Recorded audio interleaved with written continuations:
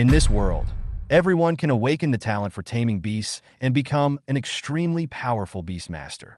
The original body awakened the most useless talent in human history, Mountain and Sea Scroll. Faced with such a useless talent, the original owner was overwhelmed and chose to jump into the river and die. However, when I traveled through time, I not only inherited the Shan Hai Scroll, but also came with my own mysterious simulation system, which can trace the mountain and sea heritage of ordinary pets and allow them to evolve into the legendary Shan Hai Jing monsters. An ordinary bird of paradise transformed into a blazing red bird in my hands. An ordinary little turtle suddenly transformed into the overlord who guards the four seas. Everyone thinks that the Shan Hai Scroll is a useless waste talent, but little do they know that I have already quietly taken control of the overall situation, and all pets have evolved into mythical beasts in the Shan Hai Jing. From being useless to being invincible, I changed my destiny and embarked on the path to becoming the supreme beast tamer. Welcome to the world of beast taming. Watch how I stir up the storm, overturn all common sense in the world, and stand at the pinnacle of beast taming. A bridge across the river in Yunzhou City, southern Sichuan province. The waves on the river are surging, and the people on the bridge are anxiously looking for the student who just jumped into the river. In the center of the crowd, anxious shouts filled my ears. Is there any beastmaster out there? Can you help me find someone? Are there any water-type pets? A middle-aged man shouted anxiously. At this time, a girl in the crowd came forward with her water spirit. Ruan, use water ripples, find a person, and bring him up. The water spirit dived into the river quickly, causing ripples on the water surface. After a while, it flew back with an unconscious boy and gently placed him on the bridge. The crowd gathered around and looked at the unconscious boy. Someone exclaimed, "Isn't this Qi Yuan? Is Qi Yuan the genius who awakened the S-level beast taming talent? Why would he jump into the river to commit suicide?" The ant's exclamation caused everyone to talk. Once upon a time, Qi Yuan was regarded as the pride of the entire city and even the entire province, because he was the only person in Shunan province in nearly 100 years who had awakened the S-level beast taming talent. However, no matter how many times Qi Yuan tried, he was unable to form a contract with any pet. Even the pure-blooded dragon cub captured for Qi Yuan could not fulfill the contract. Since then, Qi Yuan has fallen from genius to waste, abandoned by the top leaders of Shunan province, ridiculed by the media, and his former supporters have become abusers. Finally, even the school expelled Qi Yuan. Qi Yuan was so disheartened that he chose to end his life. Unexpectedly, fate saved Qi Yuan again.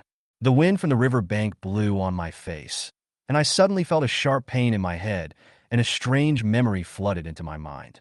I was stunned, realizing that I was no longer the original Qi Yuan. I was a young man from the 21st century, and I had traveled to this world of beast taming because of some learning materials. At this moment, I no longer have the heart to care about the troubles of my previous life. Suddenly, a crisp prompt sound rang in my mind. Ding! A time traveler has been detected, and the binding conditions are met. The beast control simulation system failed to bind, and it was detected that the host has not contracted a beast control. It was detected that the host has the S-level talent Shan Hai Scroll, and the search for a pet with Shan Hai heritage began. The system showed me the way. I was instantly overjoyed, as if fate had finally shown me a little kindness. I ran like an arrow towards the location designated by the system, without delaying for a moment. In the world of beastmasters, contracting beasts is the foundation of survival. In the past, the pain of not being able to make a contract deeply troubled the original owner, but now I have a system and the talent of the Mountain and Sea Scroll, and the future is no longer bleak. While running, I already had a plan in my mind. Since fate has allowed me to be reborn in this body, I must not only strive for myself, but also seek back all the glory for the original owner. Those who insulted me will regret it one day. Finally, I arrived at the location designated by the system. My breathing was rapid, but I couldn't hide my inner excitement. I looked up and saw a strange pet perched on the treetops. It had the blood of the mountains and the sea. In an instant, all the loss and hesitation in my heart were replaced by full of hope. In a shabby rental house on Blue Star, a teenager suddenly woke up with a mobile phone and tissue in his hands. He looked around in a daze, not understanding why he was here. I looked at the bird on the treetop, feeling helpless. According to the original owner's memory, this bird was just an ordinary bird, not even extraordinary, and apart from its pleasant voice, it had almost no contract value. But this is how the system has arranged it, and I can only accept my fate. I fumbled around and finally found a bag of bread soaked by river water from my wet pocket. I tore it into pieces and put them in the palm of my hand, trying to lure the bird.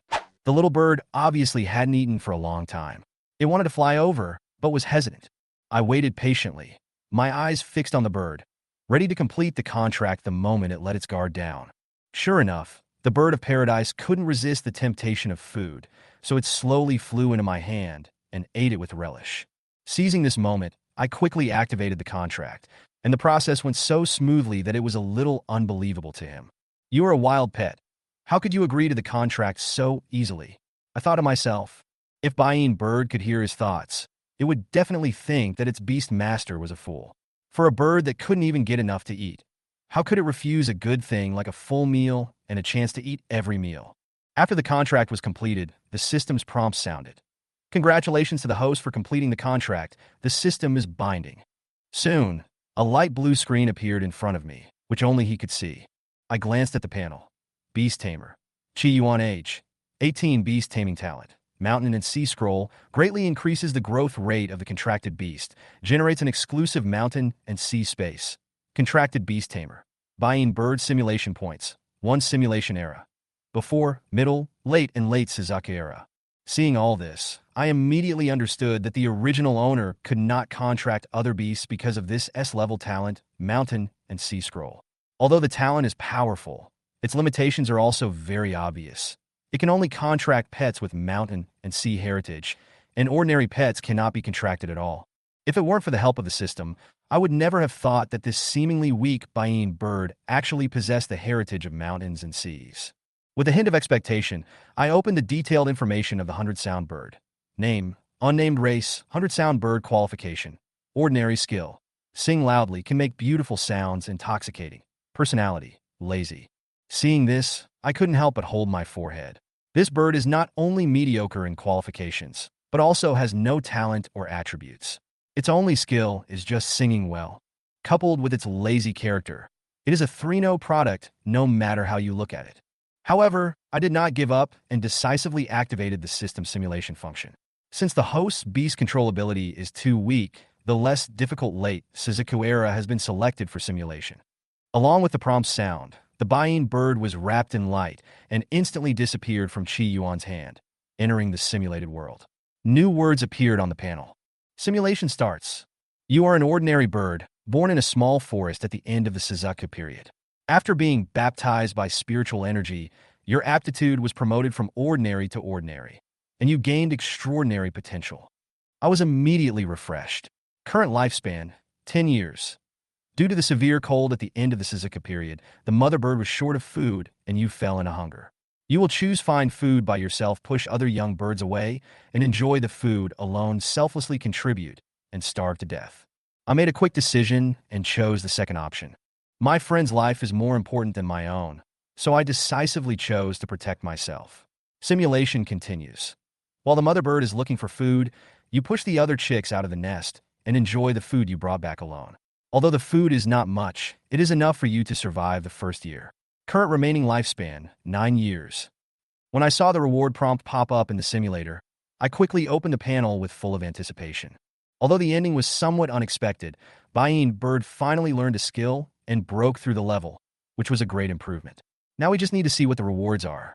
Simulation ends. Please check the rewards. Wine Spirit, completely master the skill. Wind Blade, gain basic comprehension of the skill. Level increased to level 5. Qualification increased to ordinary. Seeing these rewards, my mood instantly improved. Bayinio not only broke through the level, but also learned 2 skills, and even the qualifications were upgraded from ordinary to ordinary. Although it is still far from reaching the extraordinary standard, it is a huge leap.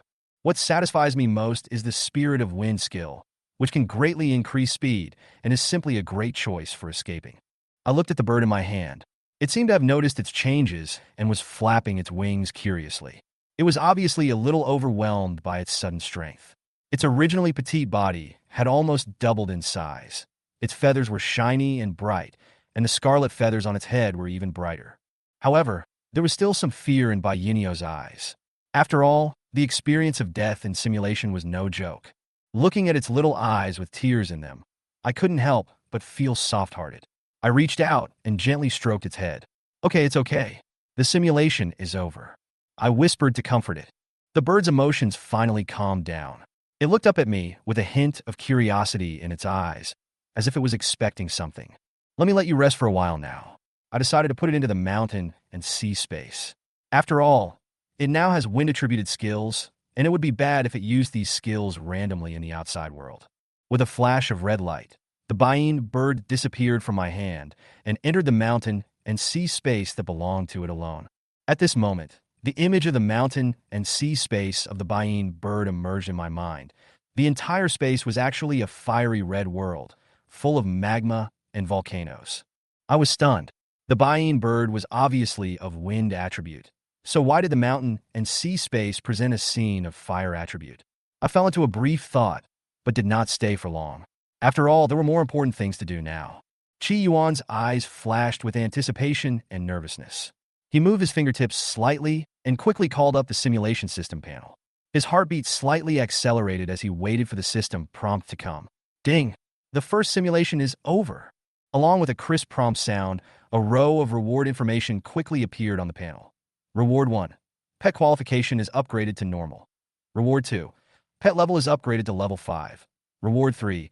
Pet learns the skills Wind Blade and Wind Spirit. Reward 4. Combat experience gained by the pet in the simulation system. Reward 5. Number of simulations plus 1. Qi Yuan's eyes sparkled, and the corners of his mouth couldn't help but rise. The reward in front of him was even more generous than he had imagined. This simulation actually transformed his lazy bird. Originally, the 100-song bird was a harmless little creature that could only sing, but now it has wind attribute skills and is no longer the weakling that is powerless to resist. Qi Yuan reached out and checked the latest status of the lazy bird. Name, lazy bird race, 100-tone bird qualification, ordinary level, level 5 attribute, wine skills, singing, proficient, wind blade beginner, wind spirit beginner, personality, lazy. Qi Yuan looked at the two newly added skills on the panel, his eyes becoming sharper. The 100-tone bird was no longer a weak musical bird. The addition of Wind Blade and Wind Spirit meant that it could show its true power in battle. Qi Yuan couldn't help but reach out and touch the lazy bird on his shoulder, feeling the fluctuation of the wind element in its body. The little guy stood there lazily, seemingly unaware of his newfound power, still dozing with his half-closed eyes. However, Qi Yuan knew in his heart that this bird was very different. It's like a new level. He couldn't help but talk to himself with a smile on his face. However, Qi Yuan's smile froze the next moment. He wanted to take advantage of the victory and simulate again, but the system prompt sounded coldly. Ding! Simulation cooling down. Remaining time, 23 hours and 54 minutes. Qi Yuan frowned, feeling irritated. This cooling time was like an invisible yoke that firmly locked up his eagerness to try. He felt like a cat scratching his heart, and he wanted to do another simulation right away to feel the pleasure of becoming stronger quickly. Damn it, there is even a cooling time. Qi Yuan cursed in a low voice, and the shadows of the anti-addiction systems in his previous life involuntarily emerged in his mind, hindering the struggle of countless passionate young people. Qi Yuan suppressed his anxiety and began to think calmly. Now he had been ordered to drop out of Yinzhou No. 1 middle school, so this path was blocked. The original owner had lived in an orphanage since childhood, helpless, and now was in an even more difficult situation. Qi Yuan smiled bitterly to himself, wondering where his future would go. However, just as Qi Yuan was standing under the tree lost in thought, the sound of light footsteps was heard in the distance. Qi Yuan was quick to notice and looked up, only to see a figure slowly approaching. It was a young girl, followed by a crystal-clear water spirit. It was Xia Yue. She was slender and had a hint of worry in her eyes. She didn't seem to notice that Qi Yuan had noticed her arrival. Qi Yuan recognized her. She was the genius girl from Yinzhou No. 1 middle school. Although they were not familiar with each other, her name was already familiar to them. Xia Yue looked at Qi Yuan standing under the tree, her heart filled with mixed emotions. She learned from her classmates that Qi Yuan had been expelled from school, and she couldn't help but sigh in her heart. Qi Yuan was a hero of the whole school half a year ago. How could he fall to such a state now? Xia Yue hesitated for a moment, then walked forward and said softly, Qi Yuan, I have something to tell you. Qi Yuan turned his head, with a hint of vigilance and doubt in his eyes. He didn't know much about Xia Yue, and was wary of this girl who suddenly approached him. Are you willing to come to number 9 middle school? Xia Yue's voice was soft but firm. I would like to invite you to come to number 9 middle school to continue your studies. Qi Yuan was shocked when he heard this. Number 9 middle school was the best beast taming high school in Yunzhou City, second only to number 1 middle school. It had trained countless outstanding beast tamers. Xia Yue actually invited him to join? Are you kidding? Qi Yuan frowned slightly, with a hint of suspicion in his eyes. How could 9th middle school accept someone who barely managed to keep his qualification as a beastmaster? Xia Yue saw his confusion and hurriedly explained. My grandfather is Xia Dongmin, the principal of number 9 middle school. You can apply for admission through me. Qi Yuan did not respond for a moment. His mind was filled with memories of the original owner. There had never been any intersection between Xia Yue and the original owner. She seemed to have no reason to help him. Qi Yuan's heart was full of suspicion and vigilance. But just as Qi Yuan was hesitating, the system suddenly issued a new prompt. Task released. Follow Xia Yue to number 9 middle school and successfully enroll. Reward simulation times +1. Qi Yuan's eyes lit up. For the sake of the simulation opportunity, he decided to take a risk. Regardless of whether someone really wanted to help him this time, in order to become stronger, Qi Yuan had no choice. So Qi Yuan nodded, said nothing more, and silently followed Xia Yue towards number 9 middle school. Xia Yue showed a look of relief on her face and hurried forward, pulling Qi Yuan's sleeve, as if she was afraid that he would go back on his word. Qi Yuan and Xia Yue walked along the street side by side, attracting countless people's attention. People were very familiar with Qi Yuan's face. Some looked at him with contempt, some with curiosity, and some even took out their phones to take photos or videos of him. These gazes were like needles, densely falling on Qi Yuan, making him feel a little irritated. Qi Yuan's mood was like a turbulent lake. Although he didn't care about the opinions of these passersby, he was unhappy about being watched. The former hero was now a laughingstock in the eyes of everyone, and the onlookers at this moment were more like a silent mockery of his failure. Xia Yue also noticed that something was wrong with the crowd. She looked back and saw that more and more people were gathering around them, and some were even following them. She realized that if they continued like this, it would definitely cause a bigger commotion. Therefore, Xia Yue quickly suggested getting rid of these people to prevent the situation from getting out of control. Qi Yuan glanced coldly at the onlookers around him, with a hint of annoyance in his eyes. Suddenly, Qi Yuan grabbed Xia Yue's hand, without warning, and quickly led her forward. The lazy bird on his shoulder instantly appeared, flapped its wings lightly, and an invisible wind, a tribute skill, Spirit of Wind, was bestowed on them. In an instant, Qi Yuan and Xia Yue's speed increased dramatically. They seemed to be walking on the wind and quickly rushed out of the crowd of onlookers. The power of the wind spirit made the two fly like arrows, leaving the passersby who were following them far behind. The pedestrians who were taking pictures just now could only watch their figures disappear in the distance, leaving behind a chaotic discussion. With the help of the wind, Qi Yuan's speed was obviously beyond ordinary people's imagination, and Xia Yue felt the lightness of her body while running. Xia Yue subconsciously glanced at the lazy bird on Qi Yuan's shoulder, her face full of shock. Qi Yuan not only contracted the beast, but also could use its power so skillfully, which completely overturned her perception of him. After running all the way, the two finally got rid of the crowd and arrived at the gate of Yunzhou number 9 middle school. Qi Yuan stopped, looked back, and confirmed that there was no crowd following him. Then he breathed a sigh of relief. However, a new problem immediately emerged. How to enter number 9 middle school. Qi Yuan was not a student of number 9 middle school and had no authority to pass through the main gate. Xia Yue had obviously anticipated this problem. She looked around and pulled Qi Yuan to a remote corner of the school. This was a desolate walled area of number 9 middle school, overgrown with grass and trees, and almost no one came and went. Xia Yue quickly found a hidden corner and pushed aside the dense grass, revealing a small hole that was only wide enough for one person to pass through.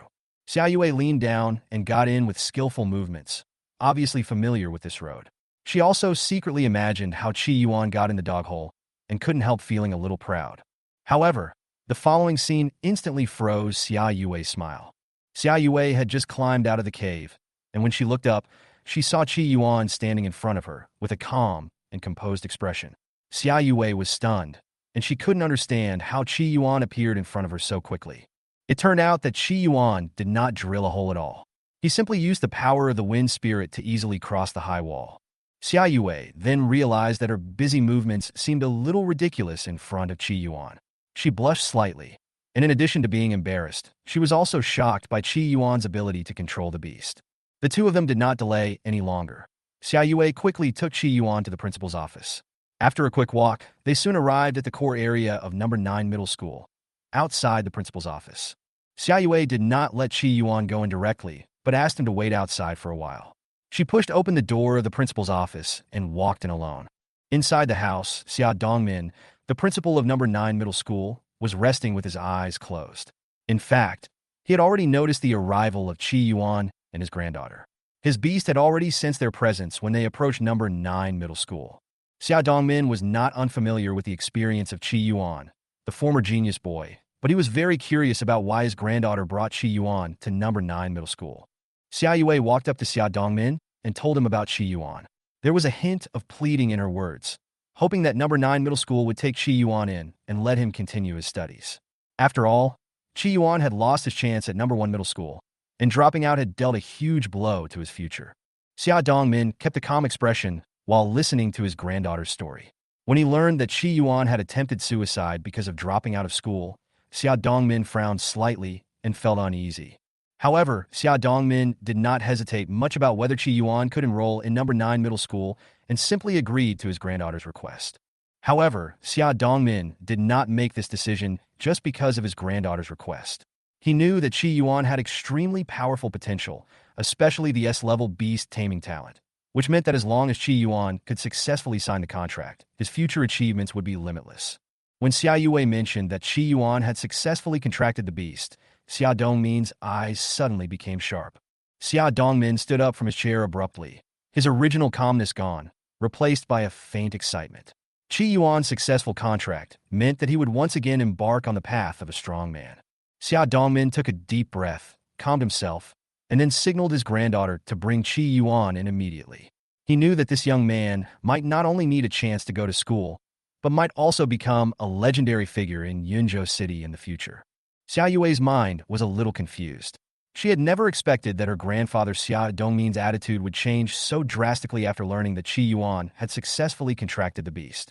The change from calm to excitement caught her off guard. Seeing that his granddaughter hadn't taken any action yet, Xia Dongmin thought she was embarrassed, so he didn't urge her and took action himself. He walked out of the principal's office quickly, crossed the corridor, and finally saw Qi Yuan sitting on a bench teasing a lazy bird.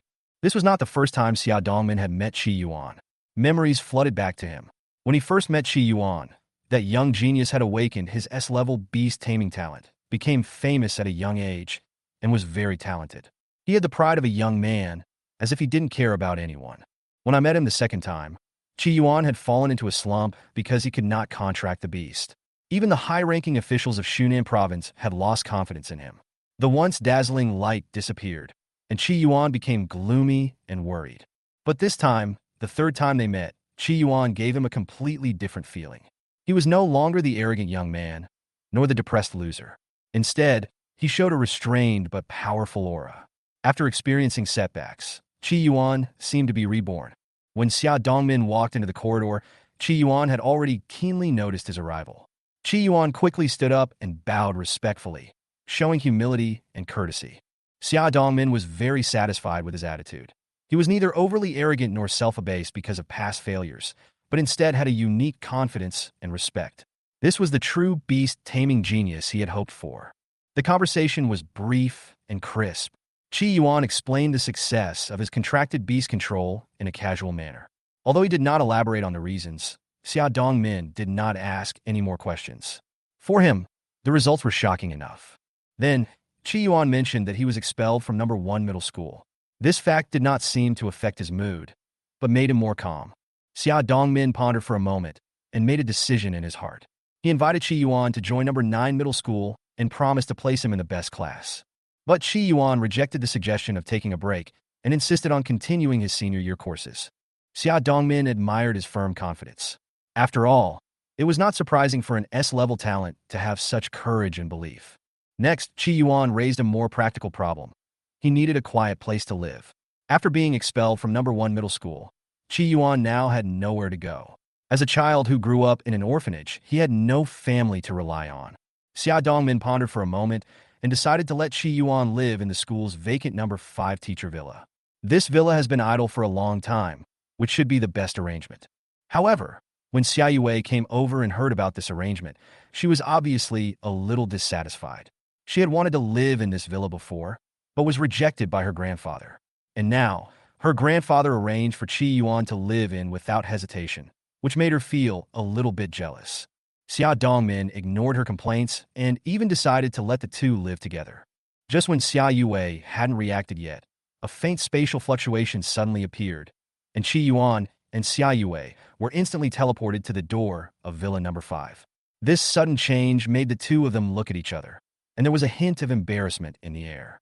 Chi Yuan stood in front of the villa, looked at the spacious house, and then opened the door. He was calm and didn't seem surprised by the sudden arrangement. He didn't want to waste more time, so he planned to take a shower and sort out his thoughts. Xia Yue was still standing at the door, her face full of depression and confusion. After entering the villa, Chi Yuan quickly took a look around and found that it was extremely spacious and completely enough for 2 people to live in. Chi Yuan proposed a simple plan. He would live in the outermost room, and Xia Yue would live in the innermost room, so that they would not disturb each other. Although Xia Yue was somewhat dissatisfied with this straightforward approach, she could only accept it silently. As the night deepened, Chi Yuan lay on the bed, closed his eyes, and his thoughts gradually surged. So many things happened that day. From being expelled from school to successfully contracting a beast tamer to settling in the villa now, everything seemed like fate was rewriting. He knew in his heart that the road ahead was still long, and he had to adapt to all this as soon as possible. At the same time, in the corridor of the principal's office, Xia Dongmin looked into the distance, gently stroking a broken medal in his hand. He murmured to himself, with a deep sadness and expectation in his voice. Only a king-level beastmaster can find out the truth about your parents' disappearance. Xiao Xia, you have to work hard. The sharpness in his eyes gradually faded, replaced by a heavy loneliness and responsibility. As time passed, Xia Dongmin sighed and turned away, leaving only the empty corridor, carrying unspeakable secrets and expectations. There was no conversation that night. Without being disturbed, Chi Yuan slept until noon. This was the most extravagant thing he had hoped for in his previous life as a social animal. Now it has finally come true, which can be regarded as a small wish come true. Chi Yuan got up from the bed and prepared to go to class. But then he remembered that Principal Xia did not tell him which class to go to. Although it was the best class in number 9 middle school, Chi Yuan had never studied here and did not know which class it was. Just as Chi Yuan was about to go out to ask Xia Yue, the system prompt sounded suddenly. Ding! The beast control simulation system has finished cooling down and can continue to simulate. The current number of simulations that can be performed. 2. This reminder made Chi Yuan stop his movements immediately. He let go of the door handle, turned around, and lay back on the bed. He couldn't bear the torment of not simulating for a moment. Anyway, the class could be confirmed at any time, but after the simulation cooldown ended, if he didn't simulate immediately, he would feel uncomfortable like a cat scratching. Chi Yuan summoned the lazy bird that was still sleeping soundly in the exclusive mountain and sea space, and prepared to start the second simulation. But before that, he checked the lazy bird's skill progress. After opening the panel, Chi Yuan frowned. The skill proficiency of the lazy bird was not changed at all from yesterday, and even the level did not increase. Name: Lazy Bird Race, 100-tone bird qualification. Common level, level 5, attribute. Wind talent, none skills. Singing mastery, wind blade beginner. Wind spirit beginner. Personality, lazy. Chi Yuan looked at the lazy bird with a hint of coldness in his eyes. The lazy bird instantly realized that it was finished and tried to escape, but Chi Yuan had already grabbed its neck accurately with one hand and whispered, "You haven't practiced your skills, and your level hasn't increased. Lazy bird, you are really diligent." The lazy bird immediately felt a sense of crisis and quickly activated the skill, singing loudly, trying to use his pleasant singing to ease the atmosphere and calm Chi Yuan's emotions. Although the music did relax Chi Yuan a little, he threatened coldly, "Don't think you can get away with this. After the simulation starts, if you don't perform well, I won't forgive you." The lazy bird nodded desperately, fearing that Chi Yuan would not let it eat. It knew in its heart that it was too hungry last night and had no energy to practice. Chi Yuan finally decided to give it a chance and prepared to start the second simulation. Ding! Do you want to start the simulation? Current simulation era. The end of the Suzaku era. Chi Yuan glanced at the lazy bird lying on the bed with an innocent look on its face, prayed silently in his heart that this simulation would have a good result, and then decisively started the simulation. Simulation begins. As a Baiyin bird, you were born in an unknown small forest at the end of the Suzaku period. Because you were baptized by spiritual energy when you were born, your qualifications have been slightly improved. Current remaining lifespan, 10 years. Because you were born at level 5 and have wind attributes, you have attracted the attention of Fengyu, a hurricane bird in the tribe. Under Fengyu's care, you successfully passed the larval period and your level was raised to level 6. Current remaining lifespan, 9 years. At this point in the simulation, Chi Yuan showed a satisfied smile. At least the lazy bird did not go down the wrong path again. Hurricane bird Fengyu proposed to take you out of the forest and live with you. You face the following choices: refuse and stay with the bird mother. Agree and go out with Hurricane bird Fengyu. Choose to live alone. Chi Yuan ruled out the third option without hesitation. He knew that a level 6 lazy bird was far from being able to venture out on its own. So he chose to follow Fengyu, which was likely the key to the lazy bird's evolution. You chose to follow the hurricane bird Fengyu and leave. The mother bird watched you go away with tears in her eyes. This emotion touched Chi Yuan's heart. He thought of his mother in his previous life and couldn't help feeling a pang of bitterness. His simulation continued, but his mind wandered for a moment. The hurricane bird Fengyu brings you to its nest, a wind mouth on the cliff. You find that the environment here is extremely harsh and there is no place to stay. Faced with difficulties, you choose: go home in anger, ask for advice humbly, lie down and let yourself die. Chi Yuan chose the second option again and asked for advice humbly. He didn't want Lazy Bird to give up at the critical moment. This time, he had to make sure that Lazy Bird learned useful skills. You chose to ask for advice humbly, and Hurricane Bird Fengyu finally recognized your desire to learn and decided to teach you skills. You can choose one of the following skills: Wine Blessing. Get the blessing of wind law in windy places and improve defense and resistance. Tornado Hurricane. Summon a tornado to trap the enemy and cause continuous damage. Great Wind Blade. Advanced Wind Blade skill. The power is 3 times that of ordinary Wind Blade. Chi Yuan was very excited when he saw these skills. These skills were extremely rare in the outside world, especially the Big Wind Blade technique, which was not only powerful but also consumed little energy. It was simply a rare treasure. Chi Yuan said to himself, "Lazy Bird, don't let me down this time. At least learn the Great Wind Blade technique." He decisively chose to take them all. You chose to learn all skills, but Hurricane Bird Fengyu is only willing to teach you the Great Wind Blade technique first. You are faced with the following choices: accept, learn the Great Wind Blade technique first; refuse, request all skills; give up, just lie down. Chi Yuan felt a little disappointed when he saw that he couldn't learn 3 skills at the same time, but he had no choice but to give up. Chi Yuan knew that the risk of rashly choosing the second option was too great. Although the simulator prompted that there was only a probability of angering the Hurricane Bird Fengyu. Once this powerful bird mentor was angered, the lazy bird might not be able to learn even a single skill. So Chi Yuan decisively chose the first option and let Lazy Bird learn the Big Wind Blade technique first. As for the option of giving up, he had already habitually ignored it. As the choice is made, the simulation continues. You chose and will give priority to learning the Great Wind Blade technique. Hurricane Bird Fengyu is very satisfied with your choice and begins to teach you how to use wind attribute aura to perch on the wind mouth. After a day and a night of hard training, you gradually mastered the skills to survive in the wind, and your understanding of the wind attributes has also deepened, and the power of your skills has increased by half. Chi Yuan was pleased with the progress of this simulation. The lazy bird finally made some progress. However, the system continued to throw out new options. Hurricane Bird Phone, you can't wait to teach you the Great Wind Blade technique, but you are already exhausted. Do you want to continue learning?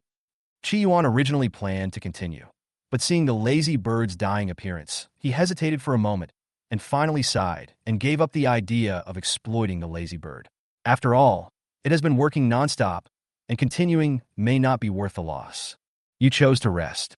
Although Hurricane Bird Phone you was a little disappointed, he still agreed to your request and will continue training after you recover. The following simulation time passed quickly. The lazy bird slacked off only a few times during the 1-year-long hard training. The Hurricane Bird Phone Yue was a strict teacher and would give it a good beating every time it slacked off. Under this rigorous training, Lazy Bird successfully mastered the Great Wind Blade technique and raised its proficiency to mastery, and its level also broke through to level 8. Current remaining lifespan, 8 years. Hurricane Bird Fengyue is very satisfied with your progress. Next, it will teach you 2 other skills, Wind Blessing and Tornado Hurricane. Another 2 years passed, and Lazy Bird successfully mastered these 2 powerful skills, reaching level 9. Qi Yuan was secretly glad when he saw this, as Lazy Bird's growth had clearly exceeded his expectations. Current remaining lifespan, 7 years. At this time, Qi Yuan recalled the blue eagle that attacked the mother bird's nest before, and he became alert. He decided to protect his family first, so the Lazy Bird said goodbye to the Hurricane Bird Fengyue in the simulation and prepared to move away with the mother bird and brothers. However, the Hurricane Bird Fengyue did not intend to let the Lazy Bird go alone, and suggested that they go together. Qi Yuan was stunned by this new option. He didn't expect that Lazy Bird and Hurricane Bird Fengyue would have such a deep relationship. Considering that Fengyue was with him, the Azure Eagle was not a threat at all. Qi Yuan chose to take Hurricane Bird Fengyue with him without hesitation. You chose, and after Hurricane Bird Fengyue packed up her belongings, she returned to the mother bird's nest with you.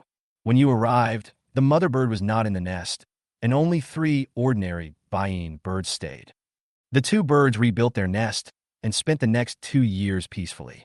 However, what puzzled the Lazy Bird was that the blue goshawk never appeared again, as if it was intimidated by the reputation of the Hurricane Bird Fengyue.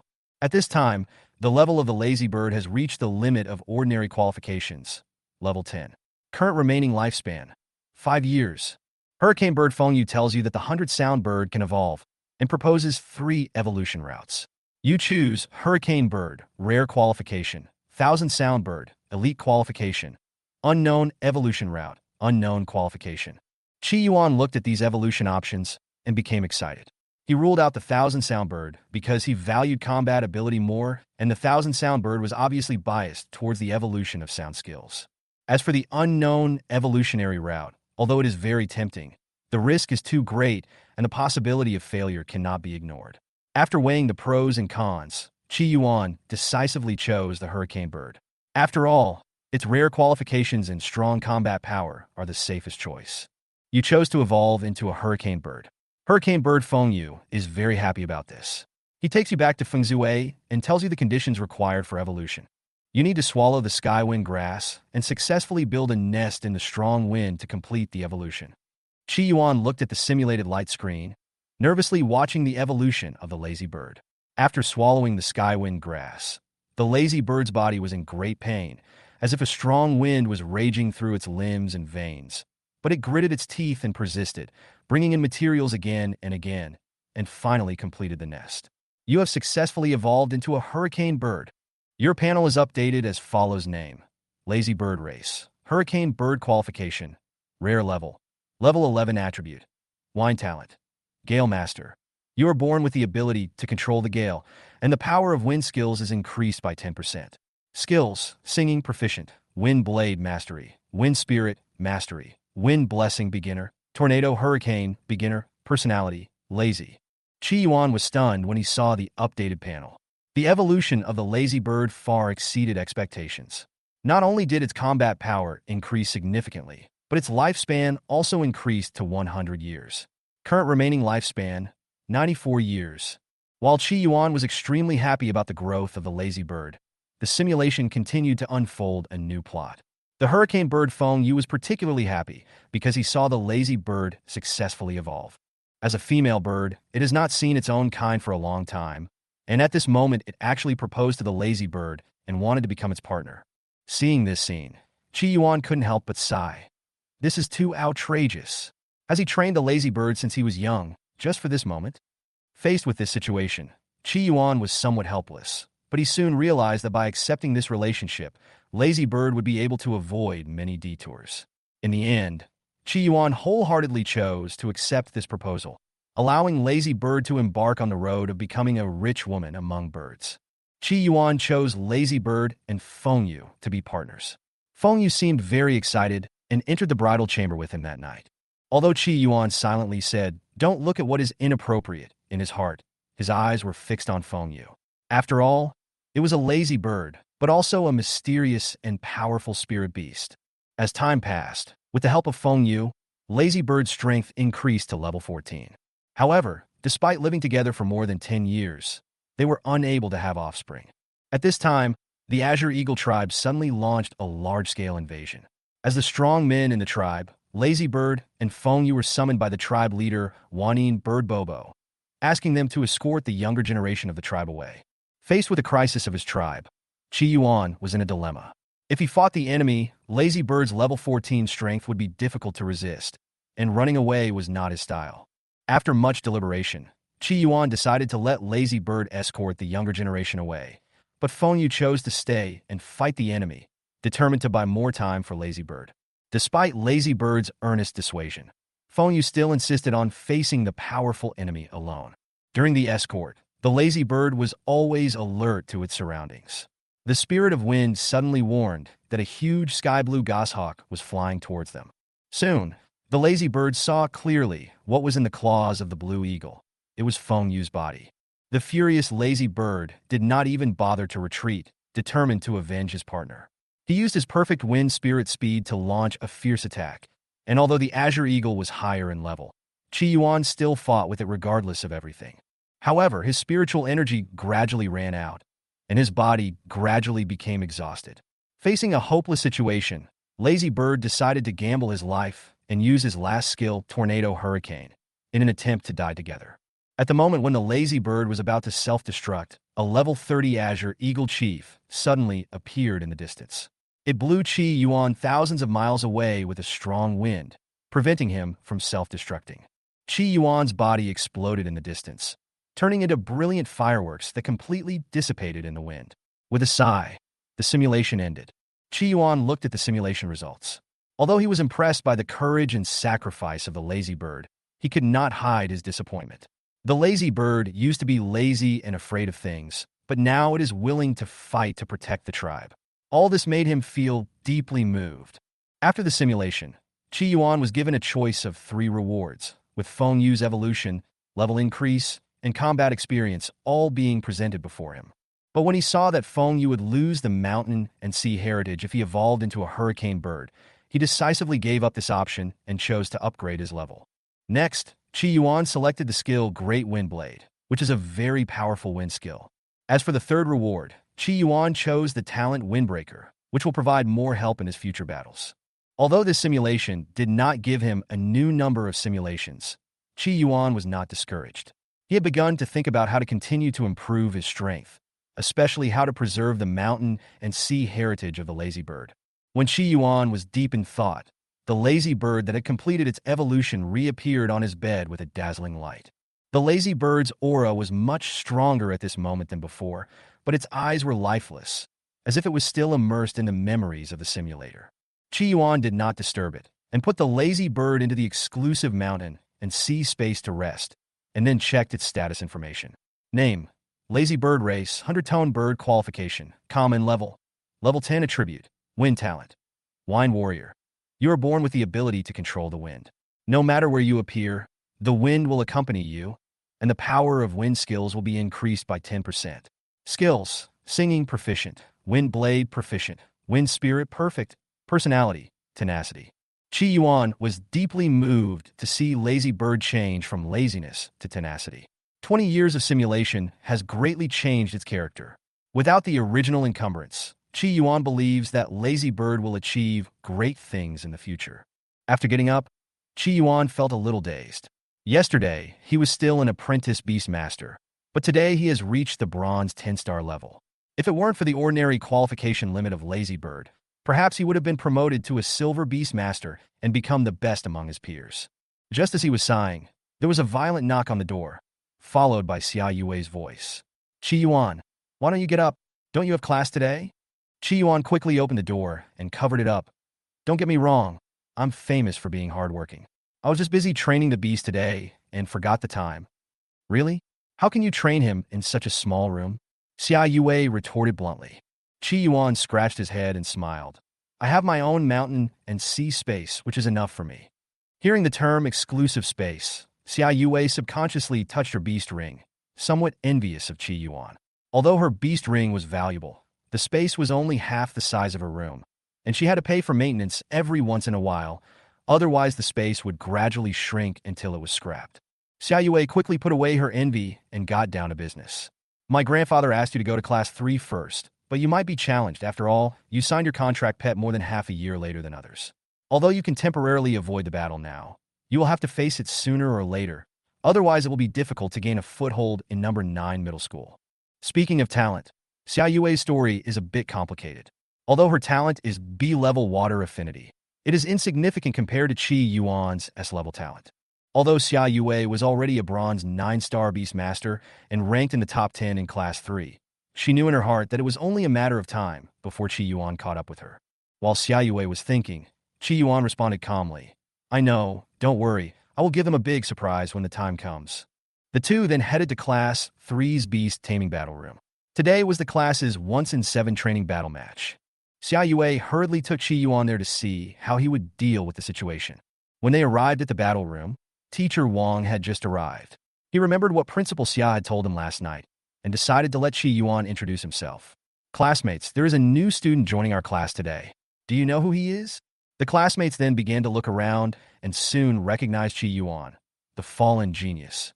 Qi Yuan stood up and said simply, "My name is Qi Yuan.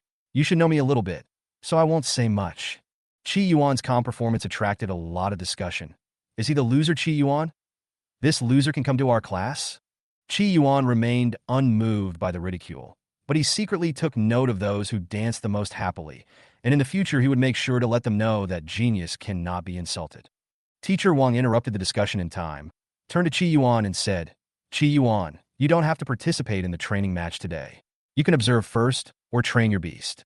These words caused a stir, and classmates questioned whether Qi Yuan had really signed a contract to tame the beast. Some even mocked him for catching a pet from somewhere to get away with it. Qi Yuan remained calm, but he clenched his fists slightly, and Xia Yue whispered in his ear, "Don't worry, I will help you teach these arrogant guys a lesson later." Xia Yue, who originally just wanted to see Qi Yuan make a fool of himself, unknowingly stood on Qi Yuan's side after hearing the sarcasm from other classmates.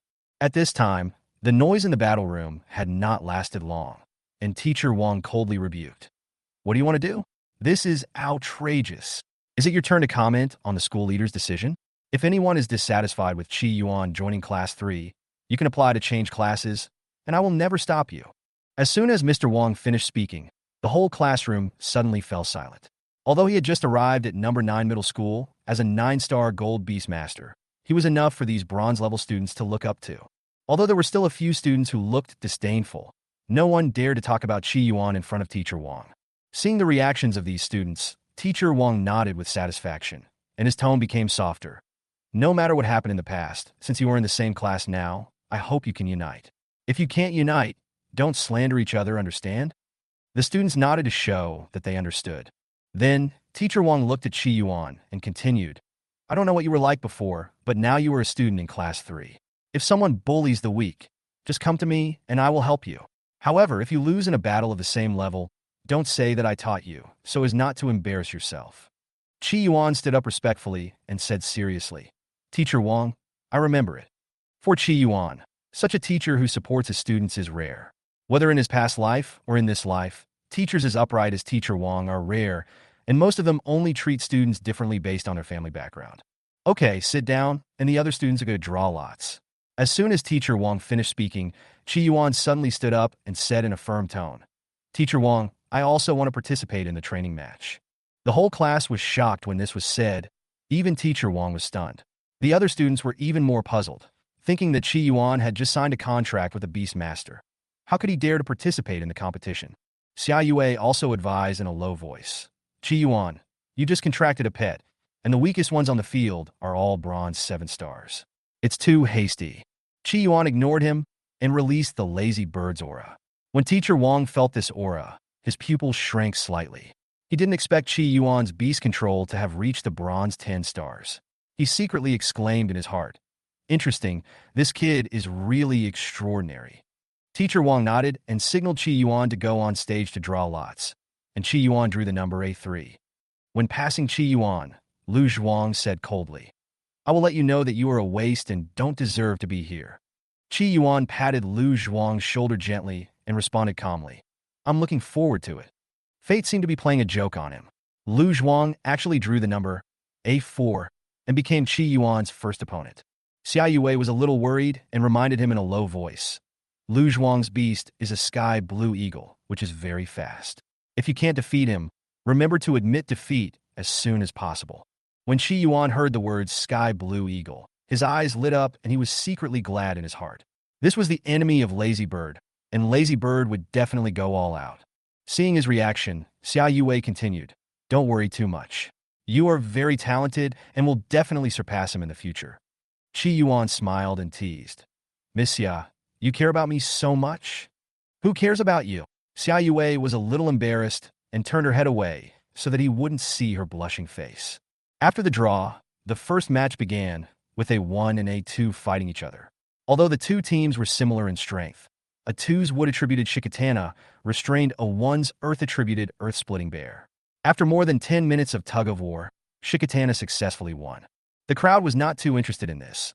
They were more looking forward to the next one, Lu Zhuang versus Qi Yuan. The originally sleepy students instantly perked up and cast their eyes on the two people who were about to go on stage. Lu Zhuang sneered at Qi Yuan and said, "It's not too late for you to admit defeat now. I may not be able to hold back later." Qi Yuan responded calmly, "You should worry about yourself." Lu Zhuang was too lazy to say more and directly summoned his level 9 Azure Eagle. Instantly, a strong wind swept across the battle stage, and the wind element became active. Qi Yuan looked up and found that this Azure Goshawk was very similar to the Azure Goshawk in the simulator, except that its size and strength were slightly inferior. Qi Yuan sneered in his heart and secretly started the simulation system, ready to check the detailed information of this Azure Goshawk. Later, Qi Yuan discovered that it was an elite, level 9, and had the same talent as the Lazy Bird, Wind Warrior, and also mastered the skills of Wind Blade and Wind Shelter. However, facing Lu Zhuang's provocation, Qi Yuan just chuckled and replied calmly, "You are not strong, but you are quite arrogant." As soon as he finished speaking, a strong wind suddenly blew up on the fighting stage, and the Lazy Bird's breath was suddenly released, directly suppressing the strong wind of the sky blue eagle. The Lazy Bird's strength of level 10 was fully revealed. Not only was Lu Zhuang shocked, but even the students in the audience were stunned, especially Xia Yue. She thought Qi Yuan would suffer a loss in the competition, but she didn't expect that he was actually stronger than her, and she suddenly felt complicated emotions in her heart. Teacher Wang also noticed the unusualness of the Lazy Bird. Although he was well informed, he had no idea about the species of the Lazy Bird. This mysterious pet made him more curious about Qi Yuan's strength and background. The battle started. Lu Zhuang ordered the Azure Eagle to distance himself and use the Wind Blade for long-range attack. The Azure Eagle's Wind Blade shot towards the Lazy Bird like a sharp blade. Surprisingly, the Lazy Bird did not dodge or react in any way. The students in the audience all sweated over it. The Wind Blade was famous for its speed and power, and resisting it head-on would undoubtedly be courting death. However, the Wind Blade actually passed through the Lazy Bird's figure, hitting Teacher Wang's spiritual energy barrier and causing ripples. The figure of the Lazy Bird is still, but that is just the afterimage left behind. It has already avoided the attack at an extremely fast speed. Qi Yuan's calm tone sounded at this time. "Lazy Bird, fight quickly." The Lazy Bird instantly appeared behind the Azure Goshawk, and Lu Zhuang ordered in panic, "Shelter of the wind, hide quickly." However, the Lazy Bird's Wind Blade technique has been completed, and it is accurately aimed at the head of the Azure Goshawk. Although Azure Goshawk activated the wind protection in time, the entry-level skills were unable to defend against Lazy Bird's proficiency-level Wind Blade technique. The Lazy Bird's attack avoided the vital points and only cut off the Blue Eagle's feathers, saving its life. Seeing this scene, Teacher Wang secretly breathed a sigh of relief, and the students in the audience had already been shocked by the powerful strength displayed by the Lazy Bird. The Lazy Bird's control over the Wind Blade made Teacher Wang more certain that it was extremely proficient in wind skills. Lu Zhuang picked up the injured Azure Eagle, and after finding that its injuries were not serious, he put it into the beast controlling ring. Lu Zhuang walked up to Qi Yuan. Although he was unwilling, he still lowered his head and bowed to Qi Yuan to apologize. "I'm sorry, I was wrong before. I shouldn't have mocked you. If you want to vent your anger, you can beat me up twice, but don't take revenge on my beast Sanko." Qi Yuan smiled faintly and patted Lu Zhuang on the shoulder. "I don't care what others say, but in the future, if you don't have absolute strength, it's best not to mock others casually." After saying that, Qi Yuan called Lazy Bird back to the mountain and sea space. turned around and walked down the battle stage, leaving the whole audience in shock. When Shi Yuan walked up to Xia Yue, she, who had agreed to ignore him for 2 days, immediately came over and said in surprise, "I didn't expect you to be so strong. When did you contract the Beast Tamer? Your S-level talent isn't that exaggerated." Qi Yuan smiled and replied, "I told you that I just successfully signed a contract yesterday. Do you believe it?" Xia Yue looked at him suspiciously and replied directly, "I don't believe it. If you don't want to say it, then forget it. Why do you have to make up such an outrageous reason to lie to me?" Xia Yue naturally wouldn't believe this statement. After all, newly contracted pets usually don't exceed level 3, and Qi Yuan's Lazy Bird is already level 10. Even if it was an S-level talent, it would be impossible to increase so many levels in such a short time. Moreover, taking too many drugs on a pet would lead to a lack of combat power. The heavy spiritual pressure displayed by the Lazy Bird was obviously not obtained by taking drugs. Seeing Xia Yue's face full of suspicion, Qi Yuan felt helpless, but he didn't intend to explain, and was happy to be free. The two began to pay attention to the game on the stage. There were 8 people in Group A, half of whom were eliminated in the first round, and the competition was the most intense. There were 7 people in Group B, and Xia Yue was lucky to have a bye in the first round, avoiding a direct battle. There were 10 people in Group C, and 5 were eliminated as well. When the first round was over, Qi Yuan noticed that there were 2 silver beastmasters who caught his interest. After a half-hour break, the second round officially began. Qi Yuan was the first to go on stage, and his opponent was the Class 2 Gecko Vine Beast Tamer. However, before the battle even started, the Beastmaster of the Gecko Vine admitted defeat. After all, the Lazy Bird flew very fast, and the Gecko Vine's vines could not touch it at all, so the opponent simply admitted defeat. Afterwards, Xia Yue's competition began. Her opponent was a Beastmaster who was also at the Bronze 9-star level, and the beast he controlled was a small swamp crocodile with water attributes. Qi Yuan secretly helped her check the opponent's information. Name: Swamp Crocodile. Race: Swamp Crocodile. Qualification: Elite level. Level 9 attribute: Water talent. Brute force. Strength is greatly increased after activation, and melee ability is improved. Skills: Swamp Kingdom beginner. Water Tornado beginner. Bubble Bomb proficient. Personality: shy. Qi Yuan whispered to Xia Yue, "Don't fight it in close combat. Your water spirit has low physical resistance. It's best to consume it from a distance." Xia Yue looked at Qi Yuan in surprise and asked puzzledly, "How do you know that the little swamp crocodile is good at close combat?" But before Qi Yuan could answer, Teacher Wang called her to the stage to compete. As soon as the game started, the little swamp crocodile's Beastmaster Yang Chun immediately ordered, "Big Crocodile, use the Swamp Kingdom." In an instant, the entire battle stage was transformed into a swamp, leaving only a place for the Beastmaster and the referee to stand. Although the water elf Wan Wan can float in the air, Yang Chen ordered the little swamp crocodile to hide in the swamp and wait for the opportunity to attack. Seeing this, Xia Yue decided not to hide her weakness anymore and asked the water elf to use water waves to detect the location of the small swamp crocodile and use water arrows to attack it after finding it. However, the swamp crocodile quickly surrounded the water spirit in bubbles, which began to explode, causing heavy damage to the water spirit. Although the water elf was injured, it still fired dozens of water arrows, accurately hitting the small swamp crocodile, especially one that almost hit its head. Teacher Wang saved the little swamp crocodile's life in time, but it still fell into a coma due to the pain and lost its ability to fight. The water elf was also severely damaged by the impact of the bubble bomb. Although it was able to regroup, it was obviously no longer able to fight. Although Xia Yue won this game with difficulty, the soft state of the water elf could no longer support the next game. Qi Yuan was watching the game from the sidelines and was shocked by the power of the bubbles. The power of a bubble explosion was almost equivalent to the C4 explosives in his previous life. Qi Yuan thought to himself that if he was hit by these bubbles, he would have died on the spot. Qi Yuan became more aware that he needed some means to save his life. If someone held the Lazy Bird and attacked him directly, the consequences would be disastrous.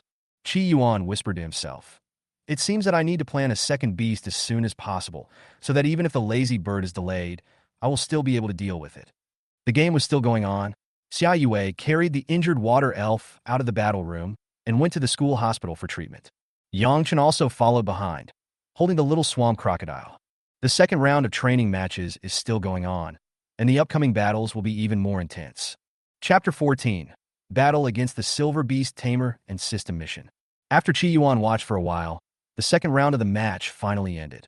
Except for one lucky bronze 7-star player in Group C, all the others who can participate in the third round of competition have extremely strong strength. Especially the two silver beastmasters, they basically reserve the top 1 or 2 places in Class 3 in every training match, and the others could only compete from the third place onwards. Unfortunately, Chi Yuan's opponent in the third round was a silver beastmaster. The students in the audience were all guessing how many moves he could withstand from the genius Lu Yin, and no one believed that Chi Yuan would win. Even after seeing his opponent's pet information, Chi Yuan wasn't sure if he could beat her. Name unknown. Race: Burning Bull. Qualification: Rare. Level: Level 12. Attribute: Fire. Talent: Fire Spreader. Activated by the pet through a certain medium, can ignore distance and defense to directly connect to an enemy, making it in itself suffer the pain of burning flames. Skills: Impact, Mastery, Fireball, Mastery, Rain of Fire, Mastery, Flame Shield Beginner. Personality: Honest. With 3 mastery-level skills and the Firebringer talent that ignores distance and defense, the lazy bird's greatest advantage, which is speed, will disappear. Just as he was thinking about how to deal with the situation, the system that had been silent for a long time began to move. Bite.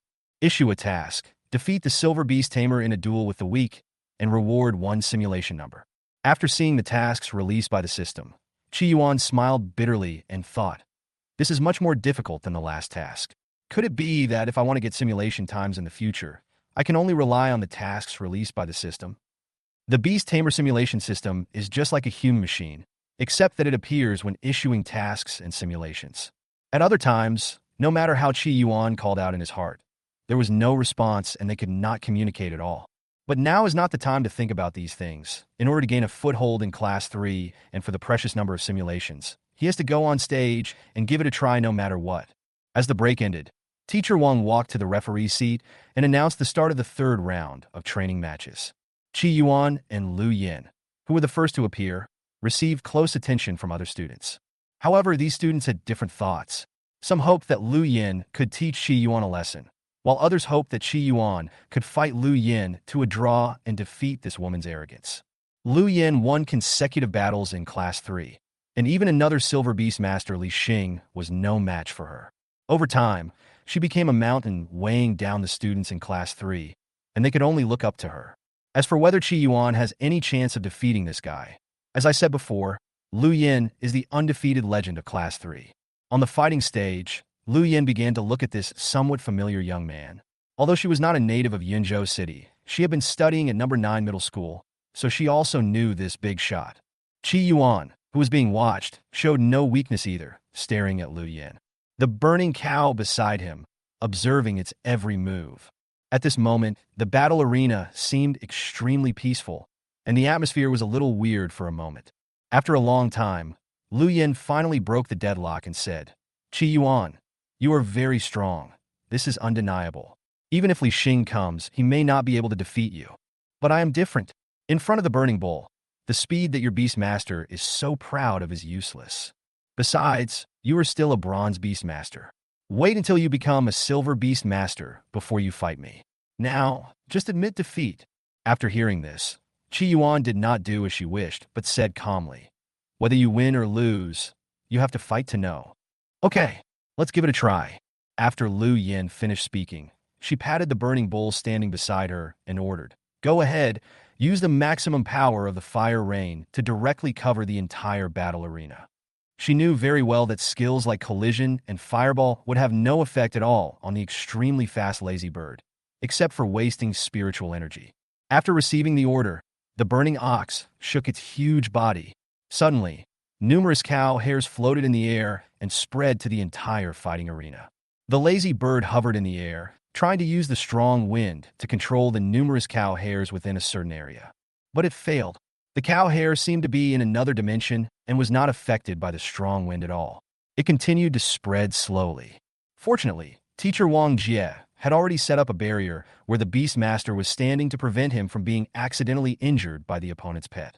Otherwise, the situation of the lazy bird will be even worse.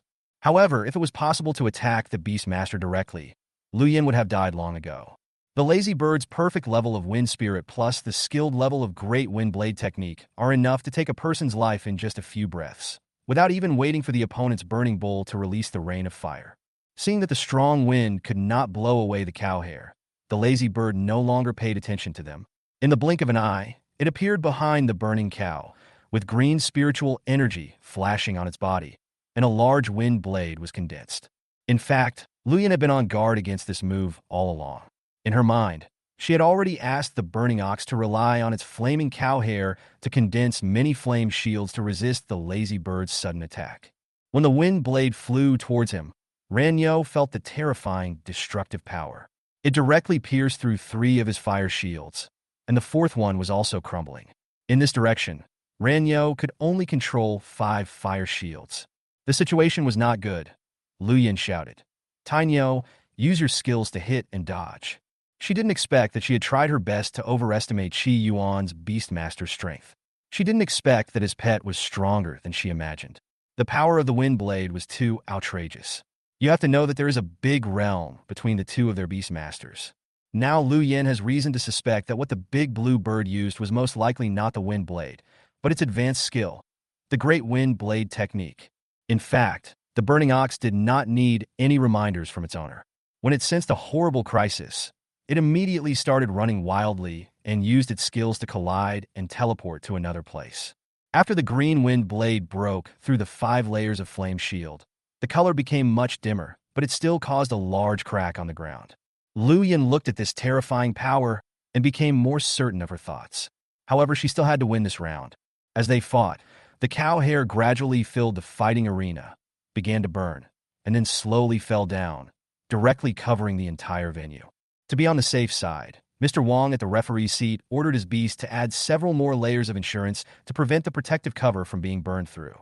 Qi Yuan looked up and saw an extremely spectacular sight. The sky was full of burning cow hairs. It was like falling stars, hitting the ground and burning it black. "This is really troublesome," he murmured. The lazy bird has no way to dodge the attack covering such a large area, and its biggest weakness is that its defense is too weak. It doesn't even have a single defensive skill. Qi Yuan thought a lot in a short period of time, but still couldn't figure out a solution to the current dilemma.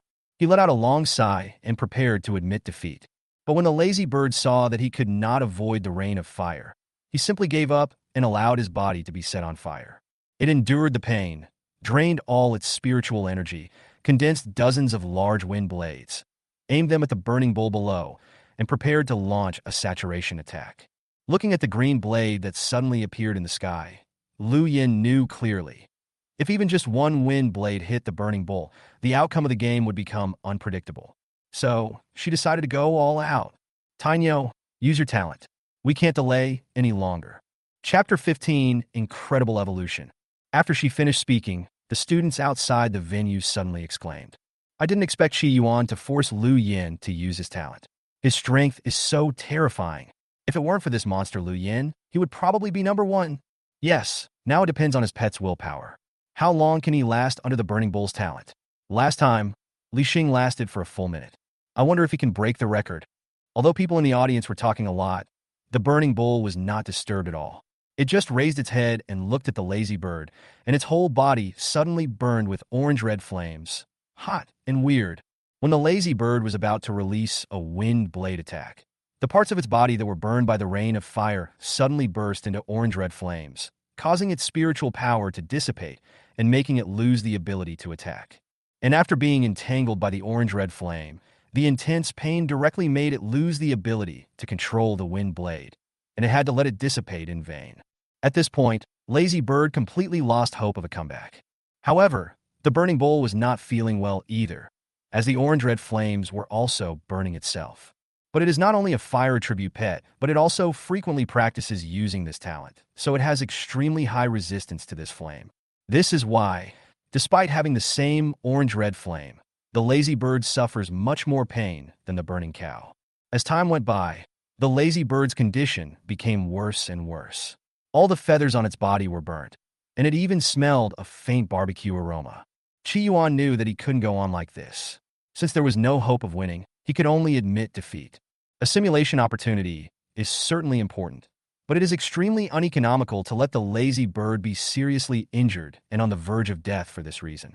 Just as he was about to admit defeat, a dazzling red light suddenly appeared on the stage.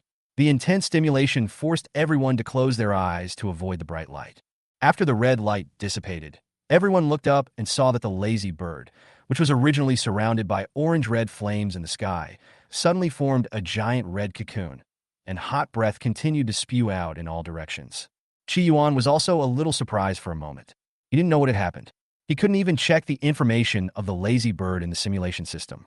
Just when he was extremely anxious, Teacher Wang seemed to have seen something, looked at Qi Yuan with envy, and said, "I didn't expect that pets could evolve on their own. I thought all the books were lies. This is the first time I've seen this in my lifetime." Then he walked to the girl on the field, handed her 100-year-old sky frost grass, and said, "Lu Yin, let Burning Ox take the heavenly frost grass and continue to use its talent. Don't interrupt its evolution." After Ran Nyo took the Tianchuan grass, his aura suddenly surged. The scars caused by the orange-red flames disappeared in an instant, and he even broke through level 1 and reached level 13. Lu Yin also broke through at the same time as Ran Nyo did, and she is now a silver 3-star beastmaster. As the gifted firebearer continued to use it, the breath of life in the giant red cocoon became stronger and stronger. But it seemed as if something was missing, and it took a long time to complete the transformation. Teacher Wang saw it and was anxious.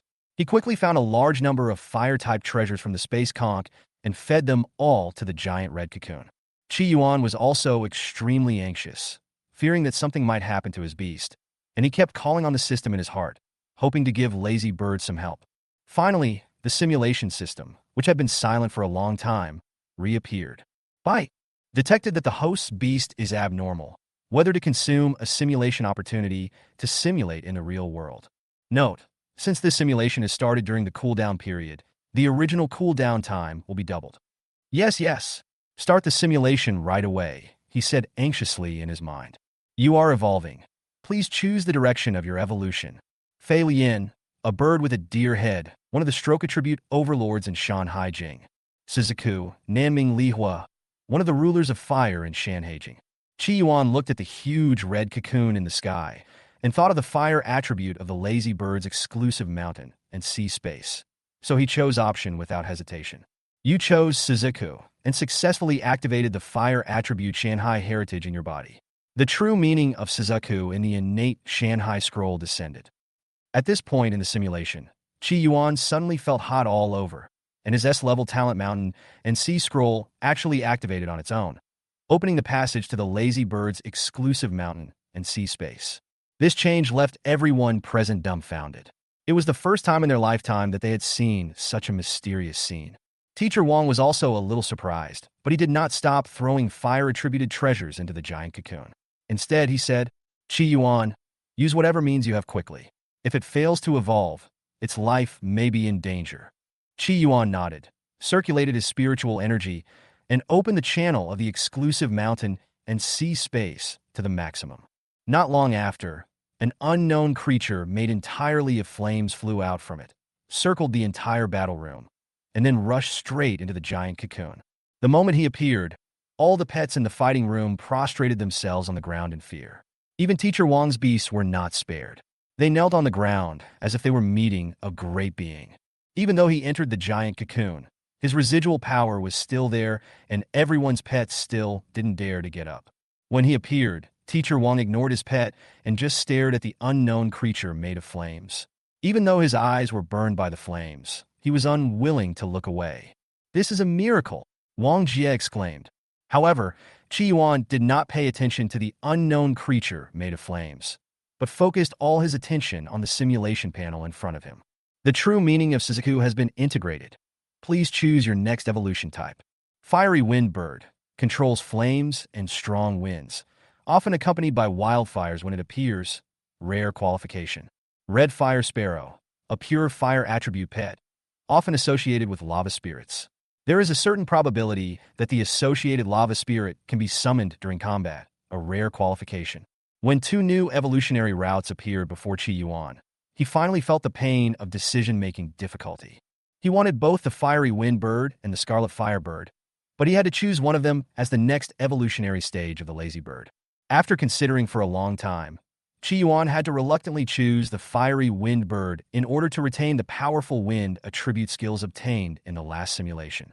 After all, he didn't know what new skills the lazy bird would gain after evolving. If it evolves into a red firefly, the sloth will lose its wind attribute. They will also lose the perfect level of wind spirit and the proficient level of great wind blade technique that can only be used with wind attribute spiritual energy. If the newly acquired fire attribute skills are not strong enough, then the combat power of the evolved lazy bird may be lower than before the evolution.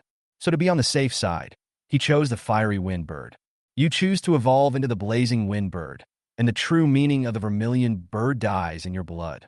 After absorbing enough fire attribute spiritual energy, you achieve a balance with the wind attribute spiritual energy in your body, and finally evolve successfully. End of this simulation. Cooling time? For days.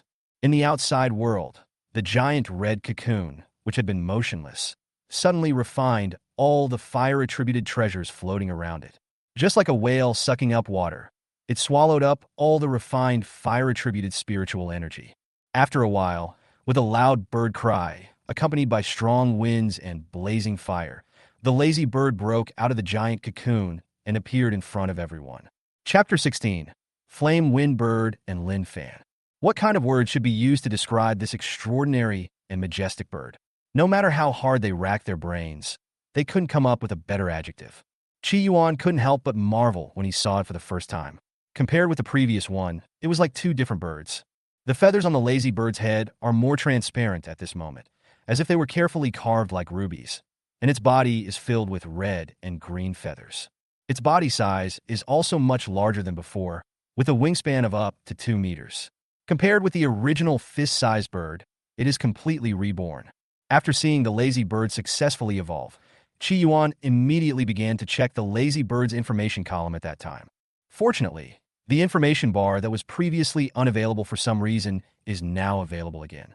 Name lazy bird. Race, flame wind bird. Qualification rare. Level 12. Attributes, wind, fire. Talent, gale hunter. Flame enveloped. When the talent is activated, your whole body will be wrapped in orange-red flames, and you can control these flames to defend or attack. These flames have the effect of burning the flesh and mind, and can bring intense pain to the enemy. The true meaning of Suzaku, effect unknown. Skills, singing proficient, wind blade proficient, wind spirit perfect, fire phoenix strike beginner, mountain fire vision beginner. Character, tenacity. After reading the information column of Lazy Bird, even Qi Yuan, who was determined, couldn't help but be surprised. The qualification directly changes from common to rare, which is equivalent to raising the level cap of Lazy Bird to level 30. He also broke through to level 12, allowing Qi Yuan to step into the Silver Realm and truly become one of the top people of his age, all in just 2 days. What surprised him even more was that the Lazy Bird also obtained 2 talents. Although the function of the talent of Suzaku is still unknown, just hearing the name sounds terribly powerful. According to Qi Yuan's understanding, fiery flames should be the orange-red flame that appears when Burning Ox uses his talent. Needless to say, its power is very powerful. However, he quickly recovered and returned to his usual calm demeanor. After taking the Lazy Bird back to his exclusive mountain and sea space, he quickly walked to Teacher Wang and said, "Thank you, Mr. Wang. I'm sorry for the expense." In addition to the auxiliary role of the simulation system, this evolution is actually inseparable from the fire-attributed treasures provided by Wang Jie. It is precisely because of these things that the Lazy Bird was able to complete the evolution so smoothly. How am I supposed to pay these back? Wang Jie laughed loudly and said nonchalantly, "These things are precious, but to me they are like chicken ribs. It's useless to take them, and it's a pity to throw them away. It's a good use for them to help your beastmaster evolve." Just when Qi Yuan thought he could get it for free, Wang Jie changed the subject and continued, "Although these natural treasures are not valuable, I can't give them to you for free. You just need to agree to 2 conditions of mine." "What conditions?" "One is to let me record the information of your pet's autonomous evolution. The other is to defeat Lin Fan from number 1 middle school in the Yunzhou City High School exchange tournament in 7 days. Lin Fan. Qi Yuan silently recited the name, and it took him a long time to find his information from the original owner's memory. Lin Fan, at the beginning, was known as the Gemini Stars of Shunan Province together with Qi Yuan, and he awakened a level talent. Moreover, his grandfather is a real high-ranking figure in Shunan province, Bingpa Tianwang, a titled Tianwang-level beastmaster.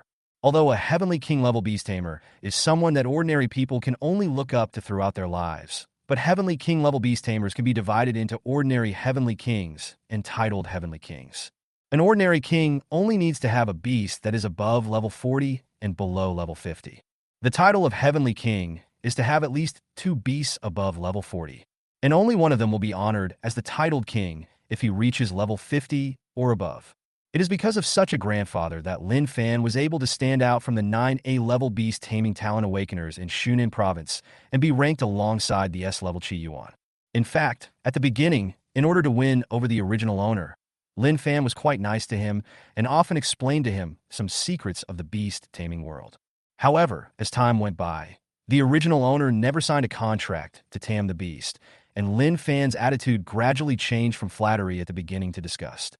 When was Master Lin not number 1 in Shunan province? It is such a shame that one day I have to be called a twin star with a pariah. However, out of consideration for the big boss who was paying attention to the original owner, he did not dare to go too far and simply expelled this pariah from number 1 middle school. This incident was the direct cause of the original owner's death, and Lin Fan was also the culprit that caused Qi Yuan to travel through time. Okay, I promise you, there are some old accounts to be settled between Lin Fan and me, Qi Yuan said, looking somewhere thoughtfully. If the original owner's memory was correct, the pure-blooded dragon cub had already been Lin Fan's pet. That inferior dragon had bullied the powerless original owner a lot. But since Qi Yuan has traveled through time, he must eventually get back at this place. Seeing Qi Yuan's agreement, Teacher Wang nodded with a smile and said with interest, "Don't blame me for not reminding you. That guy is now a silver 5-star, and that dragon species is also extremely powerful. If you lose, you have to return all the natural treasures to me. The value is probably tens of millions of federal coins. I don't want more. I'll just take 10 million. How about that?" When Qi Yuan heard this number, he was shocked. 10 million? Are you kidding?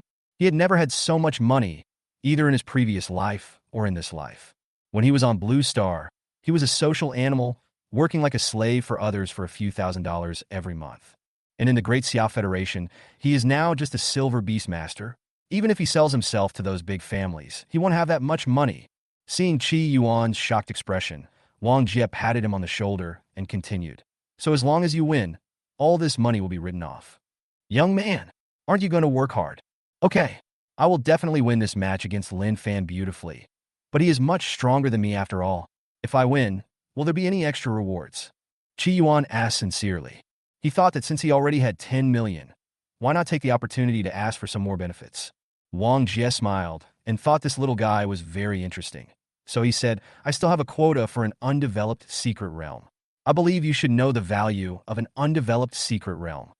Then he suddenly raised his voice and shouted to all the students in the battle room, "Students, if any of you can defeat Lin Fan in the exchange competition in 7 days, that person will get a spot in this secret realm."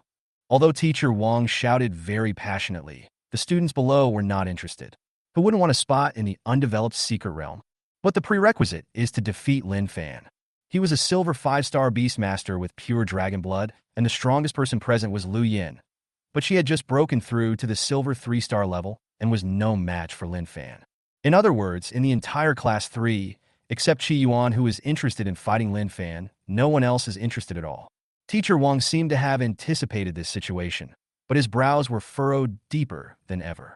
After looking at Qi Yuan again, he announced that today's training match was over, and then left in a hurry, leaving everyone staring at each other in bewilderment. Chapter 17 Confession. After Teacher Wang left, Qi Yuan did not stay in the battle room for long. He thanked Lu Yin and left. He planned to go to the school hospital to visit Xia Yui's pet water elf and ask her if she knew the origins of this Teacher Wang.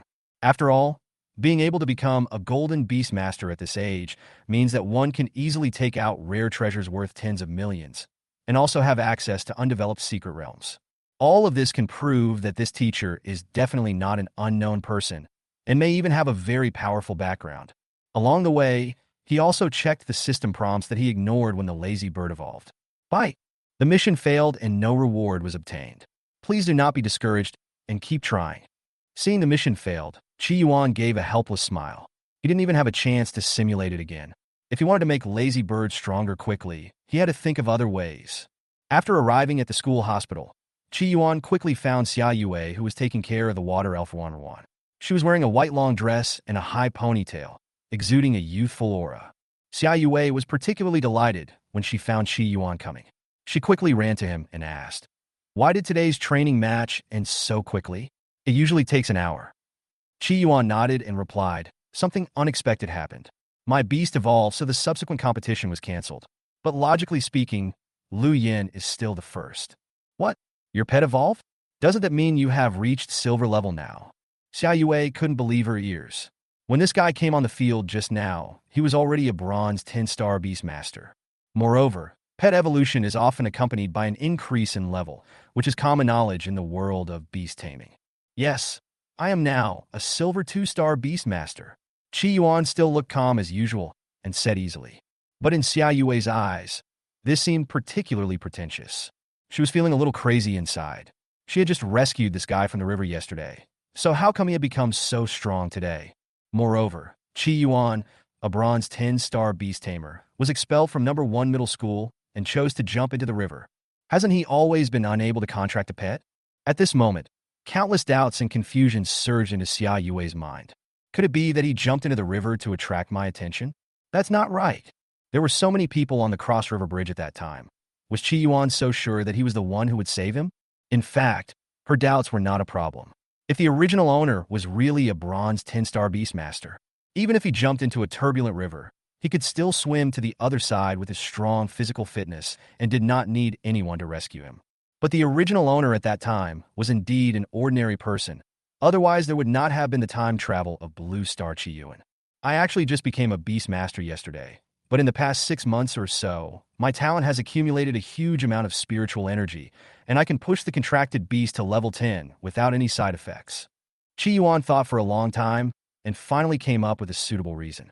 Although Xia Yue didn't know whether she was a beastmaster in the past, but many people in number 1 middle school knew that this was undeniable, and they had to think of a suitable reason to shut these people up. That is to say, when you saved me, I was really an ordinary person, so I am very grateful to you. Otherwise, I would not be who I am now. After hearing this, most of Xia Yue's doubts disappeared. She just looked at Chi Yuan with some envy and said, "As expected of an S-level talent, don't worry about saving you. No matter who was in the river yesterday, I would have saved them. Besides, even if I wasn't there, there would be someone else to save you. This matter is not worth mentioning." Perhaps for Xia Yue, this matter is indeed not worth mentioning. But for Chi Yuan, it is a life-saving grace. At least he, a landlubber, was not reborn in water. Otherwise, he would have died before he could accomplish his mission. Chi Yuan thought about it, kept this favor in mind, and did not continue the topic, but asked, "Student Xia, do you know the origins of Mr. Wang from our class 3? I think he seems to be very capable." Xia Yue pondered for a moment, as if she was recalling Wang Jie's information, and said after a long time, "Actually, I don't know much, but I heard from my grandfather that he came from a big family in Zhejiang province. By the way, why are you suddenly interested in him?" Chi Yuan scratched his head and said a little embarrassedly, "When Lazy Bird evolved, he provided a lot of natural treasures, which are worth tens of millions of federal coins. How can I, a Silver Beast Master, afford it? Then he provided me with a plan to help me defeat Lin Fan from number 1 middle school in the college exchange competition 7 days later." "Defeat Lin Fan? Excuse me, this is a bit difficult, but judging from your growth rate, you should have a chance to defeat him. After all, Xia Yue has lived for so many years, but this is the first time she has seen someone transform from an ordinary person into a silver beastmaster within 2 days. It would not be surprising if such a person could create one more miracle. Then I'll take your good words. He and I will have a fight eventually." After Chi Yuan finished speaking, he was about to leave the school hospital when a clear female voice came from behind him. "Hey, Chi Yuan, come on, believe in yourself, and beat that arrogant guy till he's left with his teeth on the ground." After hearing this, Chi Yuan did not look back. He just waved at the people behind him and left. After watching him leave, Xia Yue's originally happy expression suddenly changed. She remembered that her beast Wan was still soaking in the treatment pool, so she quickly ran over to fish it out. In the next few days, Chi Yuan was also making preparations. Having already become a silver beast master, he no longer had any rivals in Class 3. However, in order to trigger the system task, he still challenged everyone in Class 3, except those whose pets were seriously injured. Unfortunately, there was no movement in the beast taming simulation system, and no tasks were issued for him to earn simulation opportunities. And in the past few days, Teacher Wang, who was rarely absent, has not shown up for some unknown reason. The teacher in class suddenly turned into an old scholar. For some reason, this old man really liked to ask Qi Yuan to answer questions related to beast taming. For example, what are the initial skills of the Azure Eagle race? What talents can the small swamp crocodile usually awaken? Where do the weird birds mainly live? Fortunately, the original owner was quite knowledgeable and knew all this knowledge. Otherwise, he would have become a ruthless knowledge-copying machine like everyone else.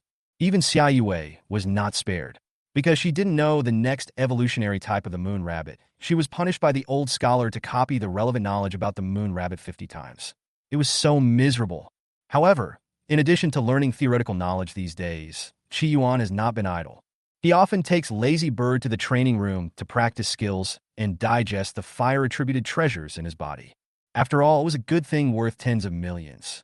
The Lazy Bird was unable to absorb it completely at once, and a large part of the essence remained in its body. Qi Yuan allows Lazy Bird to continuously train its skills. Not only can it improve its proficiency in new skills, but it can also help digest the residual medicinal power in the body. Without the help of a simulation system, this was the limit of what he could do. Finally, on the day of the college exchange competition, Teacher Wang appeared in Class 3 again. After greeting the students, he said, "Everyone get ready. I am the team leader of this college exchange competition for number 9 middle school. Bronze 10 stars and above. Come and register with me. You will serve as the main force to fight against number 1 middle school." Chapter 18. Teaming and Possession. As soon as he finished speaking, Qi Yuan stood up and was the first to register. Wang Jie looked at the young man who was slowly walking towards him, smiled with satisfaction, and said, "You didn't forget the bet, did you? Remember, whether our number 9 middle school can become famous this time depends on you." "I dare not forget. I will do my best," Qi Yuan said sincerely. After all, it is a full 10 million federal coins. If you lose, how long will it take to pay it back? As long as he wins, not only will he not have to repay the 10 million, but he will also be able to get a spot in an undeveloped secret realm. Such benefits are worth risking his life for. Qi Yuan felt his powerful silver 4-star cultivation, and then looked at the Lazy Bird's information bar on the system panel, and suddenly he was full of confidence in himself. Name Lazy Bird. Race, Flame Wind Bird. Qualification Rare. Level, 14. Attributes, Wind, Fire. Talent, Gale Hunter. Flame Enveloped. When the talent is activated, your whole body will be wrapped in orange-red flames, and you can control these flames to defend or attack. These flames have the effect of burning the flesh and mind, and can bring intense pain to the enemy. The true meaning of Suzaku, effect unknown. Skills, Singing, proficient. Wind Blade, proficient. Wind Spirit, perfect. Fire Phoenix Strike, proficient. Mountain Fire Vision, proficient. Character, Tenacity. Today, Lazy Bird has not only successfully digested most of the medicinal power of natural treasures in his body to reach level 14, but he has also been practicing new skills over and over again in his exclusive mountain and sea space. Mastering 2 new skills in just 7 days. This is the terrifying power of S-level talent. As a 9-star gold beastmaster, Wang Jie could naturally see Qi Yuan's growth in the past few days. He, who was originally a little unsure, suddenly became confident. I thought silently in my heart, "Qini, you have won so many times, it's time for my students to win this time. And Father, one day, I will make you look at me with new eyes." Wang Jie's eyes suddenly became deep, as if he recalled some bad memories. But he quickly recovered and recorded the next person's information with a gentle face. It was not until everyone had completed registration that Qi Yuan discovered the gap between number 9 middle school and number 1 middle school. Take the simplest comparison of the number of silver beast tamers. There are only 4 silver beast tamers in number 9 middle school, including him. As far as Qi Yuan knew, even without counting Lin Fan, number 1 middle school had 7 silver beast masters, almost twice as many as number 9 middle school, and the number of people who had reached the bronze 10-star level was even greater. In previous college exchange competitions, it was basically one middle school competing against all the high schools in Yunzhou City, and they won more than they lost. But this cannot be blamed on other schools because the real good seedlings had actually been picked up by number 1 middle school as early as when they awakened, and the ones left by number 1 middle school would be allocated to other schools. However, there are exceptions. Some talented students choose not to go to number 1 middle school in order to get better treatment, but instead go to other schools with better conditions. However, such people are rare. It is also for this reason that Yunzhou number 1 middle school has become more and more famous, attracting talents from neighboring cities to join, and finally forming a virtuous circle. But in order to prevent number 1 middle school from dominating the rest, other middle schools would be upset because they could not assign talented students to other middle schools. Yunzhou City's top management holds a college exchange competition every year to determine allocation shares for highly talented students. Let each college send out the 10 most elite students from its senior year to compete. Of course, even so, China still firmly holds 70% of the distribution share. However, this time the college exchange competition will be very different from the past due to the sudden rise of a certain person. Soon, Teacher Wang selected 10 students from the registration list to participate in the college exchange competition. In addition to the 4 silver beastmasters, there are also 6 bronze 10-star beastmasters.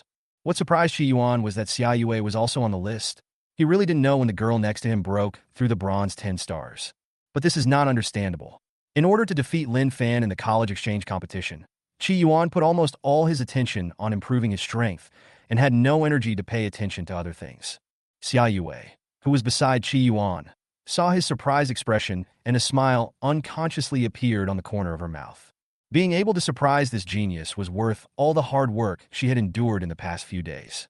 She finally succeeded in being promoted to bronze 10 stars before the exchange competition. Seeing the proud expression of the girl next to him, Qi Yuan's mouth twitched, and he put the jelly-like softness on his head back, and then said, "I didn't expect that you, Miss Xia, are so powerful. You have already been promoted to bronze 10 stars. Doesn't that mean you must be the 5th strongest person in the senior year of our 9th middle school?"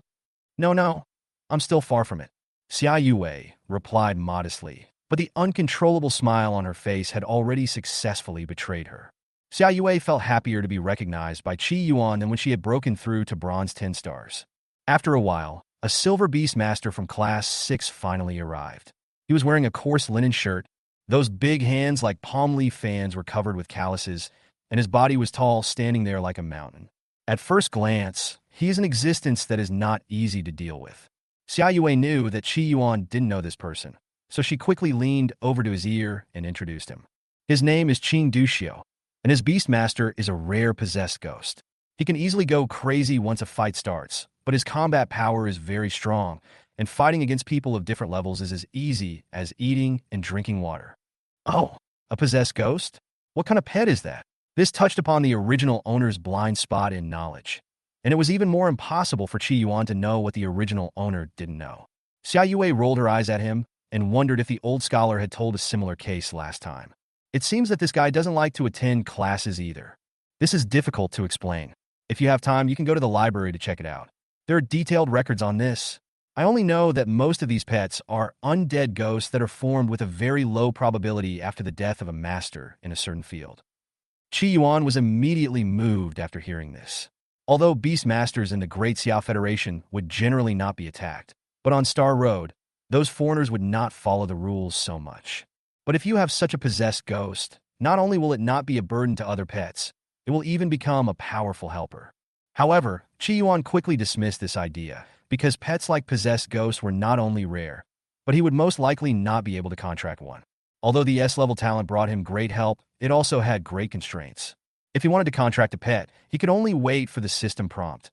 Otherwise, how could he find a pet with a bloodline of mountains and seas by himself? After everyone arrived, Wang Jie led everyone onto a bus and prepared to go to number 1 middle school. This year's Yunzhou City College exchange competition was held there. However, Qi Yuan, who was about to revisit the old place, felt a little uneasy in his heart.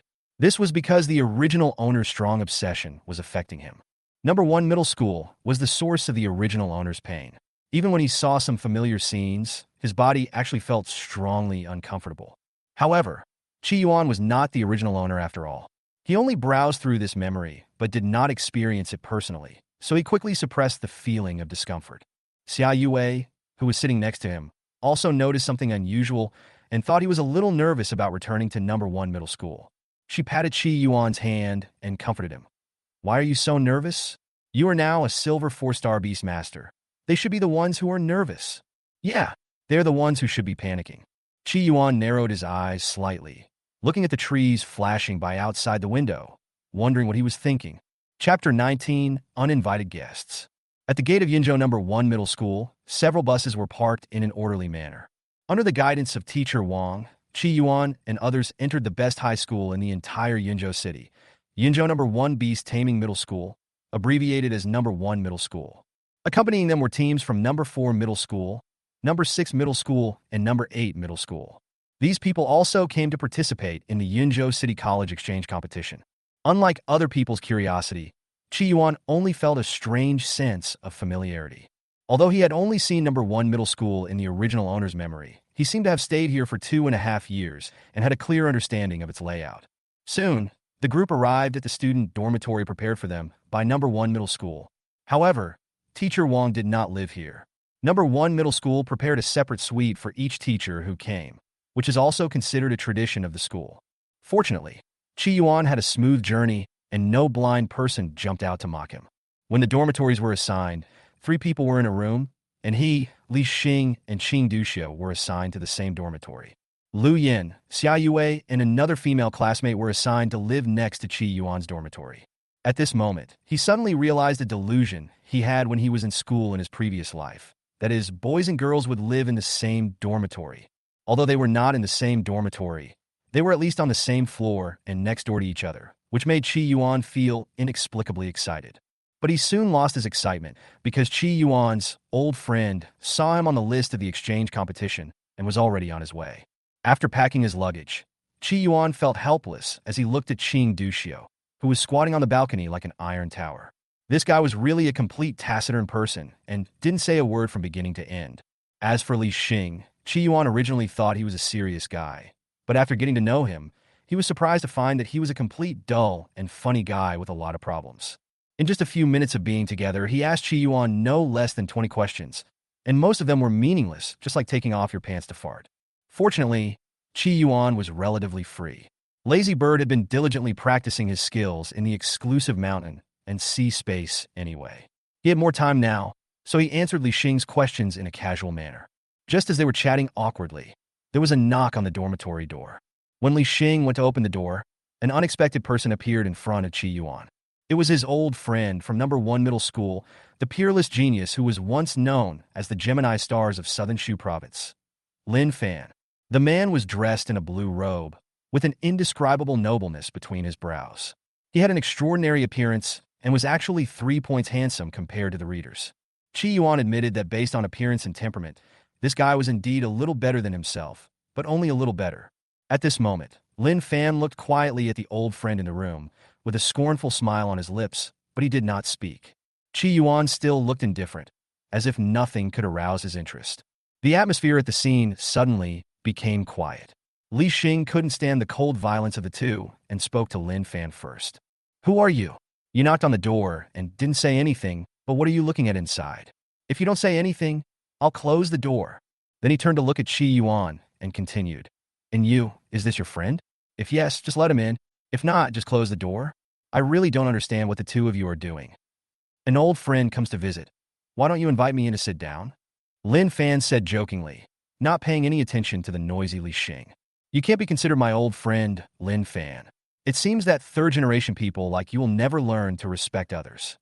Chi Yuan shook his head, as if lamenting that Lin Fan was just a loser who relied on his family connections. "It seems that leaving number 1 middle school has given you some illusions, making you feel like you are doing well again. Even if you successfully contract the Beastman now, you will probably have to wait until your next life to catch up with me." After Lin Fan finished speaking, a terrifying chill erupted behind him, directly lowering the temperature around him to freezing point. Behind him, a snow-white sky frost pterosaur with thick scales all over its body suddenly appeared and roared at Chi Yuan and others. A terrifying cold wave blew and froze most of the dormitory. This sudden change caused Qing Duxiu, who had been sitting cross-legged on the balcony, to flash and quickly appear in front of the Tianshuang pterosaur, with a powerful black energy bursting out of his body to fight against it. Lin Fan stood on the dragon head, looking down at everyone, and said proudly, Chi Yuan, you still like to hide behind others, right? Show your true ability. Don't let me look down on you. Then, as you wish.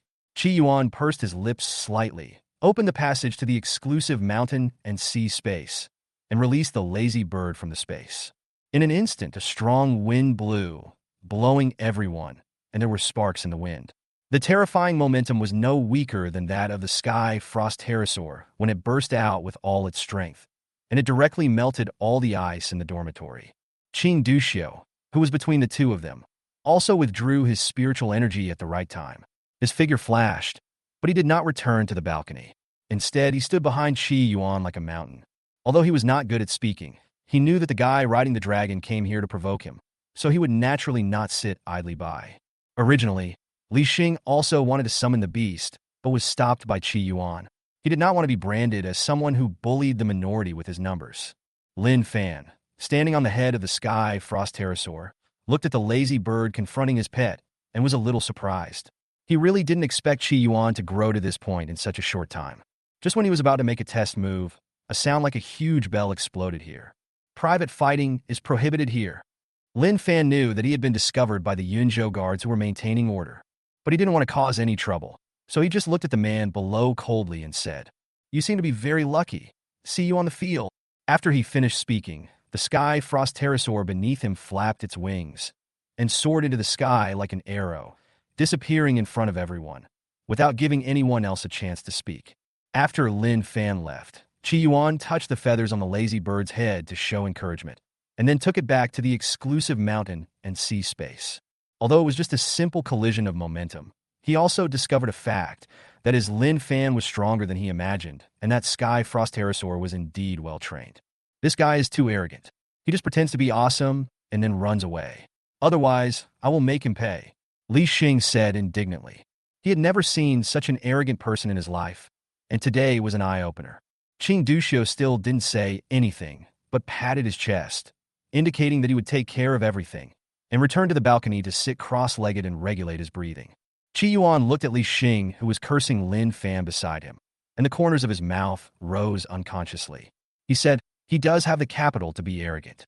If you can defeat him, you can be so arrogant too. This made Li Xing speechless for a moment. Of course he knew his own worth. He could curse here.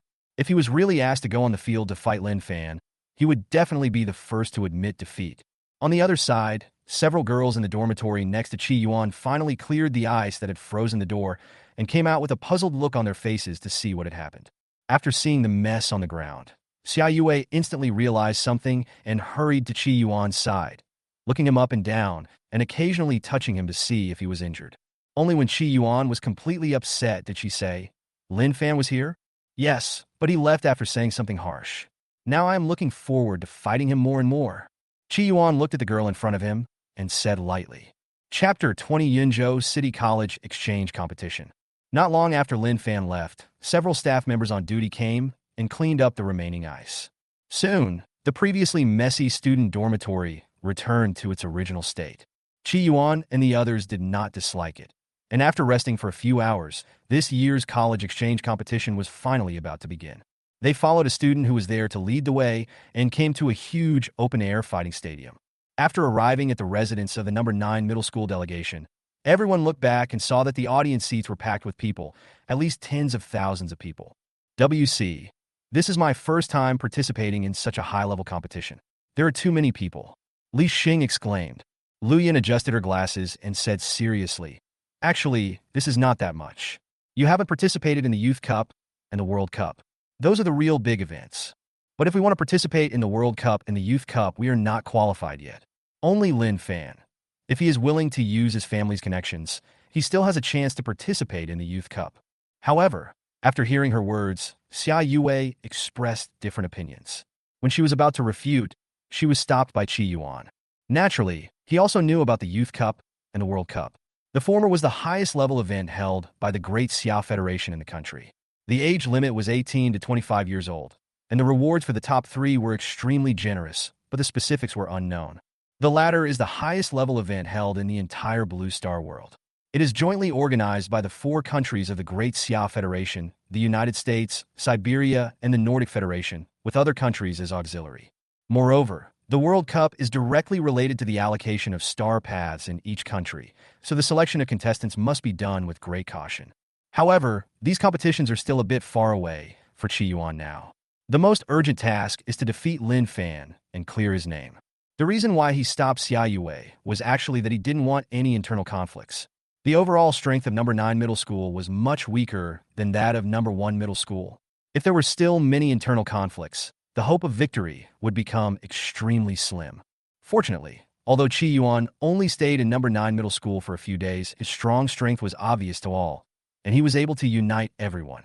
After all, except Qing Duxiu, most of the 9 people present were defeated by him, and Qing Duxiu was a taciturn person and was not suitable to be the leader of a small group. Qi Yuan naturally took the responsibility. After getting the list of contestants from number 1 middle school from teacher Wang Jie, everyone started discussing. There are 8 silver beastmasters in number 1 middle school, and we have 4 of them. The remaining 4 will be handed over to other middle schools. Is everyone okay with this? Qi Yuan spoke first. No problem. Then let's make specific arrangements and decide who will deal with whom. Leave Lin Fan to me. Qing Duxiu. Who do you want to fight? After Qi Yuan finished speaking, he turned his gaze to the iron tower-like man. He still didn't say anything, but just pointed to a place on the list with his fan-like hands. When everyone looked carefully, it was the silver 4-star beastmaster from number 1 middle school, Sun Hauren. Qi Yuan was not surprised. When he had just had a conflict with Lin Fan, the aura he released was about this level. Then he turned his inquiring eyes to Lu Yin, waiting for her answer. Lu Yin looked at it for a long time and finally chose a girl from 2 people of the same level as her opponent. Li Xing was only 1 star silver, and he had done his homework in advance, choosing an opponent who had an earth-attributed beast. His beast was of wood attribute, which just happened to restrain the opponent. The remaining 6 bronze beastmasters also chose their own suitable opponents. Qi Yuan filled this information directly into the list of participants for number 1 middle school and quickly handed it to Wang Jie, the team leader of number 9 middle school. After all, he still had to discuss the list of competitors with other schools. Next, we will wait for the final list to be finalized, and then the core part of the college exchange competition will begin.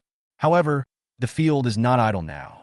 There are many announcers introducing the origin and significance of the exchange competition between Yunzhou City's 5 beast-taming high schools and colleges to the audience. Of course, since number 1 middle school has the home advantage, nearly half of the announcers on the scene were promoting number 1 middle school to the audience, which is also what the school leaders of number 1 middle school like to see the most. After a while, the announcers seemed to have received some notice and stopped promoting the school. Instead, they went to their designated locations in an orderly manner, ready to comment on the game in real time. Then, a layer of mist suddenly spread throughout the venue, blocking everyone's view. Just when the audience was confused, a woman in a deep V dress appeared in the center of the venue accompanied by flickering lights and shadows. Normally speaking, ordinary people wouldn't be able to see clearly in such a large venue.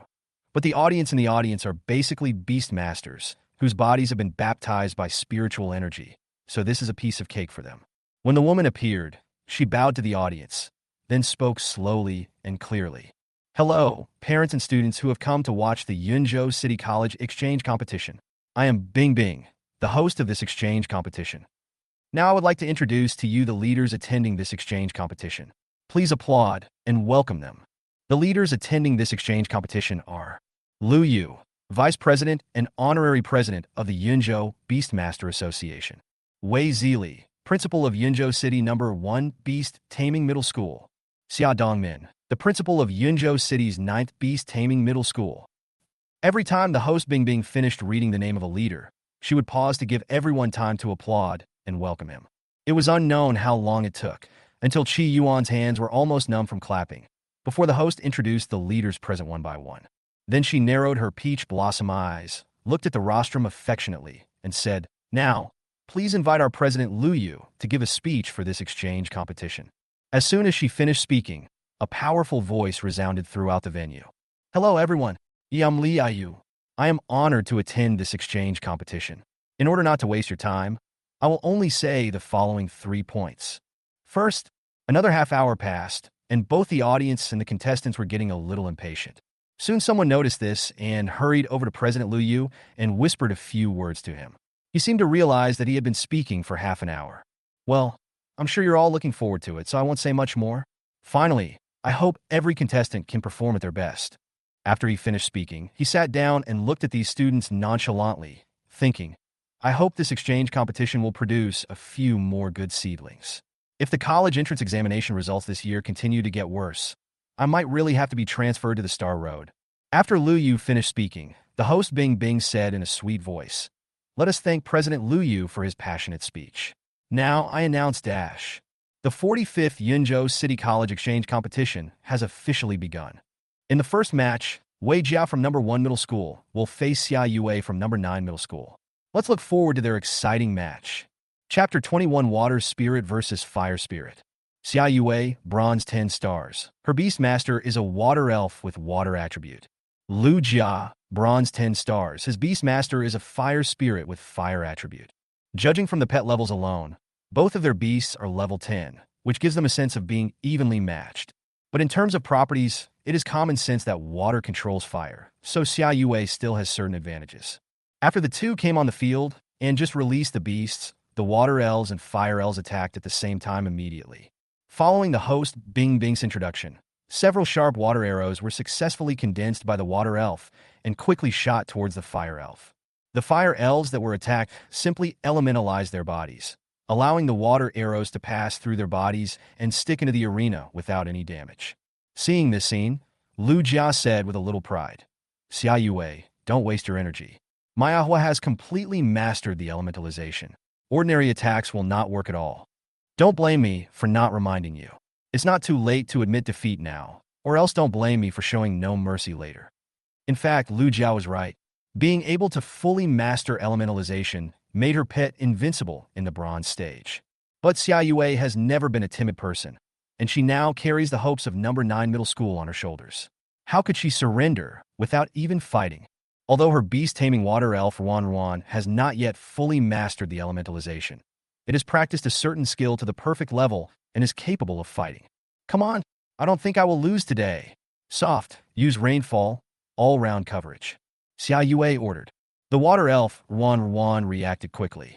The spiritual energy around it surged, and a blue beam of light burst out from it and shot straight into the sky. Suddenly, the platform was covered by dark clouds and heavy rain poured down. The sudden heavy rain made the fire elf look particularly embarrassed, but it couldn't remain completely elemental all the time, and it was inevitably hit by raindrops. This caused the fire elf's originally burning body to suddenly wilt a lot, and it was shrinking at a speed visible to the naked eye. Lu Jia was a little surprised.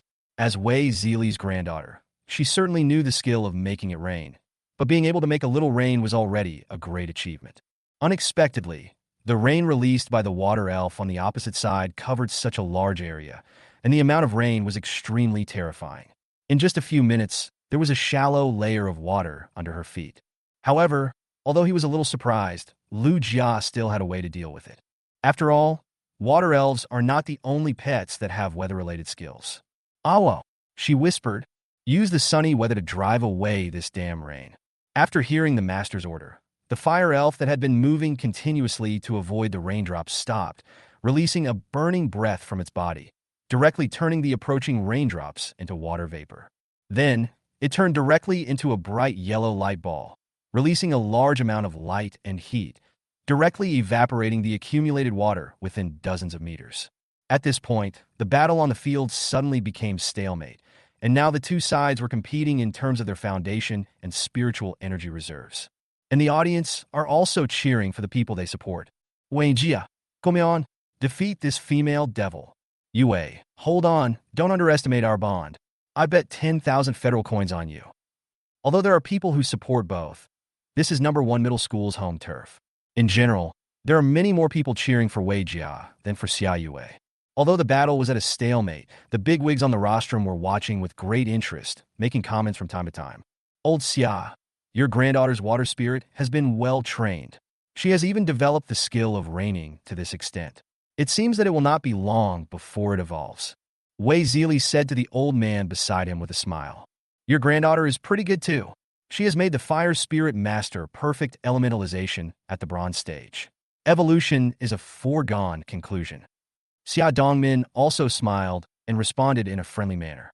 It seems that the two of them are in harmony, but those who are familiar with them know that they are secretly competing with each other again. In order to prevent them from quarreling, President Liu Yu also interrupted at the right time and said, "Both of your granddaughters are very good.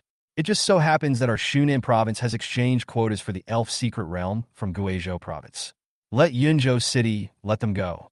After hearing this, the two old men stopped complimenting each other and thanked President Liu together. Then he looked at the stalemate in silence.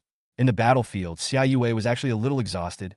If she didn't have the B-level talent of affinity with water element, which allowed her to pass her spiritual energy to Wanwan intact, it would have collapsed long ago.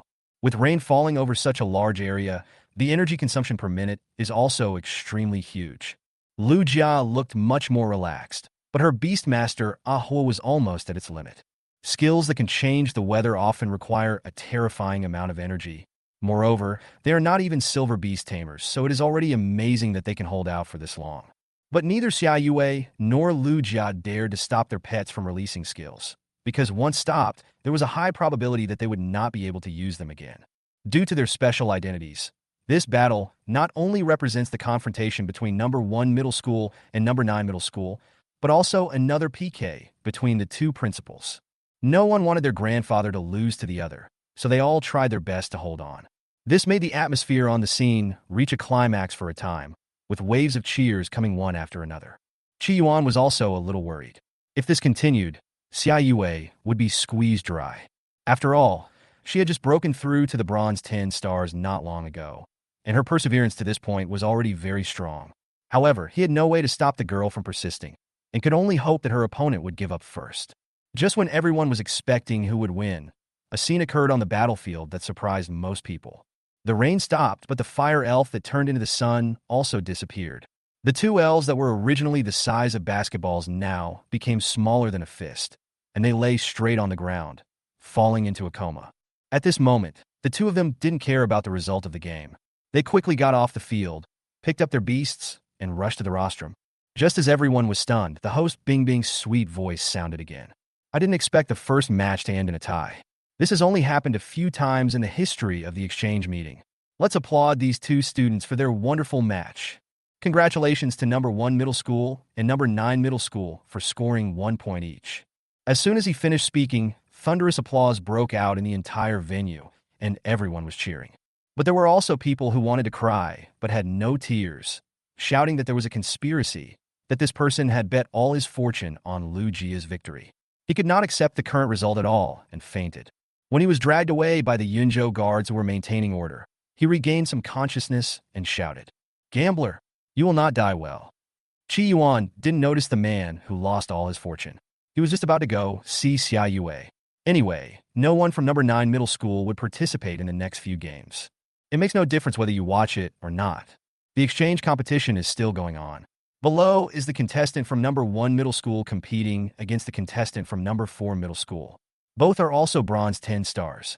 Less than 10 minutes after the host Bing Bing called out start, the contestant from number 1 middle school won without any suspense.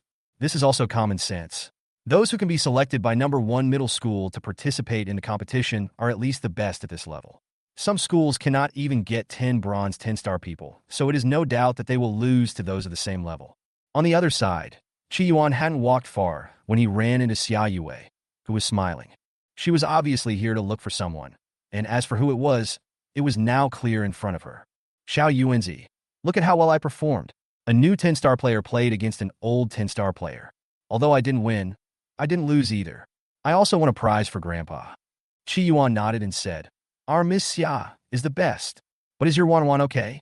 She has shrunk so much." "It's okay, it just consumed too much energy. Grandpa is taking care of it now." Xia Yue replied, "That's good, but I didn't realize that Miss Xia is so famous. So many people are cheering for you. Are you the only one allowed to be famous?" Xia Yue rolled her eyes and said speechlessly, "After all, she is the granddaughter of the 4th strongest man in Yunzhou City. Isn't it normal for her to have some fame? Okay, let's go and continue to watch the game." The next player to play from number 9 middle school is Qing Duxiu. I'm still looking forward to him. After Qi Yuan finished speaking, he took the hand of the person behind him and walked towards the original competition seat. Chapter 22 Qing Duxiu's terrifying combat power. When the two arrived at the competition seat, others surrounded them immediately. Sister Xia, you are quite powerful. But can your water elf and fire elf be a couple? I really want to do that, Li Xing said in a mean way. What the hell are you doing? Kicking at anything will only hurt you. Xia Yue replied. Seeing that Li Xing was about to say something, Qi Yuan quickly interrupted and said, Okay, how many games are left for us? Before the chatterbox Li Xing could answer, Lu Yin took the lead and said, There are 2 more games left before it's our turn. The next one to go is Qing Duxiu. This made Chatterbox feel uncomfortable, and his face almost turned red. When Qing Duxiu, who was sitting cross-legged on the side, heard his name, the strong man like an iron tower suddenly opened his eyes and looked at everyone. When he found that there was nothing wrong with him, he closed his eyes again. This action left everyone speechless, but no one said anything more. After all, he has been like this since I met this guy. After the remaining 2 games were over, the host Bing Bing's originally sweet voice suddenly became sonorous and powerful, and she said, The following is our first silver level match of the day, and both sides have reached silver 4 stars. This battle is definitely not to be missed. The audience, who were originally a little bored, suddenly became excited after hearing this, and the entire open-air venue began to become bustling. Silver 4 stars, my god! That beastmaster must be level 14. Finally, there's a showdown between geniuses. The last few matches, except for the first one which was somewhat interesting, the others were just like a fight between rookies. It's hard to believe. When I was 18, I was only at bronze 4 star, 10 levels short. Tisk, isn't it just a silver 4 star at the age of 18?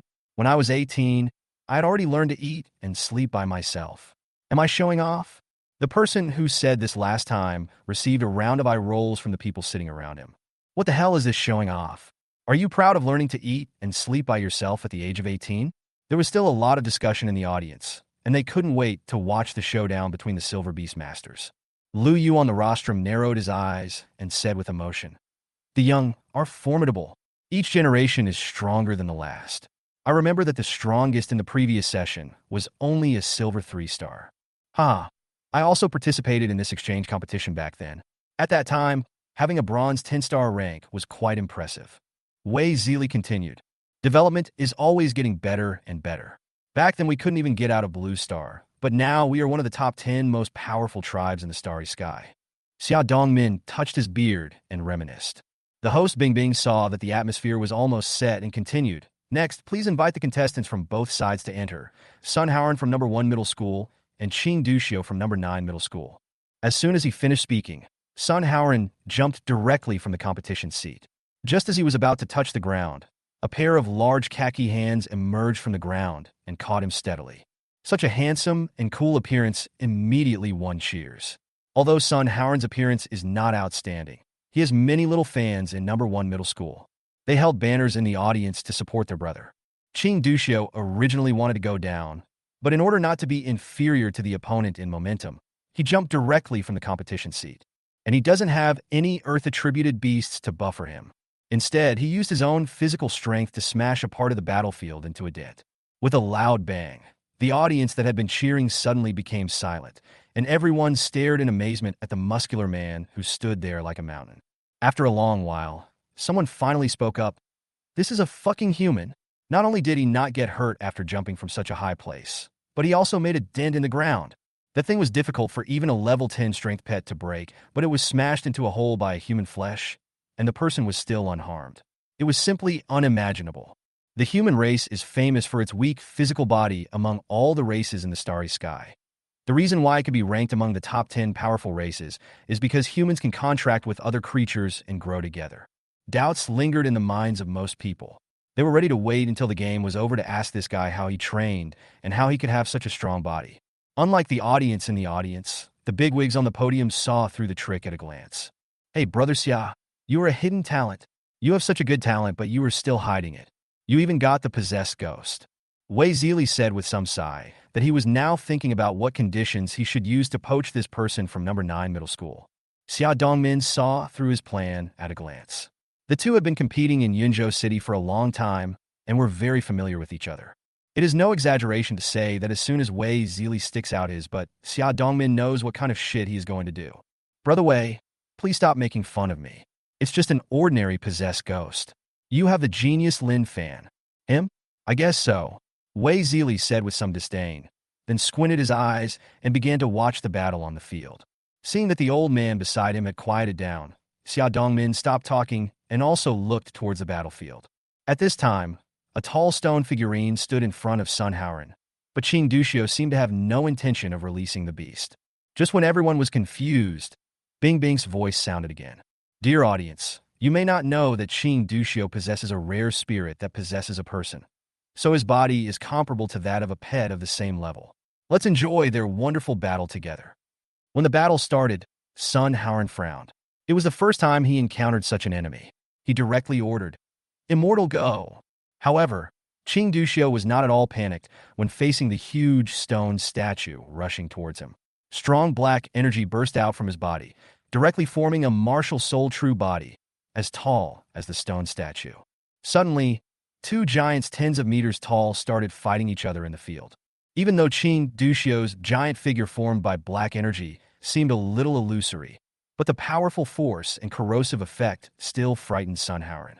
Even stones stained by this black air will quickly become decayed, as if they have experienced thousands of years. He was a little panicked and quickly shouted to his beast, "Immortal, avoid close combat with that guy and use ground spikes to restrain him." The stone figurines heard their master's order and wanted to get away from the black giant. But he was horrified to find that a pair of hands stretched out from behind the black giant and held him tightly. A horrible sense of corrosion immediately spread throughout its body. In order to still have the strength to fight, the stone figurine, directly tore its upper body apart, controlled its lower body to move away from the black giant, and released ground spikes to restrict the opponent's movements. But what was unexpected was that Qing Duxiu directly interrupted the emerging ground spikes and brought the black giant closer to the stone figurine, which had only the lower half of its body left. Seeing that his beast was in a critical situation, Sun Hauren shouted, "I admit defeat, stop fighting." It was the first time in his life that he encountered such a strange enemy that could directly corrode the body of the stone figurine. Fortunately, as long as the core of the stone figurine is not destroyed, it can recover after resting for a while even if half of its body is broken. But Qing Duxiu's eyes were bloodshot, as if he didn't hear his words of surrender, and he still drove the black giant closer to the stone figurine. Even one of its hands had already grabbed Sun Hauren, the beastmaster. At this extremely critical moment, a voice that was somewhat familiar to Qi Yuan suddenly resounded throughout the venue. And this is just an ordinary Chinese character, but when it comes from the mouth of that unknown strong man, it has great power. Qing Duxiu, who was about to succeed, was suddenly frozen in place and could only maintain that position motionless like a sculpture. Sun Hauren was covered in cold sweat at this moment. He really thought he was going to heaven. Now his hands and feet were weak, and it was even difficult for him to stand up. Fortunately, someone showed up soon and carried the two people away on a stretcher, especially Qing Duxiu, who was directly given a beautiful dream by the illusion beastmaster, allowing him to sleep peacefully and preventing him from suddenly exploding and hurting others. The people in the audience were a little panicked, but they were quickly calmed down by the host Bing Bing. However, the bigwigs on the rostrum did not react at all, as if they had already anticipated the scene before them. Chapter 23, Giant Tree Man vs. Earth Sloth, a match that broke everyone's mentality. It seems that his ability to suppress the ghost in his body is not strong enough. His mind is so easily confused. Look at the kind of students you were teaching. Wei Zili Jokit. However, Xia Dongmin remained calm after hearing this and said, "The ghost that is parasitic on this child is very scary. It was at least a heavenly king-level being when it was alive. Although its strength has decreased a lot after it died and turned into a ghost, it is still not something a child can control." Heavenly king level? That is indeed a bit difficult for him. On the battlefield, the next game is still going on fiercely. Although there were some minor incidents just now, the overall impact is not significant. It's just that the next game will not be as exciting as the previous one. The next match is between Wang Lin from number 1 middle school and Li Xing from number 9 middle school. Under the report of host Bing Bing, Li Xing, who was originally commenting on the previous game, suddenly became excited and shouted excitedly, "Ha ha! It's my turn to play, brothers. Watch me perform. Beautiful girls below, my super letter is come and add me. Roll!" Lu Yin resisted the urge to kick him and squeezed out a word from between her teeth. Seeing that everyone was looking at him unfriendly, Li Xing smiled awkwardly and quickly ran to the fighting stage. However, Qi Yuan rarely teased the chatterbox. Instead, he looked at the information on the simulation system panel with a serious expression. The source was the black gas released by Qing Duxiu during the battle. Name: unknown. Race: ghost. Qualification: treasure. Level: level 14 sealed. Attributes: darkness, possession. Talent: berserker body, automatically activated after possession. The host will lose his mind and become a humanoid monster that only wants to fight and kill.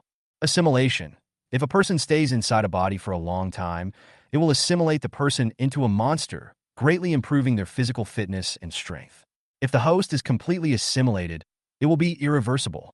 Skills: corrosion perfect, true body master, void proficient, boxing expertise proficient.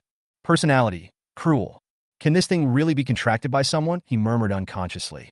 With these two talents, even if a beastmaster is contracted by someone, he will eventually end up becoming a monster. Qi Yuan thought, it seems that I have to meet with Principal Xia again. This guy's situation is not optimistic. I have to make some changes as soon as possible. On the other side, the battle between Li Xing and Wang Lin has begun. Everyone is familiar with Li Xing's Beast Tamer number 9, which is a level 11 giant tree man. It looks a bit weird, just like a big tree that suddenly grew facial features. Although it looks a bit strange, its combat power is indeed impressive. With its huge body and powerful regeneration ability, it is enough to give many pets of the same level a headache. However, Wang Lin's beast was a bit strange. It was actually a giant sloth. The habitat of this kind of pet is far away in Australia, and it does not exist at all in the Daxia Federation. Being able to own such a pet also shows that Wang Lin's family background is extraordinary, and the beast he naturally breeds will not be bad either, and will be a formidable enemy. After entering the court, Li Xing did not stop talking, and continued to speak in a Chinibu manner.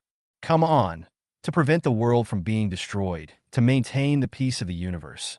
I, the bearer of the glory of the Ninth High School, will defeat you fair and square. Now, both Wang Lin and the audience were all frowning and complaining wildly in their hearts. Who is this guy? How did he say something so childish? Isn't he embarrassed? In order to end the match as quickly as possible, Wang Lin immediately ordered his beast, Earth Sloth, use the Earth Spike to finish it off for me. After receiving the order from its master, the slow-moving sloth suddenly burst into an earth-yellow light, and several thorns suddenly gathered, trying to drill out of the ground under the giant tree man. But it was blocked by numerous roots and did not cause any waves at all. What's going on? Where's my huge ground spike? How come it's gone? Wang Lin thought in disbelief. The Earth Sloth was also very confused. It had clearly released its skills, but why was there no effect at all? The people in the audience were also a little confused. Why was it that after the contestant finished shouting, his beast lighted up for a moment, but there was no other change? Could it be a fixed match? At this moment, Li Xing's laughter suddenly rang out. Ha ha, you fool. The field is now completely occupied by the roots of the giant tree man, and your ground spikes can't be fired at all. Now it's my turn to attack. Giant tree man, use entangle. In an instant, many small bulges appeared around the Earth Sloth, as if something wanted to break out of the ground. It quickly used its spiritual energy to solidify the ground, so that the thing could only move below the ground and could not attack itself. Wang Lin, who saw this scene, said happily, well done, Earth Sloth, for using seismic waves. I don't believe its roots are that strong. Then, the Earth Sloth stuck its hands into the ground, and layers of ripples burst out from its body, rushing straight towards the giant tree man. The giant tree man was not afraid at all and continued to spread his roots to block the power of the earthquake waves. Then the funny side appeared again. Except for some consumption of spiritual energy, both of them were still unharmed, and even the place where they were standing did not change. Li Xing seemed to realize something and challenged Wang Lin. If you have the guts, send your beast over here. Wang Lin snorted coldly and said, if you have the ability, then let your pet come over first. I'll see if my little lazy one won't beat your broken tree to death. The two of them started cursing at each other in the field, but both the giant tree man and the Earth Sloth did not move, secretly accumulating spiritual energy and preparing to use skills. In fact, it's not that they don't want their beasts to move for close-range attacks, but the speed of the giant tree people and the Earth Sloths is too slow, and there is no difference between moving and not moving. In short, the current situation on the field is that the two beast masters are cursing at each other, and the two beasts are motionless like sculptures. This made the audience feel bored. Some were distracted, some were chatting, and some even just walked away. Seeing this, Li Xing covered his heart with his hand and said with an exaggerated expression, "Don't leave. I will definitely win. If you leave, there will be no such exciting duel to watch. Come back, my dear audience." Although Wang Lin didn't shout like him, his face didn't look good either. After all, other people's duels are always accompanied by cheers and applause, but when it comes to my own scene, it is always silent. It seems I can't hold back any longer. I originally wanted to hide it until the college entrance examination. He murmured, and then gave orders to his beast. Earth Sloth, use telekinesis to fly and put an end to that rotten tree for me. And the Earth Sloth actually succeeded in floating in the air and rushed towards the giant tree man. Suddenly, a huge ground spike slowly formed above the giant tree man's head, aiming directly at the beast below. "Damn it, I give up," Li Xing said in annoyance. He really didn't expect that Wang Lin's beast could actually fly and form ground spikes in the air. He had let the giant tree man's roots cover the entire battlefield, and when he was about to attack, it was too late. Originally, with the speed of the ground sloth, it would definitely not be able to dodge, but who would have thought that this guy could fly? Wang Lin smiled slightly, feeling very happy as he looked at the admiring gazes of the crowd. In order to learn the skill of telekinetic flight, he didn't know how many related pet skill stones he used on his beast before he finally mastered the skill. Fortunately, the effect is excellent. Chapter 24 Finale, Qi Yuan vs. Lin Fan, Part 1. With Li Xing's defeat, the score between number 1 middle school and number 9 middle school became 2-2. Other schools were even worse, as most of them were shut out by number 1 middle school. The game continued, but the result was not ideal. Even Liu Yin almost lost to the contestant from number 1 middle school. Fortunately, the talented firebearer was very powerful and was able to turn the tide and win the next game. But the competition in the bronze stage was terrible. Except for one person from number 9 middle school who won by chance, the other 4 lost, and the score was directly brought to 6-4. Now, even if Qi Yuan wins, the points of number 9 middle school cannot exceed that of number 1 middle school. It can be said that defeat is inevitable. But this is the best performance of number 9 middle school in college exchange competitions in recent years. Most of the other middle schools only won 1 or 2 games, and in some cases, the students from number 1 middle school deliberately let them win so that they would not lose too badly. Furthermore, according to the original order, the match between Qi Yuan and Lin Fan should have been the 4th to last. But for some reason, it was directly moved to the last game as the finale of this college exchange competition. While Qi Yuan was still daydreaming, the host Bing Bing's voice suddenly became passionate, and she said loudly, "Dear audience friends, the next match is the last match of the entire college exchange competition. The former twin stars of Shunan Province, Lin Fan, will play against Qi Yuan. I believe that everyone is familiar with these two people. They were once the pride of Yunzhou City. Without further ado, I declare that the battle has begun." As soon as she finished speaking, a Skyfrost pterosaur fell rapidly from the sky, and the fierce cold air blew past, directly lowering the temperature of the entire open-air venue by a lot. The cold air dissipated, and a figure in white stood proudly on the head of the Skyfrost pterosaur, overlooking the area below. This immediately caused the people below to exclaim in surprise, and many little fans were screaming and shouting. "Young Master Tianlong, husband, he looked at me. He looked at me. I want to have a baby with him." The entire venue was more lively than ever before. Lin Fan's appearance stirred everyone's emotions, bringing the atmosphere to a climax. Compared to the high-profile Lin Fan, Qi Yuan is more low-key. He chooses to walk towards the fighting stage step by step, which makes many people praise Lin Fan, while not forgetting to belittle him. Is this Qi Yuan? An awakener with S-level talent. Not even half as handsome as my brother. It's rubbish. I really don't know how this loser dares to come on stage. He can even make a contract with a beastmaster. He really embarrasses our Yunzhou City. Endless insults and abuses came, but Qi Yuan didn't care. He still walked to the battle stage firmly and looked at the huge frost pterosaur. "You were lucky last time, but no one will stop me this time. This time, I will let you truly see how powerful I am." Lin Fan stepped on the dragon head and said condescendingly, "I'm looking forward to it. Come on, Lin Fan, it's time to make a break." Just as he finished speaking, a huge and handsome bird flew out from the mysterious space, bringing with it endless strong winds and flames, and in a short time it suppressed the cold air released by the sky frost pterosaur. On the rostrum, Wei Zili looked at the somewhat familiar person and suddenly remembered that he was from number 1 middle school. How did he represent number 9 middle school to join the war? And wasn't Qi Yuan unable to contract a beast? How come he could do it again suddenly? The questions that followed caused Wei Zili, who was originally in a peaceful state of mind, to have strong emotional fluctuations. He directly questioned the people around him. Xiao Laoge, didn't I just go to the Star Road? When did you poach people from my number 1 middle school? Also, how did he contract the beast tamer? You'd better tell the truth. He is the one favored by the Taiji monarch. If something goes wrong, none of us can escape. Facing Wei Zili's question, Xia Dongmin seemed a little confused and replied, didn't you make the decision to expel him? He chose to join our number 9 middle school, and there's nothing wrong with that. You don't need to use the Tai Chi monarch to pressure me. Even if I bring the matter to him, I'm still right. Impossible. Absolutely impossible. I just came back today. How could I order him to be fired? Wei Zili said in some doubt. Suddenly, he seemed to realize something and stared at Lin Fan with burning eyes. Although he was the principal of number 1 middle school, when he was not at school, all school affairs were handled by 2 vice principals, and one of the vice principals was named Lin. At the same time, Xia Dongmin also realized this and laughed so hard that he couldn't close his mouth. I didn't expect that Wei Zili, who had been competing with me for most of his life, would also have such a misstep.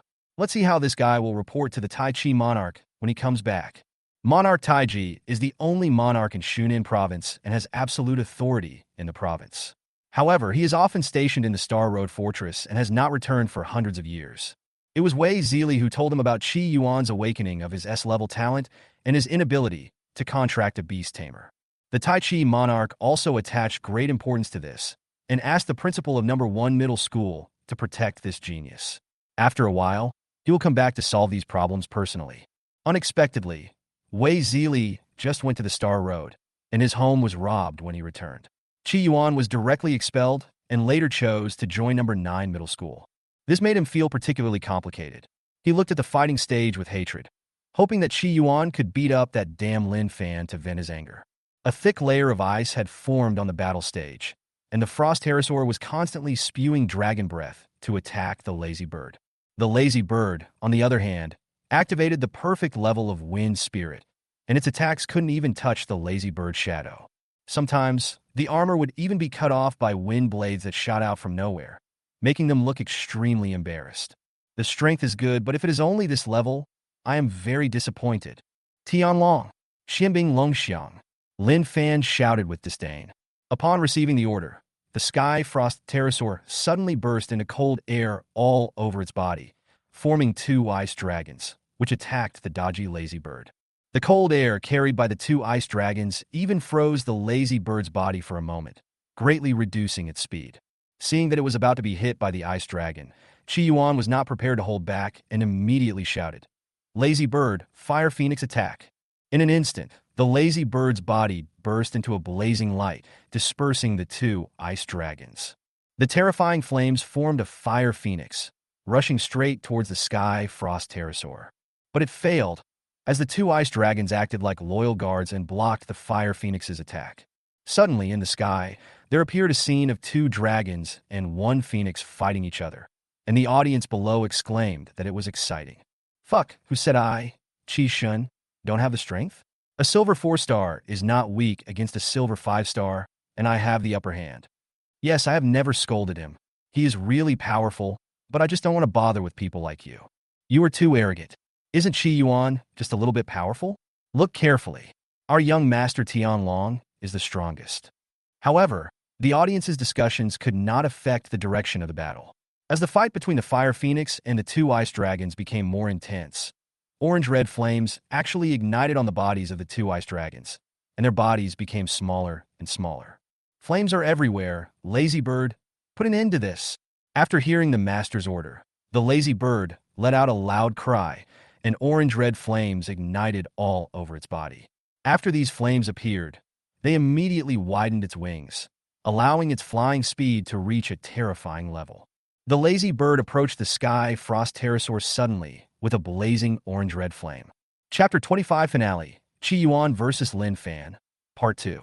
A strong sense of crisis erupted in the heart of the Sky Frost pterosaur. It knew that if it failed to dodge this time, it would most likely be severely injured and lose its combat effectiveness. Lin Fan naturally saw this as well. He did not expect Qi Yuan's beastmaster to be so strong. His own Tianlong was one level higher than the opponent's pet, but it was also suppressed like this. In the audience, many of Lin Fan's little fans closed their eyes in fear, fearing to see their idol being defeated by the shame of Yunzhou City. But as the descendant of a titled heavenly king, Lin Fan would not be defeated so easily, even if that person was Qi Yuan who possessed S-level talent. Very good. Your growth rate is beyond my imagination. Maybe it won't be long before I can no longer be your opponent. But today, I will definitely win this exchange match. Qi Yuan, come on, let me fight more happily. Sky Frost Pterosaur, Fusion. As soon as he finished speaking, Lin Fan stroked its dragon head with both hands. Suddenly, a strong white light burst out from them, forcing back the lazy bird that wanted to approach. The light was so strong that many people had to close their eyes. Even Qi Yuan, a silver 4-star beastmaster, could only turn his head to avoid the strong light and avoid temporary loss of vision. Soon, the light dissipated, and the Sky Frost Pterosaur in the field changed its appearance drastically. Its originally dragon-shaped body had now turned into a human form. Despite the earth-shaking changes, Qi Yuan still recognized Lin Fan's handsome face at a glance. At this moment, his entire body was covered in ice blue scales. Even his eyes had turned ice blue. He had a pair of huge wings behind him and 2 crystal dragon horns on his forehead. He was the combined form of Lin Fan and the Frost Pterosaur, the Ice Dragon Man. He exuded an extremely strong aura of oppression as he stood there. The terrifying cold air erupted again and actually suppressed the lazy bird's flames. Qi Yuan was also somewhat confused at this moment and quickly used the simulation system to explore his information. Name, unknown. Race, Skyfrost Pterosaur. Qualification, epic. Level 15, fusion level 16. Attributes, Ice Dragon. Talent, Dragon Body, passive talent. Your physical resistance and elemental resistance are higher than other pets, and your strength and speed are among the best among pets of the same level. Dragon Soul Possession. When you encounter a strong enemy, you can merge with the Beast Tamer to burst out with extremely strong power to fight. Note, after multiple fusions, the Beastmaster's body will undergo an irreversible dragon transformation until it completely transforms into a dragon man and completely loses its mind. Skills. Mysterious Ice Dragon Soaring, perfect. Ice Feather, mastered. Ice Aura, mastered. Freeze, beginner. Personality, calm. There is such a buggy talent. I can merge with the Beastmaster, Qi Yuan thought, and its strength also increased sharply. The Sky Frost Pterosaur, which was originally at a disadvantage, suddenly had the advantage, and the lazy bird was constantly suppressed. Lin Fan moved his body. At this moment, he felt that his whole body was filled with powerful strength, which made him intoxicated. He raised his hand and used the mysterious ice dragon flying again. This time, for ice dragons swooped down at the lazy bird, and the aura of each ice dragon was much stronger than last time. You should be proud of yourself for being able to push me to this point, but this match should also be over. Lin Fan looked at Qi Yuan coldly and said. Qi Yuan did not answer, but just looked quietly at the lazy bird being attacked by 4 ice dragons and began to think about how to deal with it. Although the 4 ice dragons were all dyed with orange-red flames, they were extremely tough and showed no signs of melting. Moreover, these 4 ice dragons were dead creatures and could not feel the pain brought by the flames at all, which made the lazy bird extremely passive.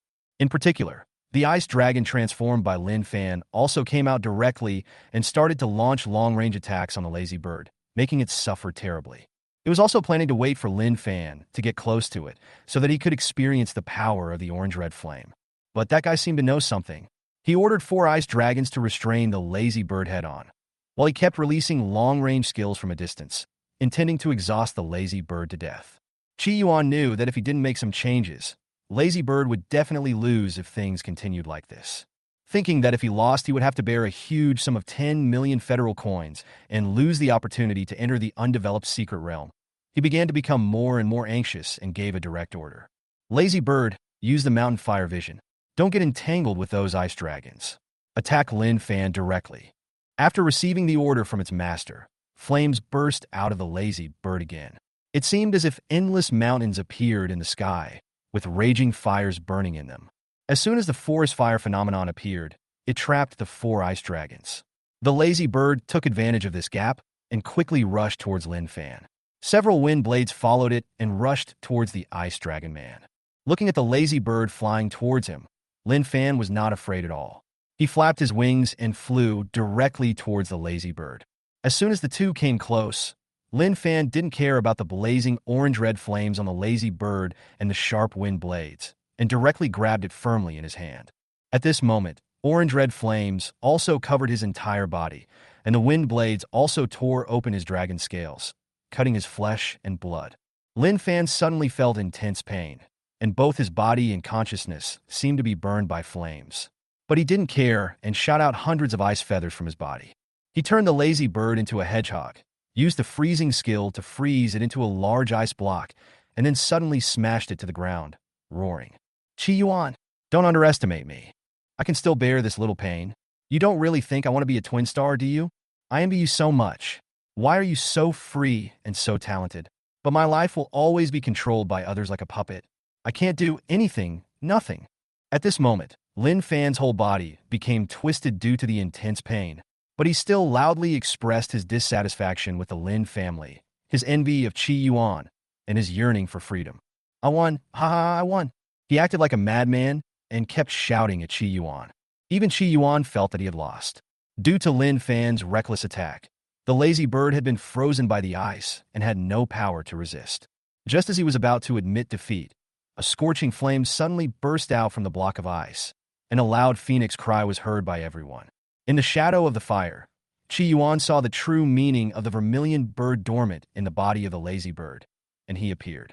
This directly allowed the lazy bird's originally seriously injured and dying body to be reborn from the ashes, and even its level was increased by 1 level to level 15. Lin Fan looked at the lazy bird that appeared again in astonishment, saying it was impossible.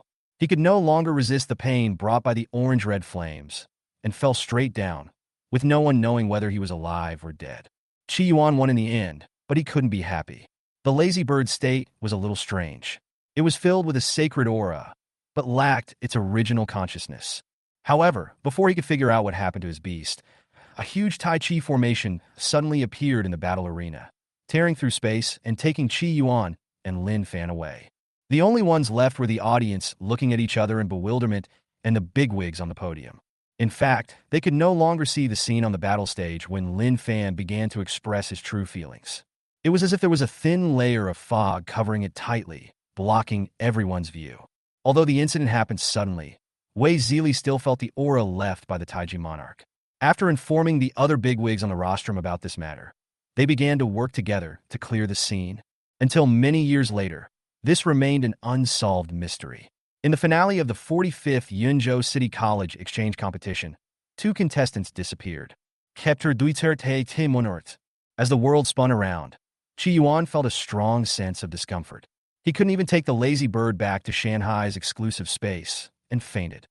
He didn't know how much time had passed, but when he woke up again, he found that he was no longer in the open-air battle arena, but in the starry sky. Not far away, Lin Fan and his beast were lying there, breathing evenly, and they did not look to be in any danger of life.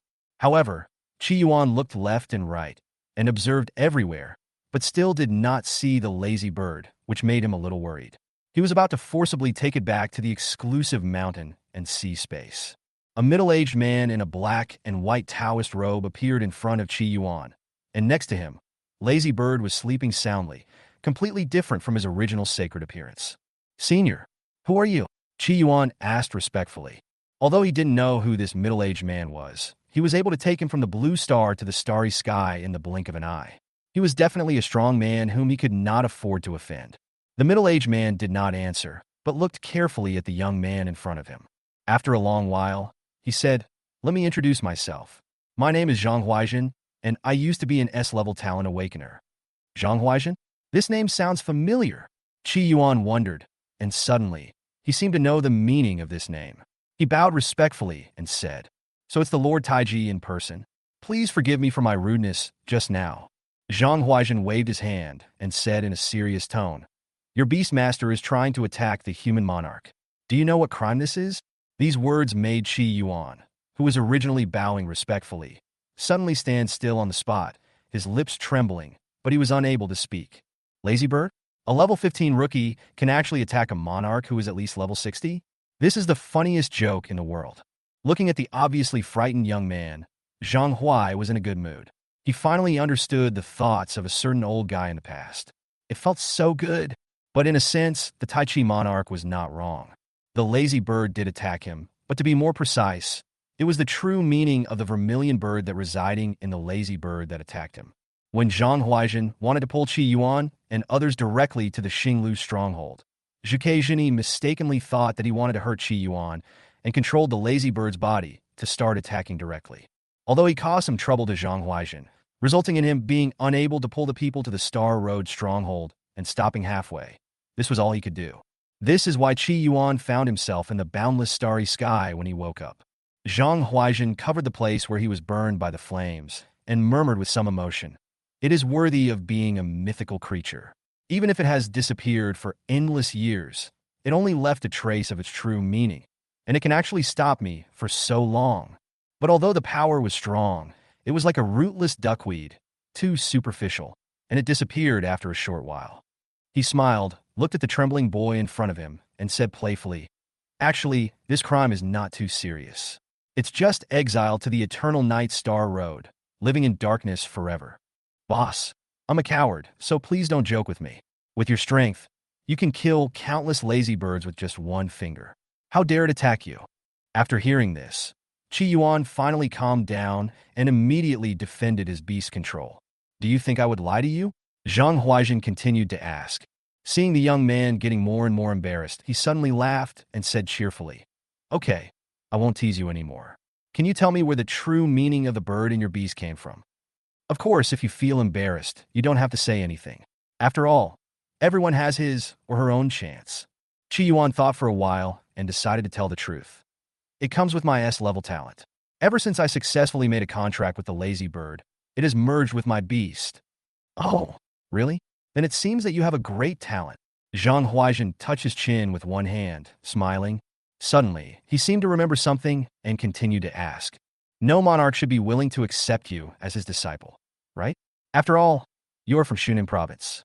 If a monarch from another region wants to accept you as his disciple, he must inform me at least." "No," Qi Yuan answered truthfully. "Okay, then you will be my disciple Zhang Huaizhen from now on. If you have any problems in the future, just contact me directly, especially if it's something like bullying the weak. I will talk to him about the reason." "Ah, so careless." What's your opinion?" Zhang Huaizhen still had a smile on his face, but his tone was much higher. Qi Yuan suddenly felt a faint sense of danger and immediately said from the bottom of his heart, "Disciple Qi Yuan, I pay my respects to the teacher." Zhang Huaizhen's smile was kind at this moment, completely different from before, and he replied with a smile, "Hey, my good disciple, since you call me master, I have to prepare some apprenticeship gifts for you. I have sealed the true meaning of the mythical creature in your beast, so it will no longer get out of control. This will be very helpful for your pet's future growth. Finally, I'll give you one last word of warning. Don't rely too much on these long-dead things, or you'll be tainted with bad luck." Seeing that the teacher had no intention of speaking, Qi Yuan immediately echoed, "Disciple will remember this." Zhang Huaizhen looked at Lin Fan and the Tianchuang pterosaur lying on the ground again with a complicated expression. After a long sigh, a black and white air mass suddenly appeared on them. While extinguishing the orange-red flames attached to their bodies, it also healed their injuries and even reversed the part of Lin Fan's body that had been transformed into a dragon. After treating their injuries, Zhang Huaizhen threw a small jade sculpture of a panda into Qi Yuan's hand and said, "Crush it in a critical moment, and I will naturally know." Looking at the jade carving in his hand, which was as vivid as a real panda, Qi Yuan nodded and placed it close to his body, fearing that he would lose it accidentally. At this moment, ripples suddenly appeared in the space here.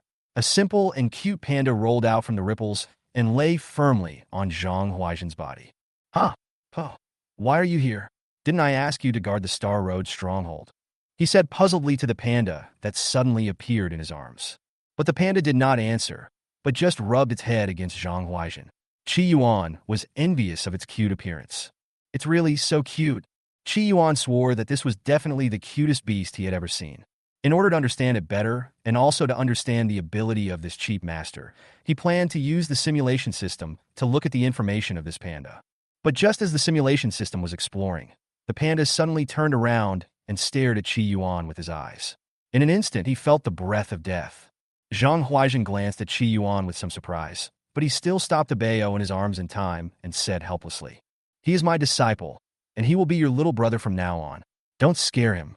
After hearing this, although Bao was a little disdainful, he still did not attack Qi Yuan again, but instead pointed his butt at him.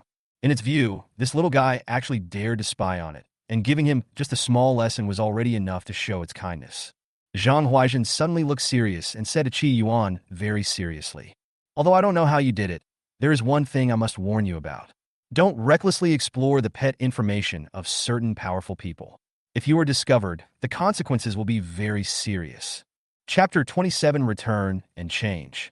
Looking at Zhang Huaizhen's serious face, Qi Yuan was also shocked. After all, he did feel the breath of death just now. Fortunately, the beast he was investigating this time was his master's. If it was another Monarch-level pet, Qi Yuan would most likely have been crushed into slag. "Disciple, I understand. From now on, I will never spy on other people's beasts at will." "Yes, just know it yourself. The most important thing for you now is to improve your strength on Blue Star. When you reach the Platinum level, I will personally come to pick you up and take you to the Star Road for training." Zhang Huaizhen was now very satisfied with the attitude of this cheap apprentice, so he directly told him his plans for him. "Disciple understands. I will strive to break through the Platinum level within half a year and come up to honor you." Qi Yuan said respectfully, "This is a super thigh. Of course I have to hold it tightly." With his current status as the direct disciple of the Taiji monarch, it is enough for him to walk around the entire Shunan province. Even if he enters the capital, he will be regarded as a big shot. "That's all for now. I'll send you back now." After Zhang Huaizhen finished speaking, he raised one hand and pointed to the boundless starry sky around him. Spiritual energy surged, and in an instant, a black vortex appeared in the direction of his finger. "Let's go. From here we can return to the place where you came from on Blue Star. Remember, no matter what happens, you can't stop. Otherwise, you are likely to get lost in the boundless starry sky, which is a very scary thing for your current strength." After Zhang Huaizhen grabbed Lin Fan and his beast, the Sky Frost Pterosaur, he said to Qi Yuan, and then took them away. Only Qi Yuan and Lazy Bird were left in this space opened up by a great force. After Zhang Huaizhen and the panda left, Qi Yuan dared to open the beast taming simulation system and began to check the information he had just risked his life to explore. Name unknown. Race: Iron-eating beast. Qualification: Legend. Level 72, Monarch 12 stars. Attributes: Gold, Yin, and Yang. Talent: Treasure Swallowing. The Iron Eater can permanently enhance its own defense and attack power by swallowing rare metals and treasures, which can be stacked. Golden Bell Cover, automatically activated during combat, can defend against physical and elemental damage, avoid a fatal attack, and when activated, the Beastmaster will also be protected by the Golden Bell Cover. Boxing Master, Iron Eater is a natural martial arts genius, especially good at learning various types of boxing. After learning a variety of different boxing techniques, he can switch them at will to deal with different enemies. Skills: Tai Chi Back to Basics, Bagua Master, Tongbei Master, Drunken Fist Master, Shuttle Perfect. Personality: Calm. Looking at the endless list of information columns, Qi Yuan immediately drooled with envy. So strong. Not only does he have 7 or 8 talents, but he also has dozens of skills. Moreover, Zhang Huaizhen dared to guard a Star Road stronghold alone, which proved that he definitely had more than one pet that reached the Monarch level. You know, these human strongholds have always been regarded as thorns in the eyes and bones in the flesh by all the races in the starry sky, and they would send people to invade at any time. If they didn't have some strength, the stronghold would have been destroyed by the myriad races of the starry sky long ago. Qi Yuan was also very excited at this moment. He finally had a backer behind him and didn't have to worry about anyone bullying him. But what puzzled him was why Zhang Huaizhen, his cheap master, wanted to take Lin Fan away. After all, Lin Fan was only a silver beastmaster. If he went to the Star Road stronghold, the aftermath of the battle between some powerful men would leave him dead without a burial place. But the cheap master didn't explain, and everyone had already left, so Qi Yuan had no way to ask any more questions and could only consider his own affairs first. After putting the sleeping, lazy bird back into the exclusive space, he took out his mobile phone from his pocket and was surprised to find that there was a signal near the black hole. Qi Yuan then immediately opened Xiaoxin and sent a message to Xia Yue to let her know he was safe. But before that, he quickly changed his original online name, Super Invincible Tyrannosaurus Warrior, to Father of Lazy Bird. And then he began to send messages with a sense of relief. Father of the Lazy Bird degree. Big watery eyes, Where did you go? How come you disappeared before the game was over? I want to find Grandpa. But he said he would keep it a secret. Big watery eyes, carrot. Father of Lazy Bird. Picture.jpg. Qi Yuan immediately took a picture of himself in the boundless starry sky and sent it to Xia Yue, and received a reply within a few seconds. Big watery eyes, oh my god, where is this? It's so beautiful. And how did you get up there? Father of the Lazy Bird. It was the Tai Chi monarch of our Shunan province who brought Lin Fan and me up here. I am now his disciple. Little Xia Yue, why don't you stand up and greet your emperor? Big watery eyes, die. See how I deal with you when you come back. Father of the Lazy Bird. I'm so scared. .jpg. Father of the Lazy Bird. Okay, let's talk when I come back. Bye. After sending the last message, Qi Yuan put his low-battery phone into his pocket and walked quickly towards the black hole opened by Zhang Huaixin. After entering, Qi Yuan discovered that there was a whole new world inside, which was completely different from what he had imagined. He originally thought that it should be dark in there, with only a little light in the distance, like a tunnel. But this black hole is filled with a large amount of starlight, and the area of the passage is also very large. Qi Yuan standing inside is like an ant, and the distance is also full of starlight. He remembered Zhang Huaixin's words and didn't stop for long, but kept walking forward. Not knowing how long he had walked in this monotonous black hole, Qi Yuan felt a little numb at the moment. Although the scenery is magnificent, it is inevitable to feel a little bored after looking at it for a long time. After moving forward for a while, we finally saw some different scenery in front of us. It was something a bit like a door, but it was surrounded by a bright white light. Qi Yuan let out a long sigh. His cell phone had long been out of battery, and the lazy bird was still sleeping. He didn't know how long he had been walking alone, and now he could finally go back to Blue Star. Just when he was only one step away from the light gate, something unexpected happened. Several pitch-black tentacles suddenly stretched out from in front of Qi Yuan, and then more and more tentacles emerged from various parts of the black hole. Even inside that light gate, there were a few pitch-black tentacles swimming around. Before Qi Yuan could figure out what was happening, the entire black hole space began to make crackling sounds as if it had been subjected to some tremendous force. No matter how slow he was, he knew that something was attacking the passage. But even if he knew, Qi Yuan would be helpless. No matter what it is, he cannot afford to offend anything that can destroy the path opened up by a monarch. As the scenery in front of him changed, the entire black hole space collapsed completely. Before losing consciousness, Qi Yuan finally saw that thing. Just let his sand value drop wildly. That thing cannot be described in words. It is probably like a big black ball that covers the sky and the sun, with countless tentacles floating all over it. The reason why this space passage was destroyed was simply because he happened to pass by and a few waving tentacles touched it. On the other side, Zhang Huaixin, who had already returned to the Star Road base, knew at the first moment that the space channel he had opened up was destroyed. Just as he was about to go over there to check the situation, a terrifying creature with a tiger head and a human body descended here and roared. Zhang Huaixin, how dare you kill the holy son of my Tianhu tribe? Pay with your life. Damn it. Why does it have to be at this time? We have to fight quickly and decisively. The Tai Chi monarch murmured.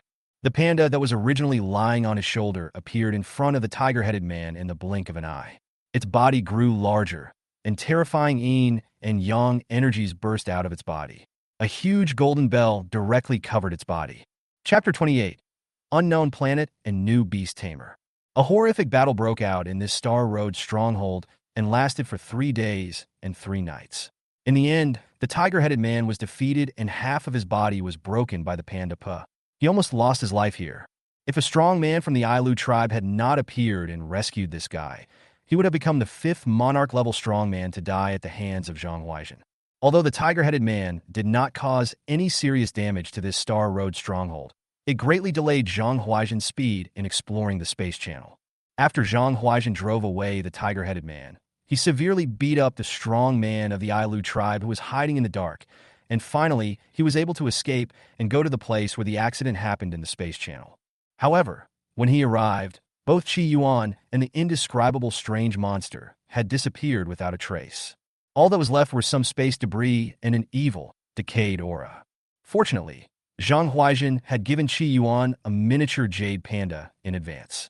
He could use this thing to roughly judge that Qi Yuan was not in danger of life, but his location was obscure and could not be found. Unless Qi Yuan took the initiative to crush the jade panda, Shan Hai Jing would not be able to judge where he was swept away by the spatial turbulence. Hey, why is your luck so bad? No matter how you open a space channel, you will be entangled by that thing. He only wakes up once every few thousand years and then wanders around aimlessly. So many people want to find his traces, but have no clues. I didn't expect to meet him just by opening a space channel. I don't know whether you are lucky or unlucky.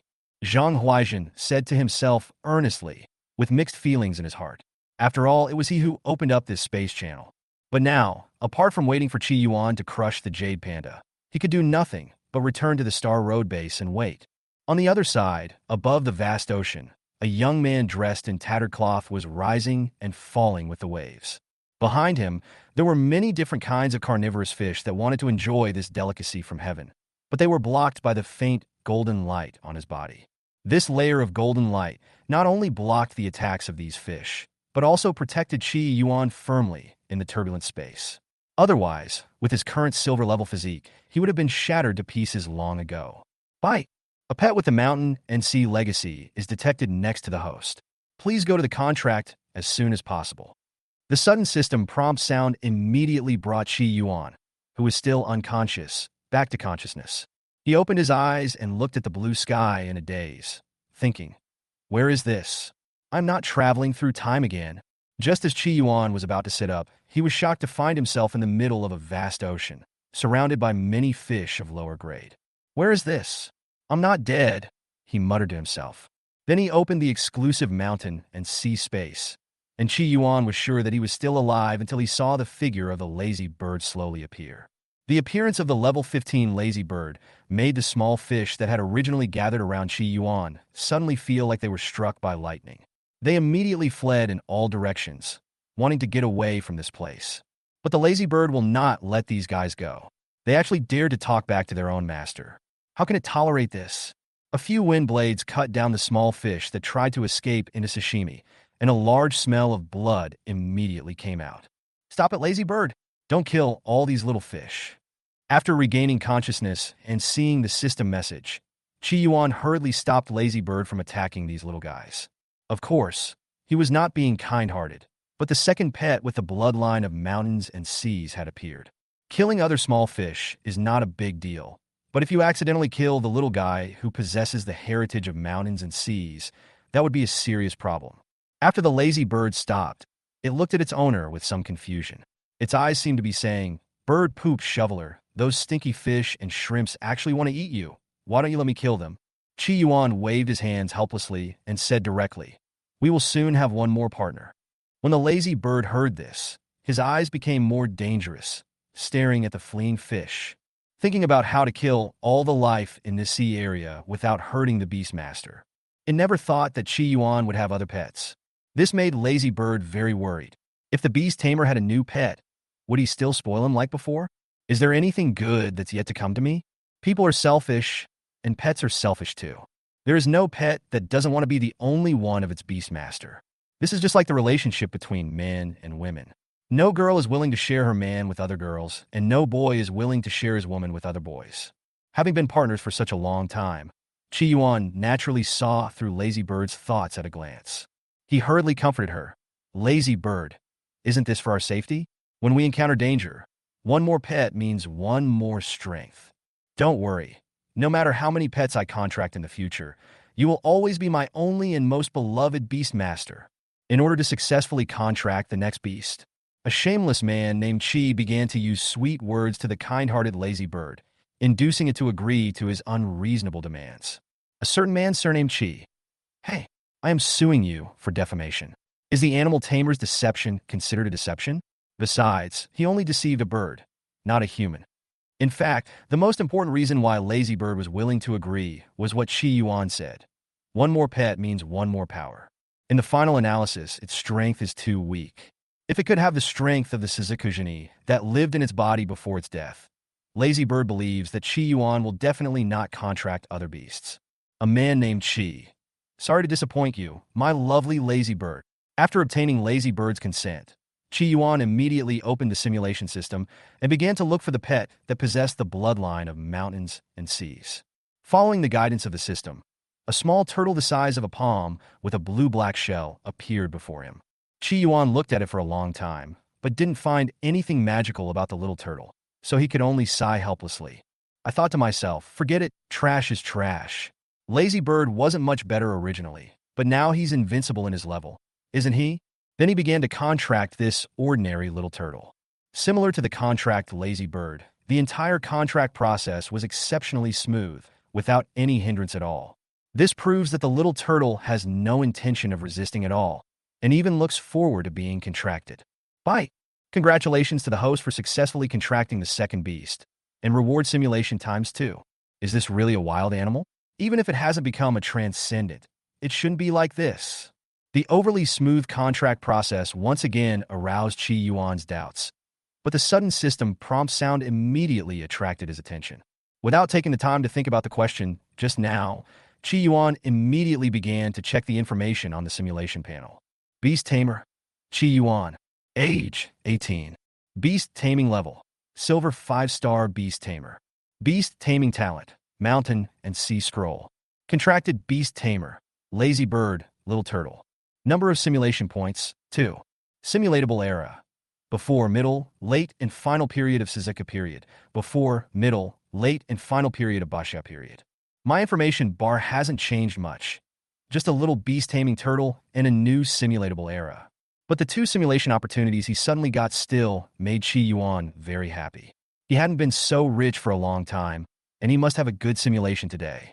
Chi Yuan thought of this, and immediately opened the information column of the new beast, the little turtle, and began to check its information.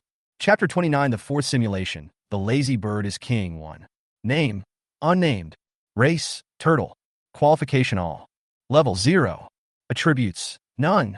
Talent, longevity. Your lifespan will be longer than that of turtles of the same species. Skills, head retraction. When in danger, you can retract your head into your shell to avoid getting hurt. Personality, calm. Although Chi Yuan had been mentally prepared, he still couldn't help but twitch his lips when he saw such a useless panel. He's a little worried now. Will the initial forms of all the beasts he contracts in the future be like this? If this is the case, without enough simulations, Chi Yuan will not be able to train every pet. At this moment, he could only pray silently in his heart.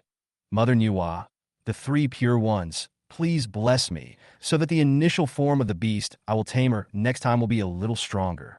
Chi Yuan grabbed the little turtle in his hand again, looked at it from left to right, thought for a while and said, "You are still better than the Lazy Bird at the beginning.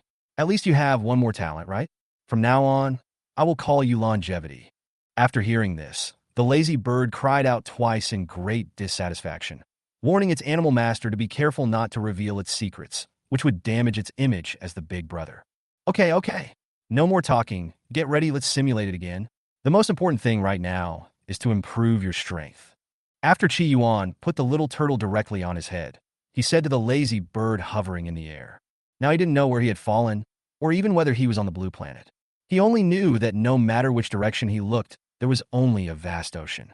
In an unfamiliar environment, improving your strength is always the most important thing. As for the little turtle that had just been contracted, he could only simulate it after Chi Yuan confirmed its safety. However, he was a little troubled when choosing the analog era. According to the order on the simulator, the early, middle, late, and final stages of the Suzaku era should be arranged according to strength. The Lazy Bird today is no longer the Bain bird that was not even considered extraordinary. Now it not only has the rare qualifications of Gundam, but also has the strength of level 15. It can be said that as long as you don't provoke some big clans at the end of the Suzaku era, there is a high probability that you can raise your level to the limit of your qualifications. But if we go to the late Suzaku period, the uncertainty of the simulation results will be greatly increased. There is a possibility of great gains, or there may be no gains. In order to be safe, Chi Yuan finally chose to simulate the end of the Suzaku era. He was currently in an unknown place, and it was not suitable for taking risks. Bye. Do you want to start simulation? Current simulation era. Late Suzaku era. Come on, lazy bird. It's up to you. Remember to hide as long as you can. Chi Yuan said to the lazy bird in the sky, and then started the simulation. Simulation starts. Still in that familiar little forest. You open your eyes, look at the mother bird and your bird brothers, and release your own breath. Your current situation is as follows. Name lazy bird. Age, 0 years old. Remaining lifespan, 150 years. Race, flame wind bird. Qualification, rare. Level, 15. Attributes, wind, fire. Talent, gale hunter. Flame enveloped. When the talent is activated, your whole body will be wrapped in orange-red flames, and you can control these flames to defend or attack. These flames have the effect of burning the flesh and mind, and can bring intense pain to the enemy.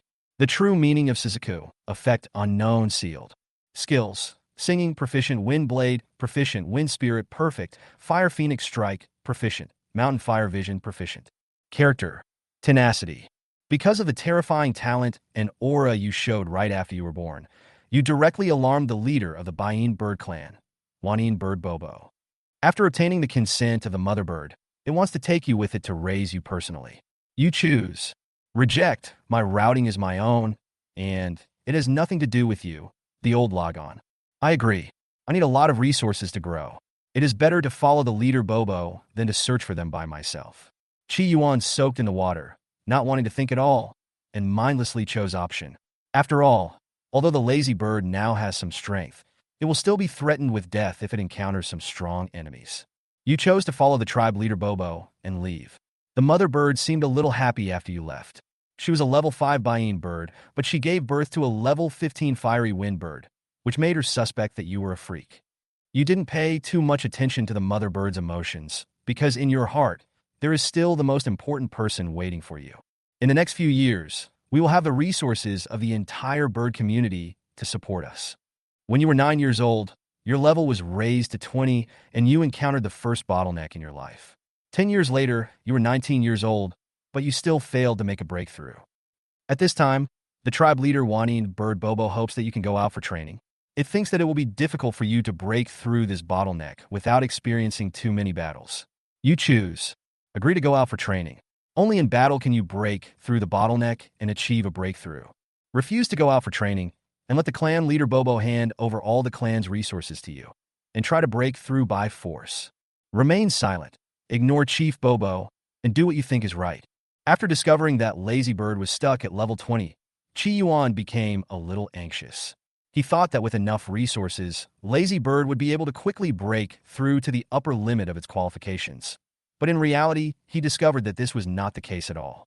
Even with the support of the entire Baiyin bird clan, it still failed to break through this bottleneck after a full 10 years. This is enough to prove that continuous hard practice is useless.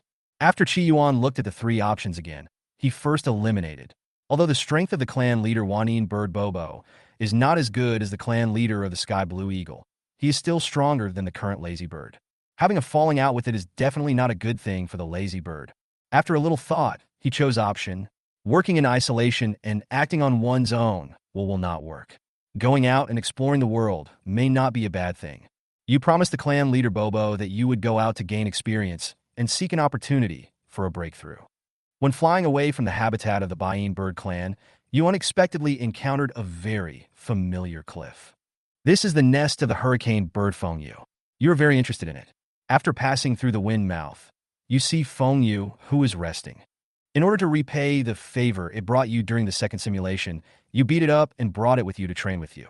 At this point in the simulation, Chi Yuan couldn't help but laugh out loud. He really didn't expect that lazy bird was such a vengeful guy. He beat Fengyu up when he passed by his house and then took him with him. As for why he carried it with him, that was Sima Zhao's intention, and all readers know it. In the following decades, you experienced training together across the continent. During the process, you encountered many dangers, some of which almost endangered your life. But there is an obsession in your heart to become stronger, which guides you to keep moving forward and survive life and death crises time and time again. During the training process, you and Fengyu naturally became partners and started a shameless life. I don't know how many times you have experienced life and death crises, but after surviving them, you finally broke through the bottleneck and your level broke through to level 21, successfully entering the golden stage. And with your help, Fengyu has also grown a lot and has reached level 17. After successfully breaking through the bottleneck, you start to think about the future path. At this time, you choose Chapter 30 Simulation. The Lazy Bird Becomes King. 2. Return to the habitat of the Baiying bird tribe and use the tribe's resources to continue growing. Continue to train. Go to the habitat of the Azure Eagle clan to collect money and plunder resources while taking revenge. Enjoy life. Take the hurricane bird Fengyu to experience the wonderful bird life at the end of this Suzaku era. Create some bird offspring and grandchildren with it, and create a new race. After seeing option, Chi Yuan exclaimed, "Oh my god! He didn't expect you to be such a lazy bird. You actually want to create another race with Fengyu." However, Chi Yuan still has a very big question. That is, won't there be reproductive isolation between the two? Although they are in a different world, Lazy Bird and Fengyu belong to different races. According to Darwin's theory of evolution in his previous life, they should not be able to give birth to the next generation. But this is a fantasy world where everything impossible becomes possible.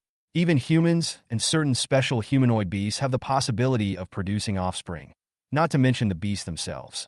But he really couldn't figure out what flame bird plus hurricane bird equals. As there was no choice for a long time, the simulation system's prompt again made Chi Yuan, who was thinking wildly, finally come back to his senses and start to carefully consider the three options. Of course, option is excluded first. A man named Chi. Lazy Bird, I'm sorry. For the sake of our lives, we can only sacrifice your happy life. After carefully considering the pros and cons of options, and Chi Yuan decided to let the Lazy Bird go to the territory of the Azure Eagle. This is not just for revenge, but more importantly, the Baiying Bird clan is not a strong clan and does not have many high-quality resources. Moreover, the Lazy Bird had consumed most of the tribe's high-quality resources in the initial period. Even if it goes back now, the tribe cannot afford to supply its consumption. However, the territory of the Azure Goshawk is different. As a large clan at the end of the Suzaku period, their territory is not only large, but also contains extremely rich high-quality resources, which is definitely worth the risk. This is also a good way to weaken the overall strength of the Sky Blue Eagle clan in advance. You chose to go to the territory of the Azure Eagle to continue your training. But because you were worried about the safety of Fengyu and the little life in her belly, you first sent Fengyu to her original nest, and then embarked on the journey alone. With your terrifying strength of level 21, you easily sneaked into the territory of the Azure Eagle. It is indeed as you imagined, with abundant resources. Not long after, you encountered the first Azure Goshawk. It was concentrating on hunting the giant gray rabbit and didn't notice you at all. At this time, you choose attack head-on and have a fair 1v1 warrior duel with the Azure Eagle below. Sneak attack from behind. You are cautious by nature, so if you don't know the strength of the Azure Eagle below, a sneak attack is your best choice. Is there any need to ask? Chi Yuan, am such an upright person, so what's wrong with me being a little shady and taming beasts? They complement each other perfectly. Decisive choice. You choose to attack from behind, taking advantage of the moment when the Azure Eagle is preying on the gray giant rabbit, and cut off its head with a wind blade. I don't know what stimulated you. Maybe it was a special experience at that time. It made you have a special sense of anticipation and satisfaction for the owl-headed Azure Eagle. After it completely stopped struggling, you still safely fired 2 more wind blades. After making sure that the Azure Eagle was dead, you quickly flew over to it and began to check. This is a young blue eagle, probably no higher than level 10, and it has yet to spend its prime youth, but it was successfully beheaded by an old sly creature. Based on its age, you concluded that there must be an adult Azure Eagle nearby, so you immediately used the perfect level of wind spirit to quickly leave and hide in the dark. As you expected, not long after, a huge and powerful blue eagle quickly landed from the sky next to the dead body, screaming miserably. You take advantage of its great pain and quietly approach it. Because you have always been kind, you can't bear to see an eagle crying so sadly in front of you, so you choose. He was ruthless and ruthless. He gathered dozens of wind blades and used the mountain fire phenomenon to trap the bird when it was not prepared. He then fired wind blades to cut off its head, reuniting the mother and child. Be a saint and let this blue eagle live. It has already lost its child, so can't you forgive it? Hey, lazy bird, when will you be kinder? Forget it. I'll listen to you one more time. Making this choice really makes my conscience hurt. Chi Yuan sighed and said helplessly, "A bird in the simulation system. I'm still young and cannot bear such a big blame. You seem particularly happy for doing good deeds every day. After absorbing the spiritual energy from them, your strength has increased a little, and you start looking for the next target. Since you have done good deeds many times a day and absorbed a lot of spiritual energy, your level has been raised to level 24. However, the large number of azure goshawks that died in a short period of time still attracted the attention of their leader, the bald eagle, who sent many elders to search for you. You are very smart and know that this is a good opportunity. While the elders of the Azure Eagle clan are scattered in search of the Falcon Maniac, go directly to the Azure Eagle clan's headquarters. Here, you continue to do good deeds every day, and your level quickly rises to level 25. But to your surprise, their leader, the bald eagle, was actually squatting at the headquarters and easily discovered you, who were slaughtering the Azure Eagle. You have no choice but to fight it at the Azure Eagle clan's headquarters. The aftermath killed many young Azure Eagles, but the bald eagle is at level 30 and has lived long enough to have a ridiculously high proficiency in many of its skills. Soon you were suppressed and beaten, and even nearly died at its hands several times. In order to save yourself, you had to fly to the sacred place of the Azure Eagle clan, Yingtanyuan. This place is covered by fog all year round. It is the most revered place by the Azure Eagle clan. Except when they are transforming, no Azure Eagle dares to cross the line and enter the Eagle Pond. Even the clan leader, the bald eagle. As you approach this holy place, you feel a strong sense of uneasiness and panic. At this moment, you choose, avoid the holy place and run to other places, praying that you will not be caught by the bald eagle. Entering the Holy Land, no matter what dangers lie ahead, is better than dying immediately at the hands of the bald eagle. Fight to the death. Escape is impossible. The worst that can happen is that I can drag a few more people with me before I die. Seeing this, Chi Yuan was also a little troubled. The bald eagle, the patriarch of the Azure Goshawk clan, is extremely powerful. The lazy bird, which is already level 25, couldn't last long in its hands and couldn't even run away. And when the lazy bird approached the Holy Land, it showed strong uneasiness and panic. This was enough to prove that the so-called Holy Land was not a good place. At least it was definitely not safe. After thinking for a long time, Chi Yuan decided to give it a try.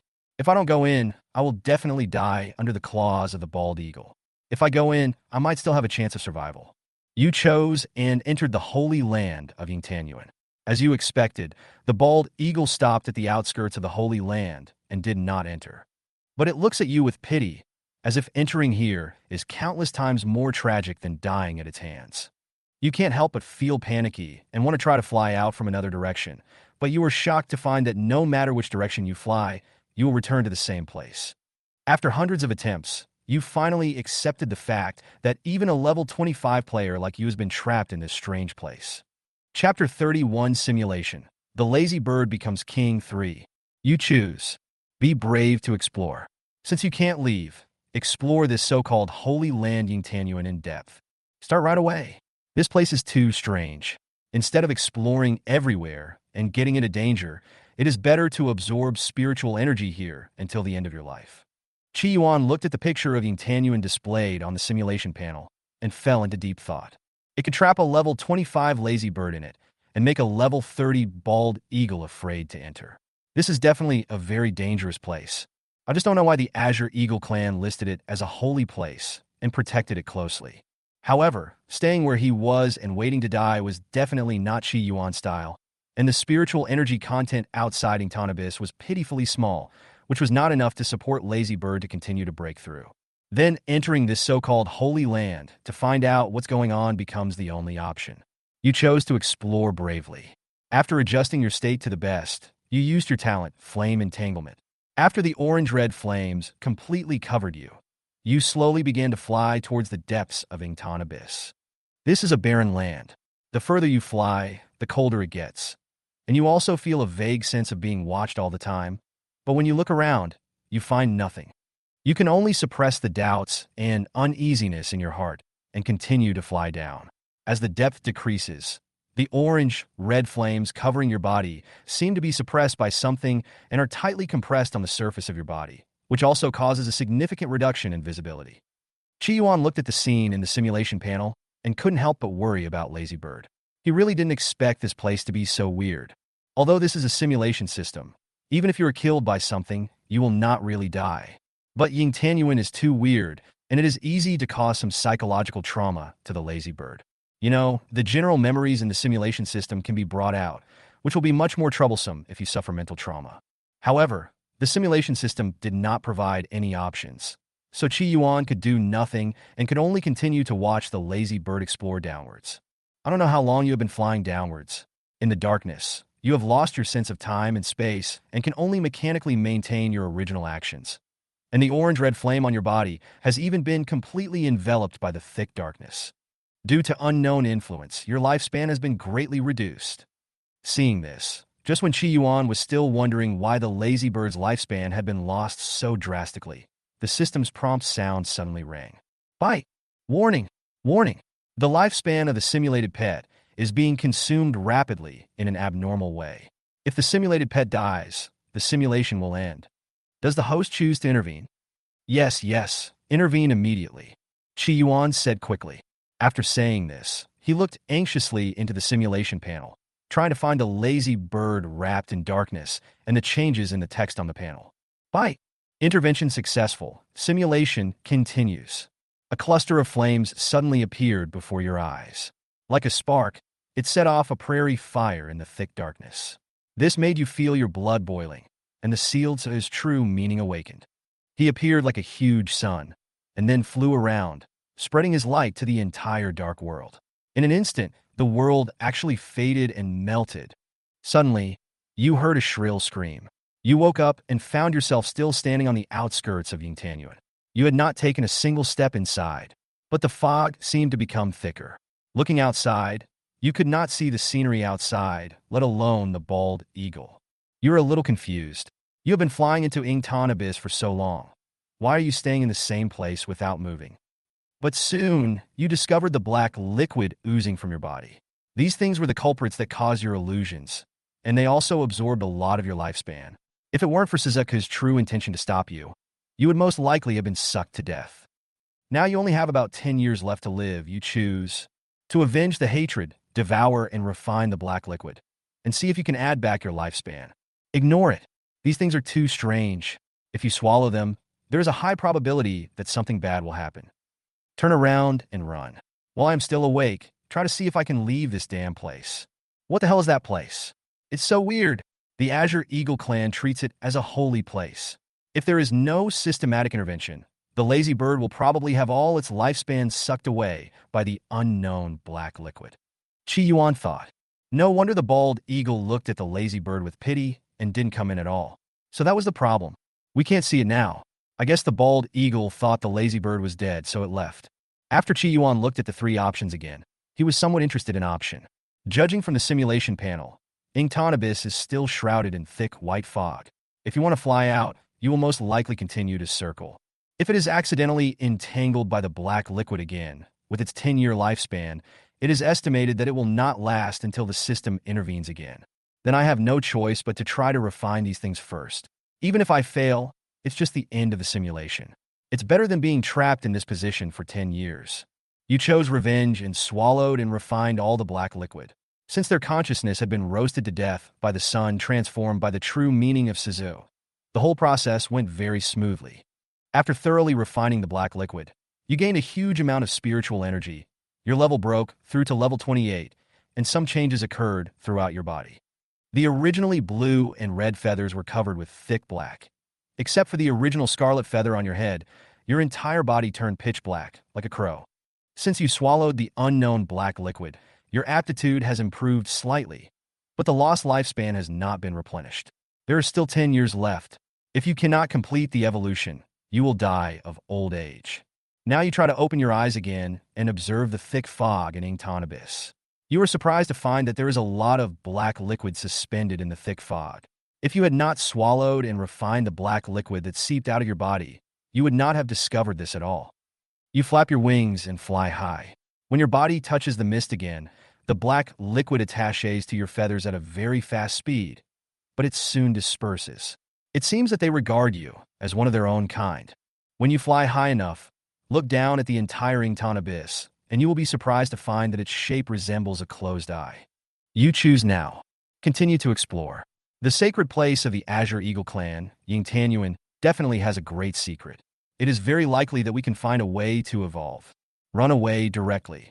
This place is too weird, even if you are not afraid of these black liquids. The panic and anxiety still linger in your heart.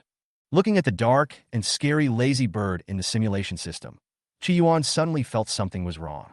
It turned into this just by swallowing some black liquid. If it really completed its evolution in Ingtan Abyss, it is hard to say what the lazy bird will become. However, one thing is certain. Such a lazy bird will definitely lose the blessing and simulation ability of the S-level talent Shan Hai Scroll. So, Chi-Yuan chose. You chose to run away directly. Due to the huge gap in life levels, panic and fear surged into your heart again. You did not stop and left here at the fastest speed in your life. Soon after you left, the huge eye seemed to tremble a few times, but soon stopped moving and continued to be silent. Chapter 32 Simulation. The lazy bird becomes king, and the black liquid floating in the mist recognized you as one of its kind, so it did not block your way. Compared to the beginning, you left this so-called holy land of the Azure Eagle clan very easily. After leaving Yingtianyuan, you searched around the territory of the Azure Goshawks and discovered a strange phenomenon. That is, the Azure Goshawks, which were originally numerous, have now become extremely rare, and their headquarters are also empty. Except for a few old eagles that stayed behind, there is nothing else. You roughly calculated the time and guessed that the Azure Eagle tribe should be invading the Bayin bird tribe. At this time, you choose. It's none of my business, so I'll just ignore it. I'm only level 28 now. Although I'm stronger than before, it's still a bit unrealistic to want to defeat the bald eagle. The best way is to search for resources somewhere else. Return immediately and save the tribe.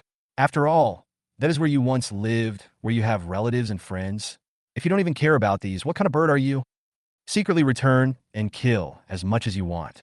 Now that I am the bird with the greatest hope of breaking free from the shackles at the end of the entire Suzaku era, why should I be bound by blood ties? I will kill them all and turn them into nourishment for my own growth. Looking at the last option on the simulation panel, Chi-Yuan scratched his head in confusion. When did the lazy bird become so murderous? Why didn't it even want to spare its own tribe? Looking at the pitch-black lazy bird in the simulation panel again, Chi-Yuan seemed to understand something. Swallowing and refining the black liquid did produce some side effects. The lazy bird has been overwhelmed by the swarming murderous intent at this moment. If it weren't for the help of the simulation system, it would have lost control of itself and started a killing spree. Chi-Yuan murmured with some concern. This thing is really dangerous. If there is this reward, I must give it up. Reality is not a simulator, and life is only once. Then he chose option. You chose to return immediately to save your tribe. Although the killing intent continued to surge, with the help of an unknown force, you were still able to control your mind and quickly flew towards the territory of the Bayin bird tribe. As expected, when you arrived, you found a large number of corpses of the tribe members and a small number of corpses of the Azure Eagle in the territory of the Bayin bird. In order to improve your strength, you absorb the spiritual energy from the corpses of these Azure Goshawks while moving forward to protect your own birds. Along the way, you also encountered many blue eagles, but they were no match for you. You successfully beheaded them in a few moves, and they became your nourishment for continued growth. After absorbing a large amount of spiritual energy, your level has been raised to level 29. Now, the gap between you and the patriarch of the Azure Eagle clan, the Bald Eagle, is only one level. Coupled with the enhancement you gained after swallowing the black energy, you are no longer afraid of anything. You no longer hide your identity and kill the lone Azure Eagle openly and brazenly, and even arrogantly release a few of them alive to let them report to the Bald Eagle. When the Bald Eagle first learned about this, it thought it was just an excuse made up by its subordinates to shirk responsibility for its poor performance in the battle. But later, because you often led the birds of the Bayin bird tribe to attack the Azure Eagle, it had to believe that you were still alive. However, just when you thought you were going to fight it to the death, the Bald Eagle actually abandoned the entire race and ran away. When it saw your drastically changed appearance, it simply didn't believe that the person who came out of that ghost place was still the original you. Instead, it stubbornly believed that you had been replaced by the incomplete and weird you of the previous era. Faced with the Bald Eagle's behavior of deserting the battlefield, you disdainfully beheaded all the blue eagles that invaded the entire Bayin bird's territory, and even used those bird heads to build a jingguan to intimidate the enemies around you. After the battle, soon after, the chief of the Baiying bird tribe, Bobo, passed on the position of chief to you due to his serious injuries. He then passed away. From now on, you become the new patriarch of the Baiying bird clan. To the outside world, you have only one policy, which is to kill, kill, kill. To the inside, you also have only one policy, which is to kill anyone who dares not obey you. Not long after, you killed 1/3 of the entire Baiying bird clan. Feng Yu finally couldn't bear it anymore and stood up to persuade you. What do you choose? Cut off the head of the bird and its children and put them in public, so that no bird dares to challenge its authority. Imprison it. Your offspring cannot live without it, so let it live for now. Directly expel Feng Yu and her children, and forbid them to return to this territory. Seeing this, Qi Yuan could conclude that there was definitely something wrong with Lazy Bird's mind. Although this guy is not a good person, he would never become so murderous. Not only is he cruel to his enemies, he also rules his own people with high pressure. Now, he is willing to behead Feng Yu just because of her advice, and he doesn't even want to spare his own child. This is definitely not something that Lazy Bird could do. He looked at the simulated text again and said uncertainly, "It's hard to say. Lazy Bird is really entangled by that incomplete and weird creature." After weighing the pros and cons, Qi Yuan could only choose a relatively better option, which was to expel them from here. At least it was a way to survive. But staying with the Lazy Bird now would definitely be a dead end. You chose to expel them, which made more birds in the tribe dare not speak out. They could only try to escape privately, hoping to get rid of your control. A few years later, as your time was running out, you became even more violent and bloodthirsty. You didn't care whether the other Baiying birds were from your tribe or not, and you started a massacre. This horrific massacre began in the territory of the Baiying birds. You successfully broke through to level 30 on the corpses of countless birds, but this did not extend your life. You have a terrifying strength, but you are about to die. This makes you extremely unbalanced and completely turns you into an executioner who slaughters the world. From then on, you started killing any living creature you saw. Over time, you almost slaughtered all the creatures at the end of the Suzaku era. But your lifespan limits you. When the moment of death comes, you regain some consciousness and are shocked to find that you have become the biggest executioner, with the blood of countless lives on your hands. After you die, everything about you slowly drifts to the holy land from which you had narrowly escaped death, Yingtanyuan. Only then do you realize that since you entered there, you may have become a puppet of some great being.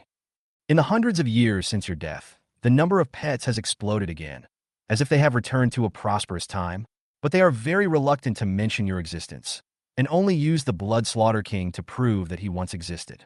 You have obtained your first title, Blood Slaughter King. Simulation ends. Simulation cooling time, 8 days. Rewards are being settled. It was not until he saw the system prompt that Qi Yuan finally knew where the problem lay. It is very likely that the Lazy Bird had been targeted by something since it entered Yingtan Abyss.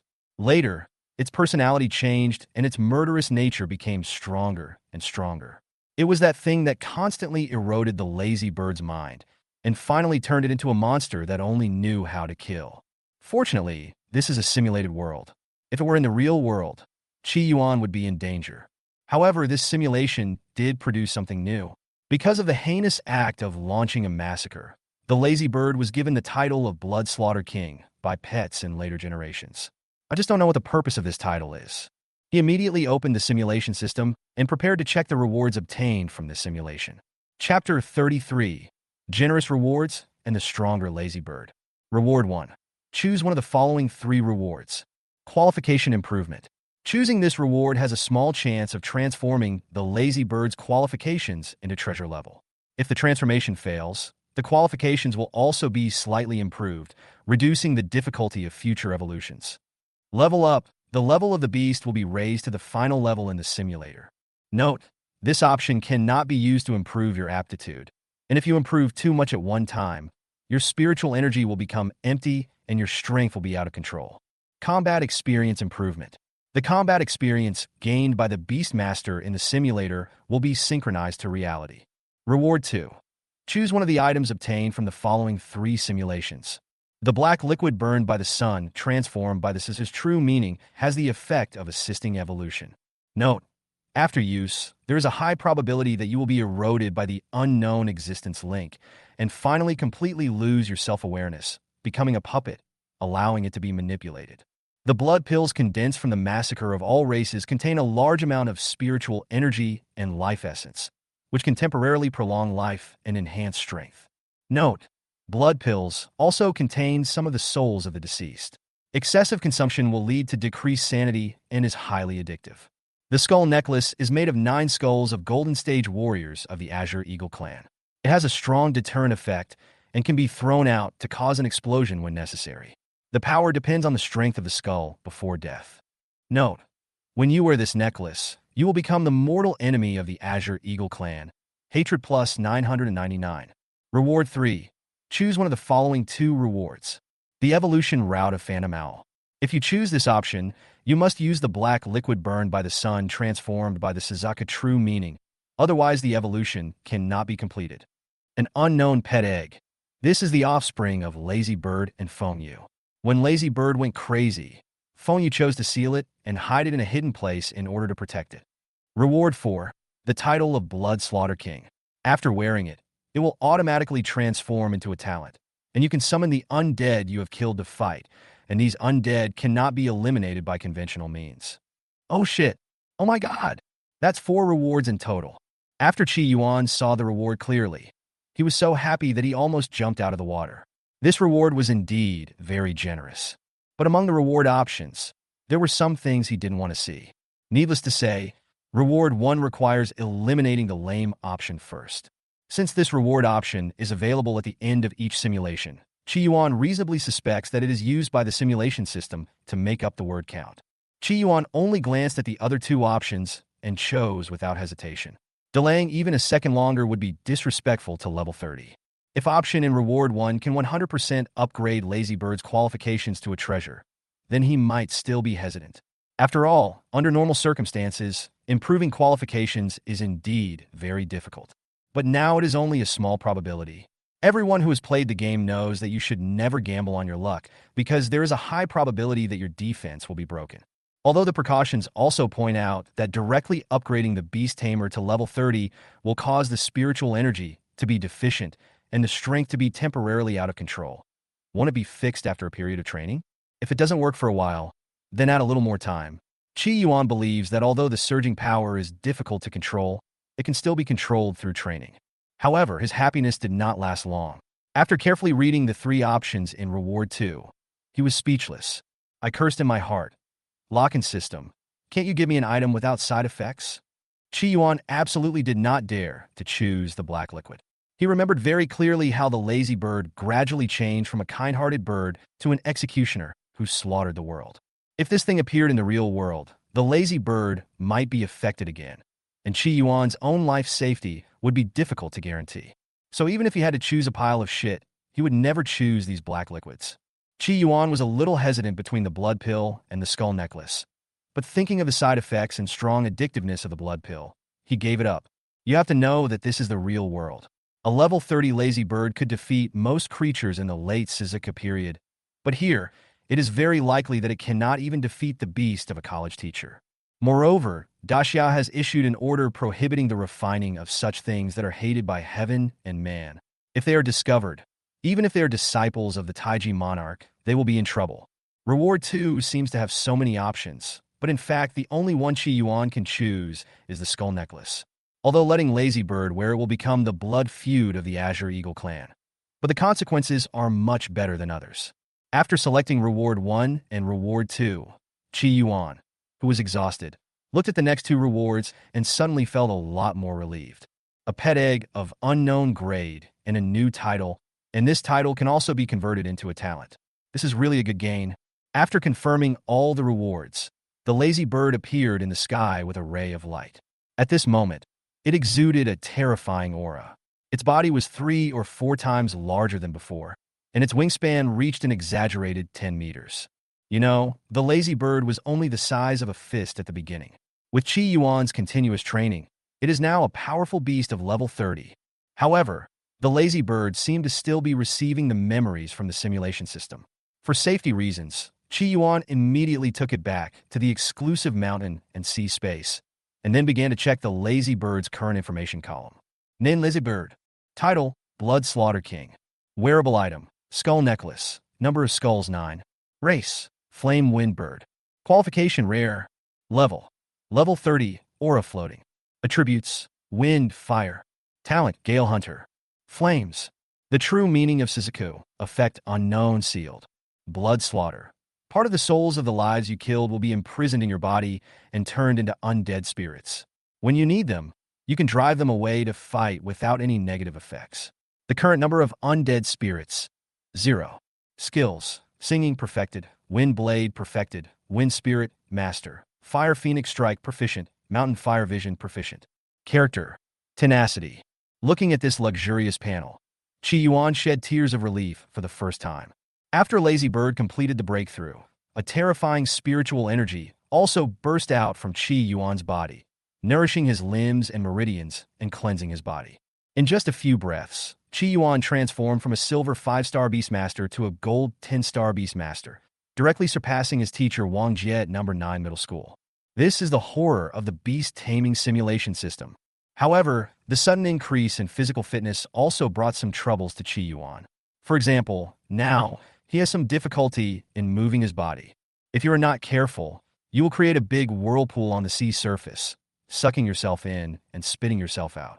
Although he is now able to live normally in the water with his current physical condition, but the discomfort of choking on water still makes Qi Yuan feel a little uncomfortable. As for the longevity that was originally above his head, it seemed somewhat comfortable, swimming around from time to time and then returning to Qi Yuan's side.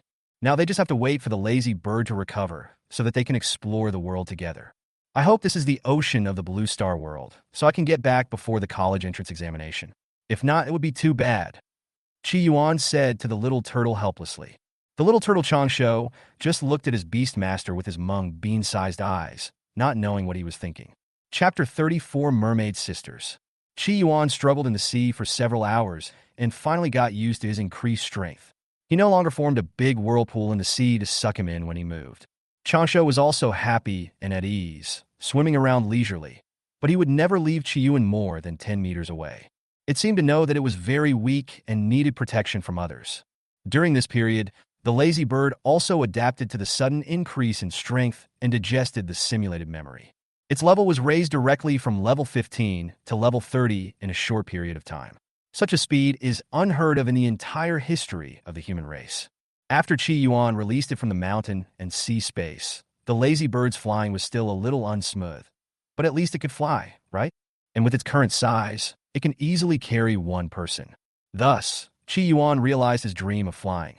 But this flight was not as beautiful and cool as he had imagined. Vomit!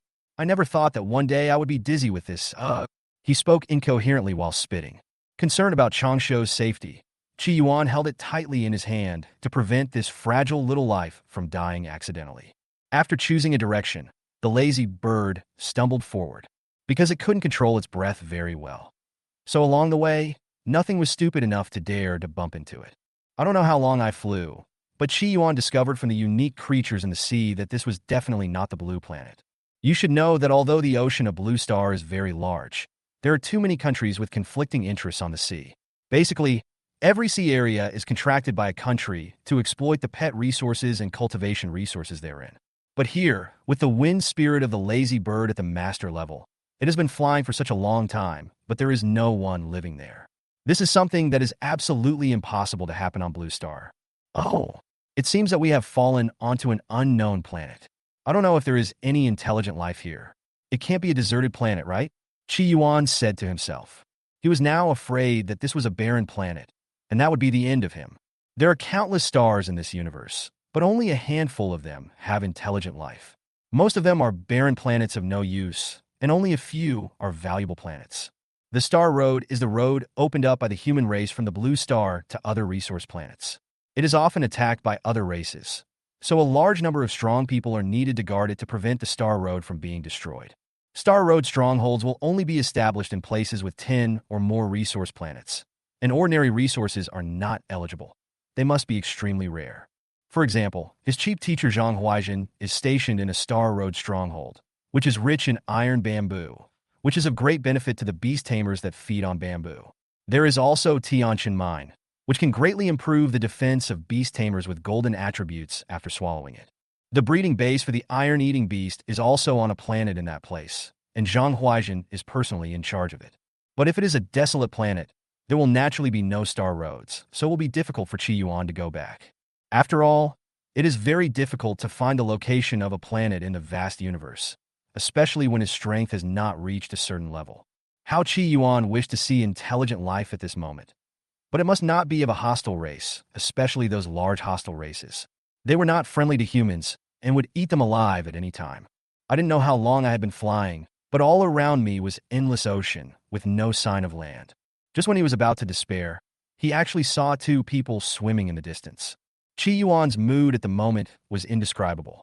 He immediately called the lazy bird to fly over. He couldn't wait to say hello to them. He was almost going crazy in this shabby place. However, when he got closer, he found that they were not swimmers at all, but two mermaids with human bodies and fish tails. They have fair skin, sea blue hair, and a curvy figure. Except that their legs have become fish tails and their ears are a little different from those of humans, they are very consistent with the aesthetics of humans. When the two mermaids saw the lazy bird suddenly appear, they immediately became alert. One of them, who looked a little older, immediately protected the other behind him and looked at the big bird in the sky with great vigilance. She released the aura of the silver stage in an attempt to scare away the bird of unknown origin. After discovering that the two mermaids were not strong, Qi Yuan poked his head out from the lazy bird's back and said, "Hello, my friends. I'm lost. Can you tell me where I am?"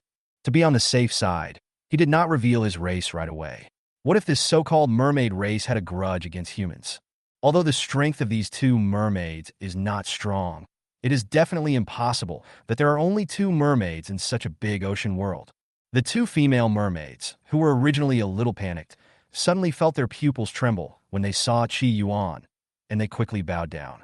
The silver-level merman replied, "My dear sir, this is the Songxing of the human race.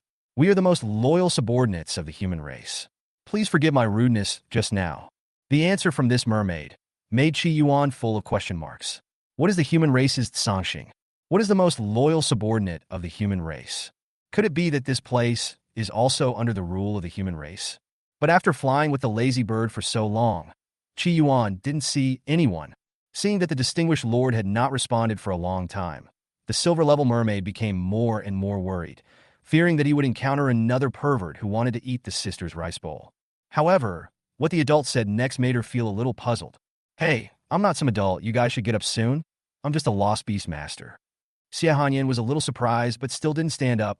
She couldn't guarantee that the human in front of her was here to test the loyalty of the mermaids, so she continued. "My lord, please stop joking with the slaves. The mermaids will always be loyal to the human race." Okay. Loyalty is loyalty, but you guys get up first and tell me how far this place is from Blue Star? How should I get back?" Qi Yuan said anxiously. He didn't understand whether these two mermaids had some problems with their brains. They made him act like a dictator and always called himself a slave. After hearing this, Xie Hanyan immediately determined that the person in front of him was definitely not a new inspector, but might be someone who had accidentally entered Songxing. If he was willing to help, there might be a way out of this situation. She finally straightened up and said pitifully, "Are you from Blue Star? How did you get lost here? This place is quite far from Blue Star. It will take several years to go back by Star Road." "Oh my god! So far? This cheap teacher is really unreliable. There is also space turbulence. How to get me here? Can I still take the college entrance examination?" Qi Yuan complained angrily, and then continued. "Where is the nearest Star Road? I'll go check it out first." Although Xie Hanyan seemed to be in a trance, she actually heard every word Qi Yuan said clearly. After chewing on it again and again, she discovered that the identity of the person in front of her seemed to be unusual. Those who can survive the turbulence of space are either strong or have protective treasures given by strong people. Although she did not understand the meaning of the word college entrance examination, judging from the age, the person in front of her was very young and could not be a strong person who could resist the turbulence of space. It could only be that he was protected by a treasure given by a strong person. Such people often have a strong background and are definitely a qualified support. Right now, she and her sister are in a very bad situation. If they can get close to this person, they might have a chance to survive. Even if it only allowed her to keep her sister alive or asked her to do anything, she would be willing to do it. Chapter 35 Xie. After thinking for a long time, Xie said, "Sir, it's not that I don't want to take you to the nearest star road, but we two sisters are now wanted, and we can't get close to there at all." "Wanted? What's going on? Tell me in more detail." Qi Yuan looked at them and asked with a puzzled look on his face. She deliberately straightened her proud figure, feeling a little uneasy, but still said respectfully, "It's a long story. My sister Xiaochuo and I are the daughters of the chief of the Songxing Chilean tribe. The last time a foreign race invaded, my father followed the upper tribe to fight. Unexpectedly, some traders in the Merman tribe were bewitched by the foreign race. Not only did they expose the battle plan, they even dared to attack the upper tribe. Because the plan was leaked, the team my father was in was targeted by foreign warriors and was eventually wiped out. My father was not spared and was posthumously named a martyr. Then the upper tribe station nearby believed that it was the poor supervision of the patrol officer of Songxing that led to a series of incidents, so they prepared to replace the patrol officer with a new one. That has nothing to do with you being wanted, and your father was posthumously awarded as a martyr. No matter what, you will not be hunted down by humans." After listening to Xie Hanyan's narration, Qi Yuan became even more confused and couldn't help but interrupt. Although she was suddenly interrupted while speaking, Xie Hanyan did not complain at all, and even felt a little secretly happy in her heart. The fact that the young man in front of her interrupted her meant that he was really listening to what she said, and he immediately said, "Don't worry, sir. The problem lies with the original inspector. That man is not only greedy for money, he would ask each tribe to offer a certain amount of treasures every year.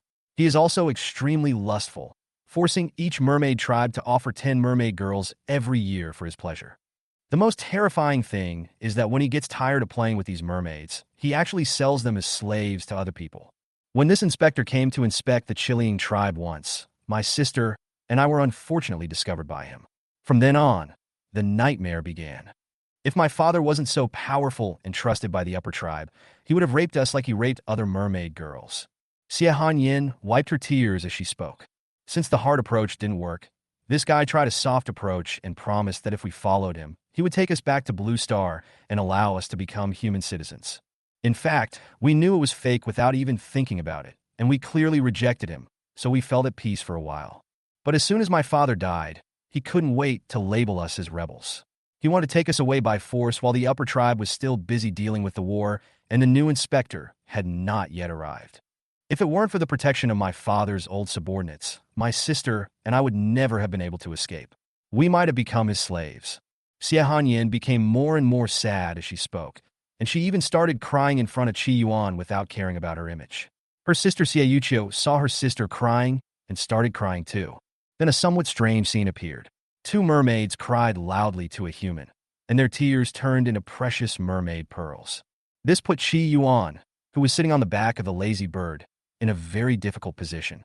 To be honest, he just wanted to return to Blue Star as soon as possible, and I didn't want to deal with these bad things. But this matter is really too bad. If all the human patrol officers are like this, there is no way to know when the subordinate races under the human race's jurisdiction will stab the human race in the back. Especially at certain critical moments, the problem cannot be solved by just 1 or 2 inspectors. Looking at the 2 crying mermaids in front of him, Qi Yuan said helplessly, "Okay, stop crying. I'll take care of this matter. Take me directly to find that damn inspector. I want to see why this guy got to sit in that position. But sir, he has a strong background. He was originally going to be punished for the defeat in this battle, but the quasi-heavenly king argued for his rights, so he was exempted from punishment." After hearing Qi Yuan's words, Xie Hanyin finally stopped crying, but still spoke with some concern. "Isn't he just a quasi-king? I thought he was a king. Let's go. If others don't dare to take action, I will personally clean up the scum for the human race," he said fearlessly.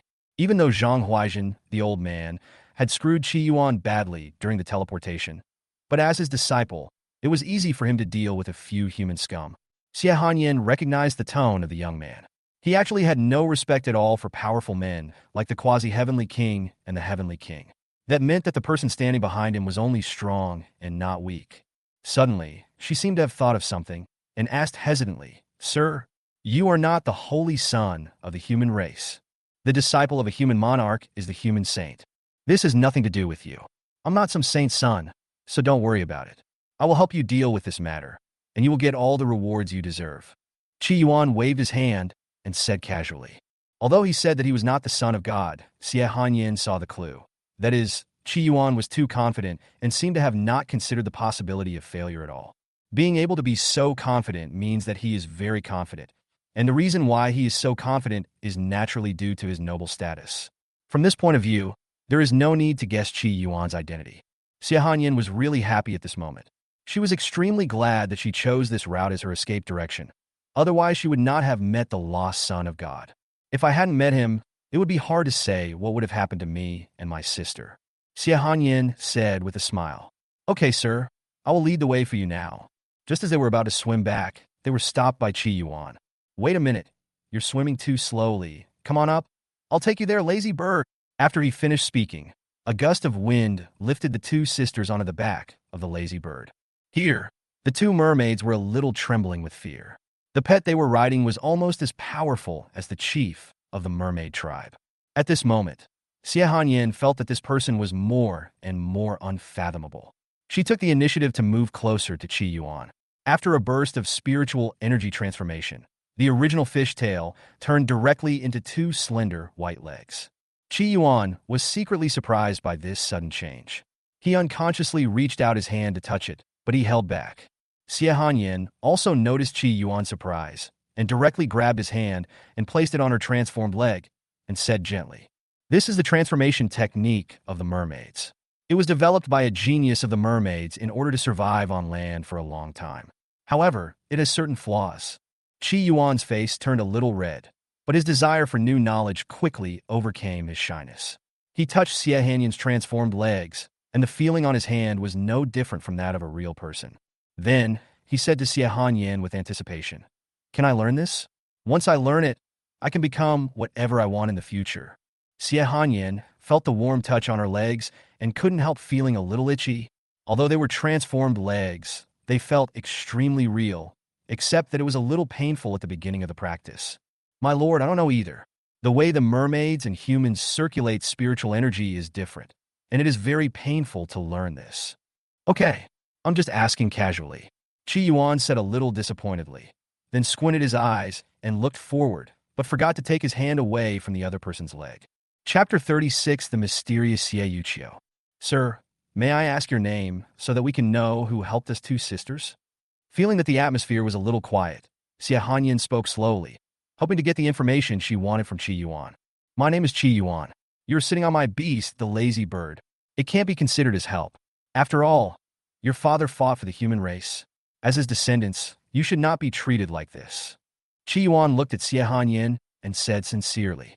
Although these words were very ordinary, they struck directly at her softest heart, causing Xie Hanyin to unconsciously feel aggrieved. In fact, she didn't understand. Her father had fought bravely for the human race for decades, and even if he had no merits, he had worked hard. Why, as his direct relatives, not only did he and his sister not receive the protection of the human race, but were also persecuted by a human patrol officer, forcing them to wander around and avoid being hunted down. Qi Yuan soon noticed her red eyes. I immediately realized that I seemed to have said something wrong, and quickly diverted my attention. "By the way, why haven't I seen your sister talk to you? How many years apart are there between you two?" "Thank you for your concern. My sister has been unable to speak since she was a child. My father asked a mermaid priest to see her before, but he used a lot of medicine, but it didn't work. Later, my father invited several human masters to come and treat the disease, but they didn't find any problems, so the case was eventually dropped."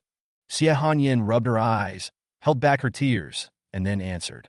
Qi Yuan nodded after hearing this. He thought that his sister Xie Yuqiu might have aphasia caused by psychological problems, which was why he couldn't see any problem. He wanted to try to see if he could use the simulation system to check the information of the mermaid, so he said, "Why don't you call your sister over so I can take a look at her? But don't hold your hopes too high. I'm not sure I can get her to speak. It is a great favor for you to take a look at it." "Thank you. You are a kind person." Xie Hanyin's heart was filled with joy at this moment. She didn't expect that the human saint in front of her would be willing to help them just because she mentioned it casually. After experiencing many ugly things, she felt more and more that the character of the person in front of her was noble and precious.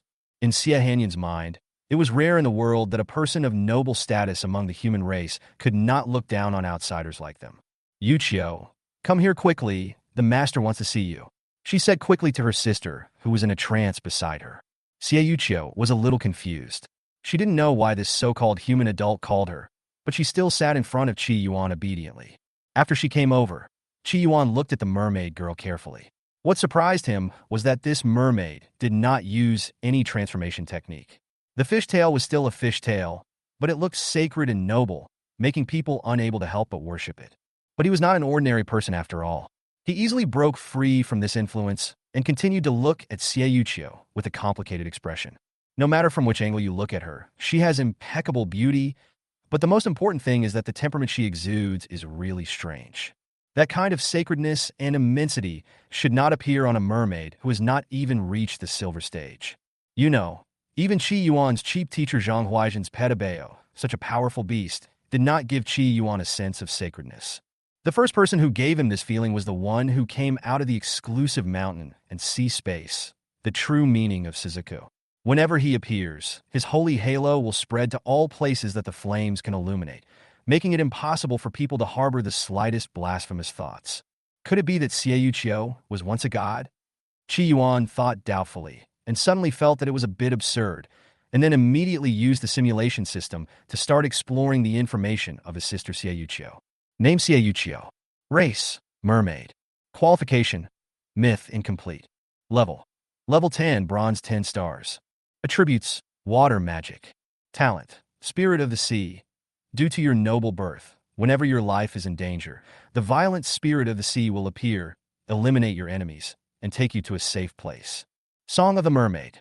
Due to your noble birth, your voice is blessed. When you speak, creatures that hear your voice will unconsciously submit to you. Elemental body. Since you are of noble birth, you don't need to learn. You are born with the ability to completely transform your body into elements and are immune to physical attacks. Mermaid's tears. Because you were born noble, your tears are blessed. Each tear contains a large amount of spiritual energy.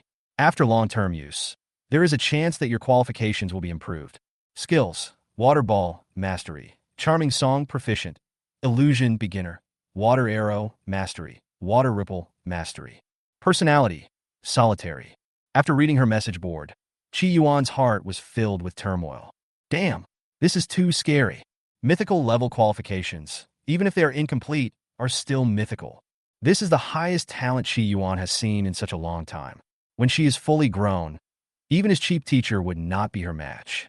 At this moment, his eyes became particularly hot, staring at Xiaochuo closely, and began to ask in his heart, System, can this merman be contracted? Even if he had to give up his longevity first, it didn't matter. Some turtle. So it seems that because you see that others have better qualifications, you look down on me and Tionaji. Bye. It is detected that the current mermaid contains the remains of the mountains and seas in a powerful soul body. If the contract is forced, it is very likely to awaken the soul and cause unknown consequences. Please be cautious. After getting a positive answer from the system, Qi Yuan was a little excited. Although he couldn't force the contract, there shouldn't be any problem in getting her to make a contract with him, right? However, Xiaochuo, who had been very calm, became a little anxious. In the previous moment, she felt a strong sense of being watched, as if everything about her was seen by the person in front of her. Qi Yuan tried to force out a warm smile and said gently, Little sister, don't be afraid, I will protect you, you go first. Although he wanted to contract this unique mermaid right now, he also knew that haste is the key to success, and that something might go wrong if he was too hasty. After getting his permission, Xiaochuo immediately moved to the other side and looked at Qi Yuan very vigilantly. She always felt that this man had some bad intentions. This weird atmosphere confused Xiaohanyan. Didn't she know that Qi Yuan just glanced at his sister? Why is my sister so nervous? Moreover, Qi Yuan's mood was not right, and the feeling of wanting to possess the person for himself was obvious. This made her even more confused. Through the contact during this period, Xiaohanyan could be sure that Qi Yuan, the holy son of the human race, was definitely not a lustful person. At least not like the inspector. But ever since he checked on his sister, the heat in his eyes was indeed very obvious. Of course it can't be because of appearance. Because in terms of appearance alone, I am more charming than my sister and more in line with the male aesthetic. But apart from touching his legs, Qi Yuan did not do anything excessive. He seemed to be really curious about how the fishtail turned into legs. There is only one possibility. Qi Yuan found something on his sister, and he is extremely eager to get it, but he is also worried about something which seems a bit conflicted. I hope you won't push me, Xie Hanyan thought silently in her heart, holding the poisoned sack of the sky poison fish in her hand, applying a little force. Chapter 37, Sanxing Patrol Envoy Wu Di. The sky poison fish is an extremely rare fish living on Sanxing. Its venom sac contains a strange poison that can make a person lose consciousness instantly. The body will then be corroded by the venom and eventually die. People who have been poisoned by this poison will hardly have the chance to use the things that can save their lives. They will simply lose consciousness and can only be slaughtered by others. Although this thing is highly toxic, it also has a very fatal weakness. That is, there is no antidote and it does not distinguish between friend and foe, so it can only be used as a thing to cause mutual destruction. If Qi Yuan wanted to do something bad to her sister, she would find a way to get Xie Yuqiu away and die with him. To hell with all the loyalty to the human race. If you can't even protect your most important relatives, what's the point of being loyal to anyone? For her sister, she was willing to do anything, including dedicating herself to Qi Yuan or killing the holy son of the human race. As long as my sister can live safely, that's enough. As the guy who once started a massacre, Lazy Bird is naturally extremely sensitive to murderous intent. Just now, it actually felt a hint of murderous intent towards its master from the female mermaid, which was something the Lazy Bird absolutely could not tolerate. It immediately condensed dozens of wind blades, all aimed at Xie Hanyan. If this female mermaid showed any abnormality, she would be killed directly. It's just a silver stage ant. I don't know how many of them I have killed in the simulation world. A few more won't matter. Anyway, its talent of blood slaughter will still require a lot of undead. Suddenly, the atmosphere became tense. However, Qi Yuan did not notice this. At this moment, he was still thinking about how to trick Xie Yuqiu into becoming his beastmaster. After all, the mythical qualification was really tempting. After flying for a while, something unexpected happened. Not far away, there were hundreds of mermaids approaching in this direction. Their strength varied, but the strongest was only a guy with 7 gold stars. Even though this is the ocean's home turf, it would only take a little effort for the Lazy Bird to kill him. The leading mermaid approached and immediately shouted, "Run! Why don't you run? Have you thought it through and are ready to serve Master Wu?" However, when Scar got closer, he was surprised to find that there were other humans. He immediately put away his lewd smile and said respectfully, "Sir, we are here to track down the traitors under the orders of Inspector Wu. We did not mean to disturb you." Scar was a little panicked at the moment. He was afraid that the human in front of him was the new inspector. If he offended him this time, his life would be difficult in the future. Before Qi Yuan could answer, Xie Hanyan said, "Scar, you are a merman, but you dare not obey the orders of the human race and come to arrest us for your own selfish reasons. If my father hadn't saved you from the manta ray, you would have died a long time ago. You wouldn't have achieved what you have today." After hearing this, Scar just sneered and said, "The old man is naturally loyal and brave, but you are traitors who were bewitched by foreigners. Letting you live would be a humiliation to the old man. I can be regarded as getting rid of harm for the mermaids." Then, he looked up at Qi Yuan and said, "Sir, you must not listen to the words of these 2 traitors. They have been identified as traitors by the old inspector, Sir Wu Di, and there is no doubt about it. Please hand them over to me and don't pollute your eyes." Seeing that Xie Hanyan wanted to continue to argue with the scarred man in front of him, Qi Yuan couldn't help it, and he said directly, "I don't care if they're traitors or not. Call Wu Di over to me first. I have something to ask him."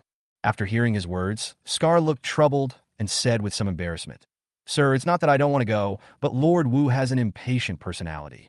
If we accidentally disturb him, we might even lose our lives." "Oh, is that so?" It seems that Wu Di is indeed not qualified as the inspector. Qi Yuan muttered to himself. After thinking for a while, he said, "Okay, then take me to where he is now. I want to see how impressive this inspector is." Scar looked at Xie Hanyan and Xie Yuqiu sitting on the Lazy Bird with some envy and resented why his parents didn't give birth to him as a girl.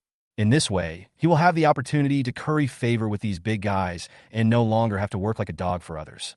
Obviously, Scar believed that the reason why the 2 sisters dared to come back was because they had hooked up with someone whose status was more noble than that of the 1-star inspector.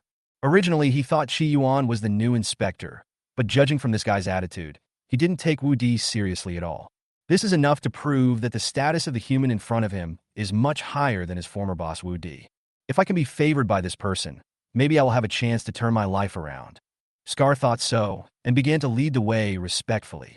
Not long after, they arrived at a luxurious and grand palace. Female mermaids kept coming in and out of the door, each of them carrying delicious food and fine wine, wearing cool clothes to serve the human adults. Letter from the palace. Songqing Inspection Palace. Qi Yuan was stunned by the luxurious decoration. He never thought that a small inspector would enjoy himself so much. Scar appeared beside him at the right time and introduced him flatteringly. Sir, Wu Di is here now. What do you think we should do? Qi Yuan thought for a while and felt that it was not a good idea to knock on the door. So he simply let the lazy bird make some noise to scare them out. A violent wind suddenly blew out, forming a super tornado on the vast sea level, directly sucking countless water into the sky. Such a big commotion soon alarmed Wu Di, who was eating, drinking, and having fun in the palace. He pushed away several female mermaids impatiently and cursed. Damn it, which beast dares to disturb my fun again? I will definitely tear out its tendons and skin it alive. But when he came out, he saw hundreds of mermaids surrounding him, led by his former subordinate Scar. This made Wu Di very angry, and he said, Scar, if you can't come up with a suitable reason today, I will peel off your skin. But what surprised him was that Scar, who had been very respectful to him, ignored him and turned his gaze to someone he had never seen before. The sudden appearance of the person made him a little suspicious, so he asked, Who are you? The new inspector? That's not right. Uncle Wu Ming has already told me that the new inspector will not arrive until next month. Qi Yuan did not answer his question, but said coldly, Are you Wu Di?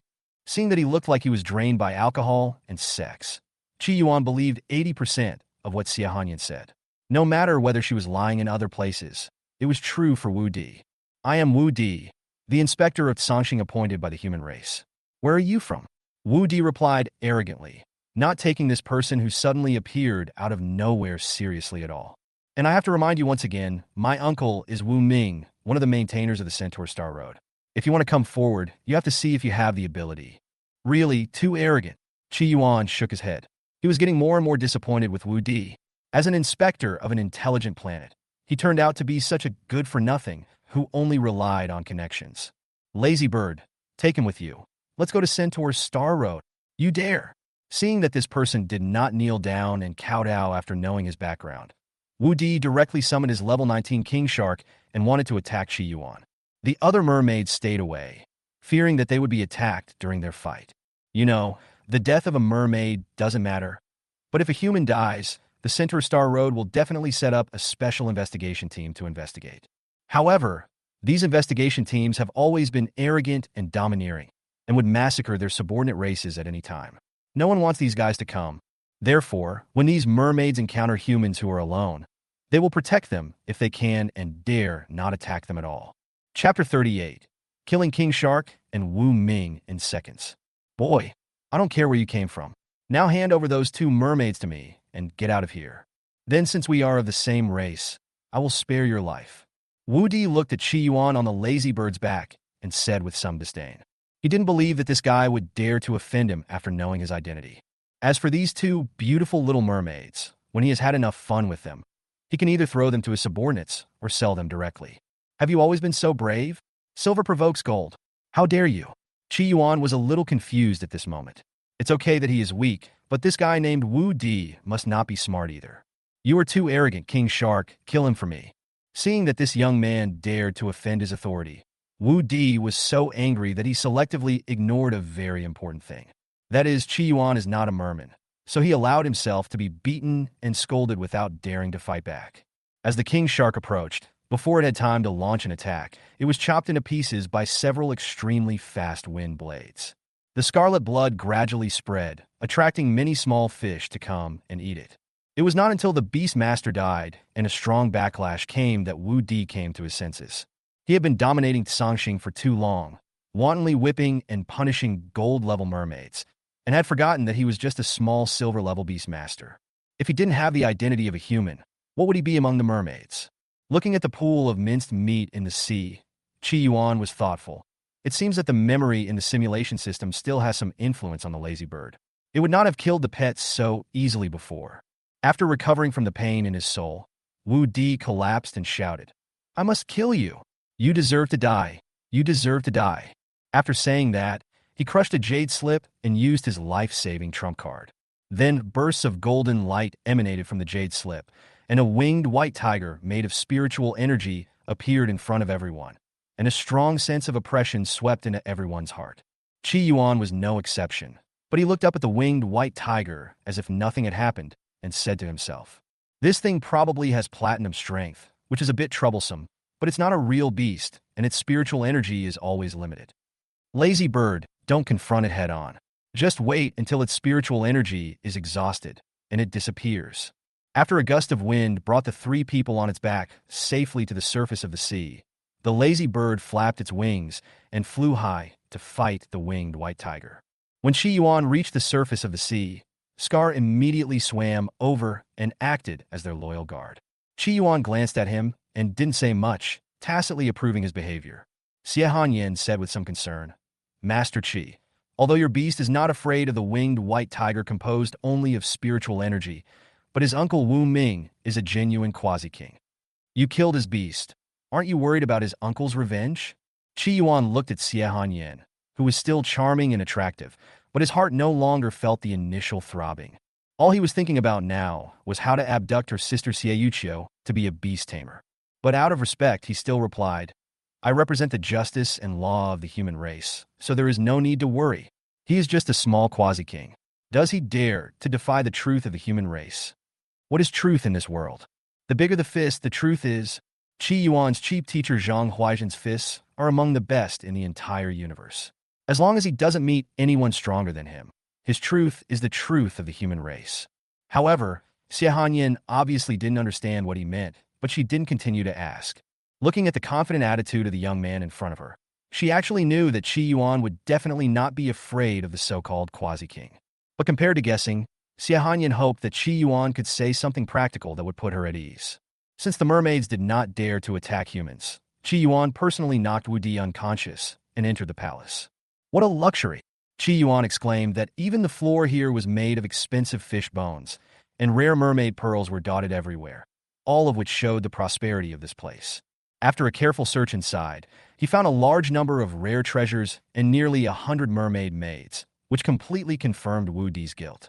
Another half-hour passed, and the lazy bird returned from the sky. The winged white tiger had already disappeared because its spiritual energy was exhausted. At this moment, a roar sounded from the sky. "Who dares to hurt my nephew?"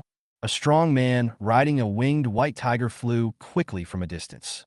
When Wu Di crushed the jade slip, he immediately rushed towards Song Xing, fearing that something might happen to his nephew. When Wu Ming approached the palace, he looked at the mermaids and asked, suppressing his anger, "What happened? Where is the inspector?" Soon, one of Wu Di's servants, a merman, told him everything that had happened. After hearing this, Wu Ming's face turned darker and darker. He crushed his head with one hand, and red and white blood splattered everywhere. "Your master's beasts are all dead. Why are you still alive?" After killing the merman, he looked at Lazy Bird and Qi Yuan, narrowed his eyes, and asked, "Who are you? Don't you know that he is my Wu Ming's nephew?" A terrifying pressure erupted from the winged white tiger, pressing fiercely towards Qi Yuan and the lazy bird. "Aren't you going to listen to why I do this?" Qi Yuan said, gritting his teeth, bearing the terrible pressure. Wu Ming snorted coldly and said, "My nephew's beast is dead. No matter who you are, you must be buried with it.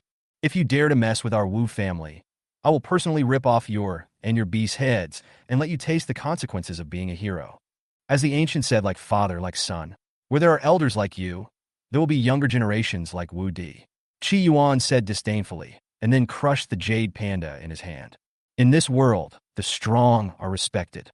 If you want to blame someone, blame yourself for being too weak. Wu Ming laughed loudly, and then prepared to let his beastman take action to leave these guys with an unforgettable memory.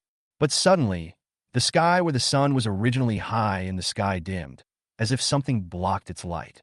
A huge Tai Chi diagram appeared across the entire Songxing, causing everyone present to look up at the sky unconsciously. Although Wu Ming has been stationed on the Sagittarius Road for a long time, he remembers every strongest person and monarch of the human race.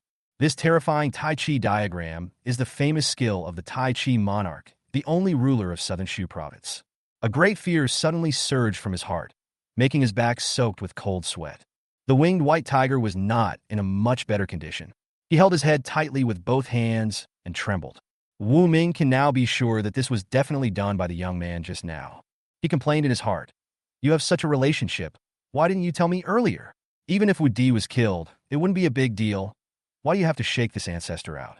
Among all the monarchs of Daxia, the Taiji monarch was famous for his strength and his love of reasoning. That pervert carved the word Tao and the word Li on the hands of his beastmaster Pa, and said that being beaten by his panda was like being baptized by the truth. I don't know how many titled kings have been baptized by this kind of truth. There are many from foreign races, but there are also quite a few within the human race. But Wu Ming forgot that he was the one who didn't plan to give Qi Yuan a chance to explain from the beginning. He was going to chop off his and his beast's heads to avenge his nephew. The Wu family is used to being arrogant on Sagittarius Road, but this time they really hit a wall. Xie Hanyin looked at the Tai Chi diagram that blocked out the sun and the sky, and her heart finally settled down. However, another worry arose in her heart. If this person comes, what should she do if Qi Yuan wants to do something to her sister?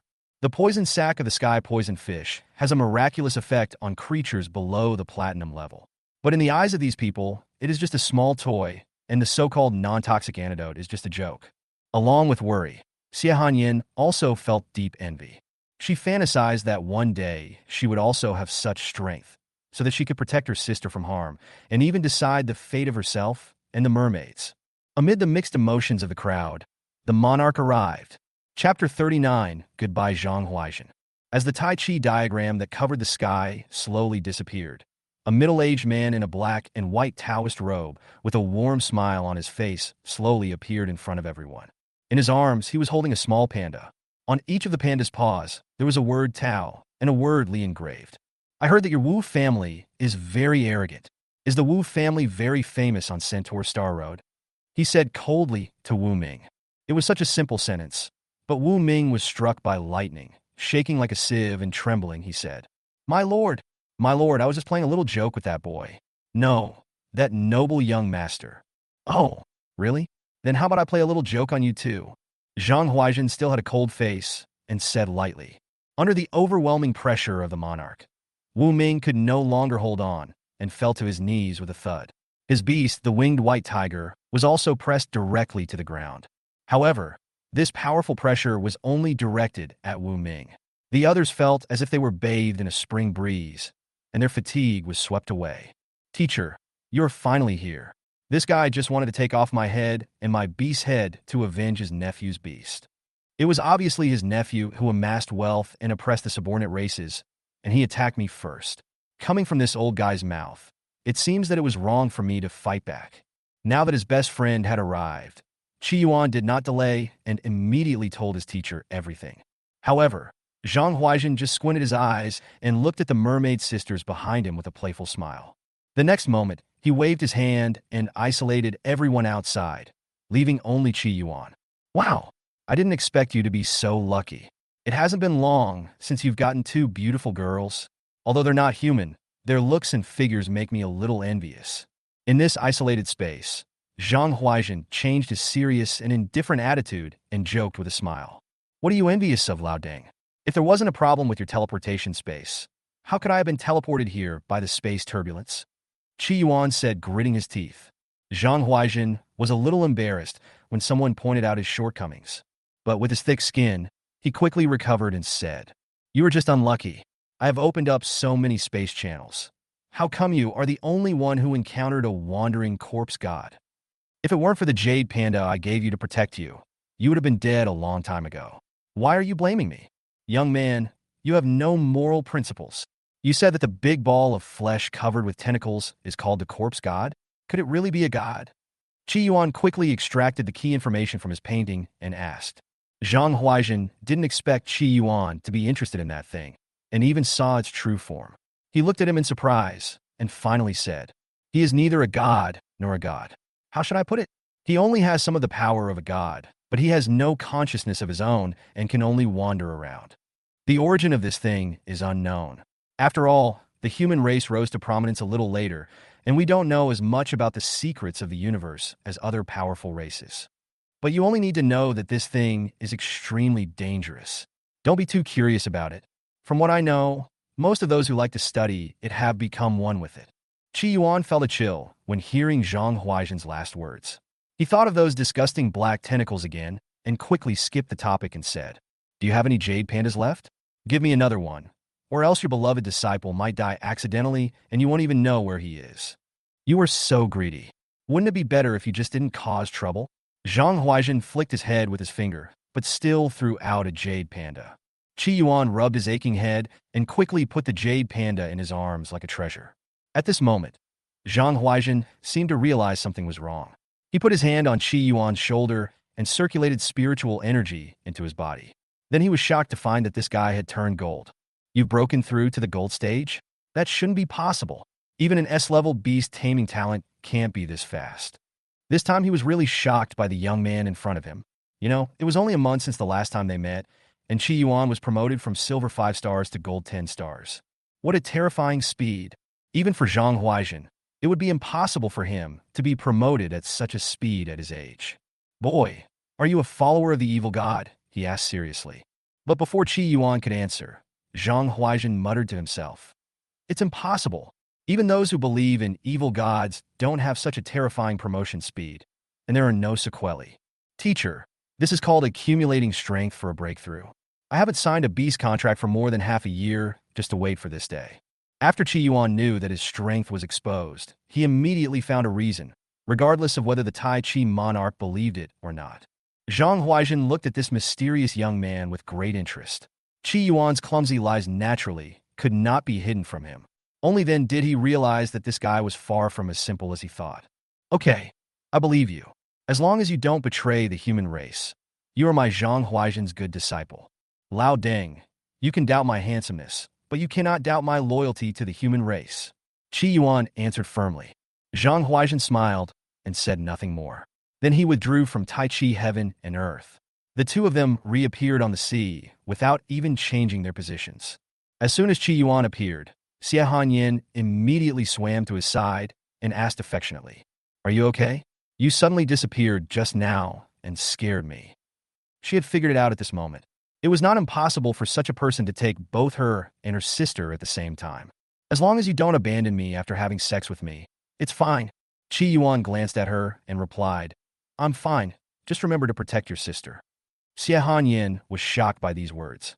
She looked at her wealthy figure and then at her sister's poor figure, thinking, could it be that this guy likes young girls?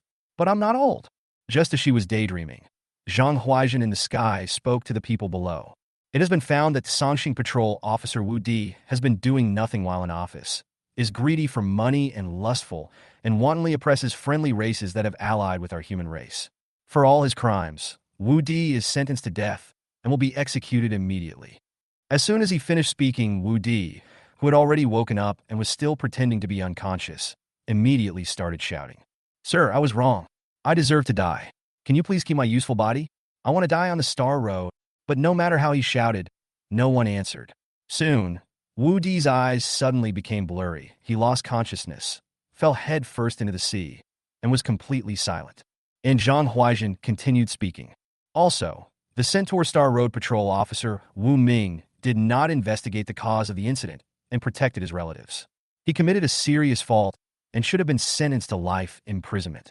But considering that he has guarded the Star Road for many years, he will be dismissed from his position and exiled to Tianshan Star Road. After hearing this, Wu Ming felt extremely regretful. He now really hated his damn nephew, but he did not dare to disobey the Taiji monarch, so he could only say in a crying voice, "I will obey your orders. Thank you, my lord, for your mercy." Afterwards, Zhang Huaizhen grabbed him and his beast and left. Before leaving, he sent a message to Qi Yuan. "Originally, I wanted to send you back to Blue Star, but seeing how fast you are growing now, that place is no longer suitable for you. I will inform Lord Yaoyue that you will take over as the inspector of the Centaur Star Road. Be alert and don't lose face for your teacher." Just when Qi Yuan wanted to say something, Zhang Huaizhen and Wu Ming had already disappeared, leaving only him and a group of mermaids. Chapter 40. Taking office as the inspector of the Centaur Star Road. "Old Deng, why is he running so fast? I still want to go back to Blue Star to take the college entrance examination." Qi Yuan complained. After all, if you don't return home when you are rich, it's like walking in the night in fine clothes. It would be boring if you were strong but don't show off. Qi Yuan's current strength is stronger than some college teachers, so it is easy for him to bully a few students. But Zhang Huaijin, the old man, didn't give him a chance, and even assigned him a Star Road inspector, thus cutting off his idea of returning to Blue Star to bully the weak. Qi Yuan thought, I don't know if I can hold on to the position of Centaur Star Road Patrolman with my current strength. Although the previous person who held this position had bad morals, he was strong enough. After all, there is still a big gap between the Quasi-King and the Golden 10 Stars, and there is a Platinum stage in between. Xie Hanyin was also a little confused at this moment.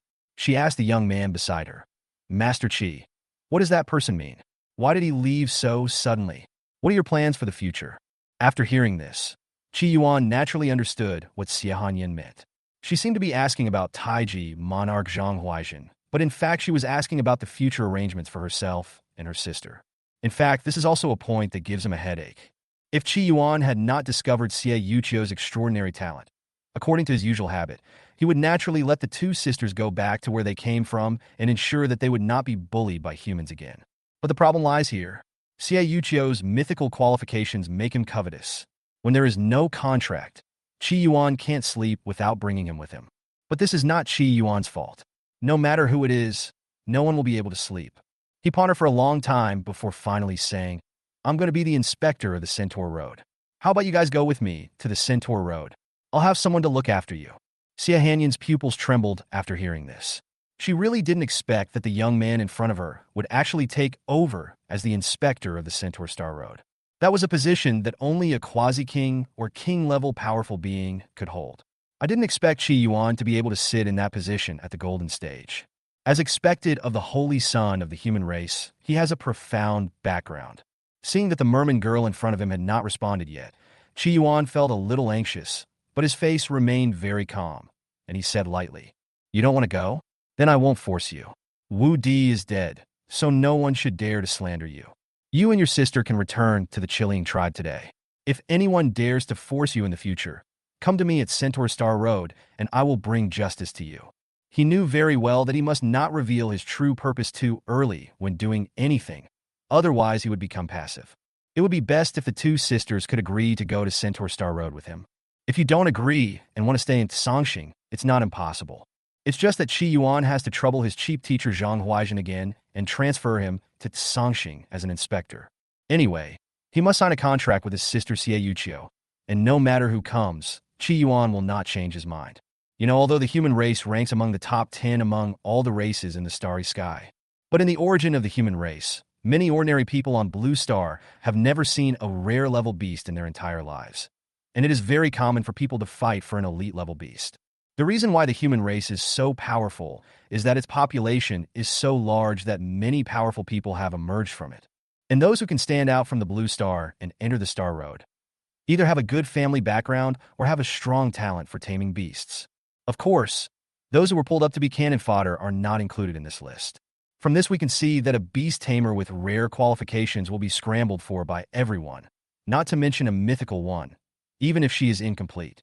If this news leaked out, not even Taiji Monarch Zhang Huaijin would be able to protect Xie Yuchio. He is indeed very strong, but two fists cannot beat four hands. If there are too many enemies, he will have to compromise. After hearing this, Xie Hanyin immediately realized that Qi Yuan had misunderstood her silence. She was just surprised that this young man could become the Centaur Star Road Patrolman in such a short time, but she didn't refuse to be with him. Unless she was kicked in the head by a donkey, she would not make such an irrational choice. Xie Hanyin quickly pulled her sister Xie Yuchio over, knelt in front of Qi Yuan, and said, Thank you for not abandoning me, my lord. My two sisters are willing to follow you forever, until death. No, please get up quickly. As Qi Yuan spoke, he helped the two of them up, and he really couldn't suppress the upturned corners of his mouth. If conditions permit, he really wants to sing Today is a Good Day. Scar, who had been paying attention here, noticed the extremely happy expression on Qi Yuan's face, and he gritted his teeth and stood up and said, My lord, I also want to follow you and go through fire and water for you, until I die. Scar's sudden words startled him, but Qi Yuan was very happy now, and he really needed some manpower to take up his post at Centaur Star Road, so he agreed to let him follow him and said, Pick a few more loyal and reliable men and go with us. Okay. Scar showed a look of joy on his face and immediately agreed, then began to select suitable subordinates. Although Chi Yuan hid his thoughts very deeply, Xieyuqiu still sensed something from the fiery look in his eyes when he looked at her. In his heart, he communicated with a strange soul. Master Yun, he won't find out anything, right? The soul body also looked like a mermaid, but its aura was as vast and majestic as smoke. She communicated directly with her mind and said to Xieyuqiu, "Impossible. Everything about you is hidden by my power. Even that scary guy just now didn't find it, let alone this kid. Then why does he always look at me like this?" Xieyuqiu continued to ask. After all, she was born with super sensitivity. Even if Chi Yuan just occasionally glanced at her, she could feel the desire and passion in it. This was the first time in Xieyuqiu's life that he felt such an emotion, and he would not give up until he achieved his goal. The soul was silent for a long time before replying faintly, "Maybe he likes you, which is not a bad thing. I've seen it. This person's bone age is only about 18 years old, but he has already reached the golden 10-star level. He is definitely a rare genius among humans. Besides, he has a background. That guy in the black and white Taoist robe is not far from becoming a god. Even if I am at my peak, I may not be able to win for sure." In fact, this soul body told a little lie. At her peak, she did not cross the 70th level of the chasm. Even at her prime, she could only be beaten up by Zhang Huaijin. "Master Yun, you don't have to say anything more. I have decided to dedicate my life to the mermaids. How can I be affected by love?" "Hey, silly boy. But with that guy's identity, can't you get more resources? When you become powerful, you can rebuild the mermaid tribe." The soul body patiently and kindly advised. Her words also made Xieyuqiu fall into deep thought. It seems that maybe it is not impossible to consider being with him. On the other side, Scar has selected more than a dozen good players in the Golden Stage and followed Chi Yuan and others to the Centaur Star Road. During the journey, Chi Yuan often used the simulation system to explore Xieyuqiu's information. He was already looking forward to contracting this mermaid and killing everyone in sight. After listening to Master Yun's advice, Xieyuqiu no longer tried to avoid him, but instead gave him a sweet smile. In this harmonious atmosphere, it didn't take long for everyone to pass through the teleportation array of the Songqing Patrol Hall and arrive at the Centaur Star Road. Chapter 41, Teleportation Array Conflict and the Wu Family's Choice. In the Centaur Star Road Fortress, the originally silent teleportation array suddenly lit up with bursts of light, attracting the attention of the guards. They immediately gathered together. Each summoned a space beast and began to maintain the operation of the formation. As the space fluctuated, Chi Yuan and his group suddenly appeared in the teleportation array. "Ugh, it seems like I'm really a little dizzy from this damn feeling of weightlessness, ugh." After standing firmly, he immediately ran out of the teleportation array and began to retch. Xie Hanyin immediately followed and patted his back gently to help him relieve the discomfort. After seeing Chi Yuan bringing so many mermaids up, the guards of the teleportation array were a little surprised.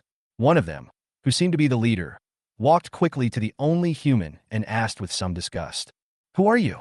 Why did you bring so many inferior races up here? Don't you know that they are not allowed to use teleportation arrays?" Judging from the team leader's attitude, it seemed as if he would drive everyone back if Chi Yuan didn't give him a reasonable explanation. Chi Yuan retched a few more times and finally felt a little better before he began to answer his questions. "I am Chi Yuan, the new patrol officer of the Centaur Star Road. As for the rest, it has nothing to do with you." The leader laughed after hearing this and said sarcastically, "Although Lord Wu Ming has just been dismissed from his post, the position of patrol officer is not something that a scoundrel like you can impersonate. These days, anyone can dare to come out. If you are the inspector, then wouldn't I be the chief garrison commander of the Centaur Star Road?" However, just as the leader finished speaking, a melodious and ethereal female voice resounded throughout the Centaur Star Road. Since Wu Ming, the patrol officer of the Centaur Star Road, was derelict in his duty, he has been taken away by the Taiji Monarch for punishment. The next patrol officer of the Centaur Star Road will be Chi Yuan, a disciple of the Taiji Monarch. Please cooperate. This announcement was repeated 3 times, and a huge portrait of Chi Yuan was projected into the sky. No one knew how this was done. Chi Yuan looked at the projection of his portrait and said with emotion, "As expected of me, so handsome, Lao Deng has done something human." The leader who had just mocked him now blushed, and after a long while he stammered, Sir, I'm sorry, I was blind and didn't recognize a true dragon. Speaking of which, this guy is unlucky. He has worked diligently for most of his life, but this team leader has not been promoted because he has no background.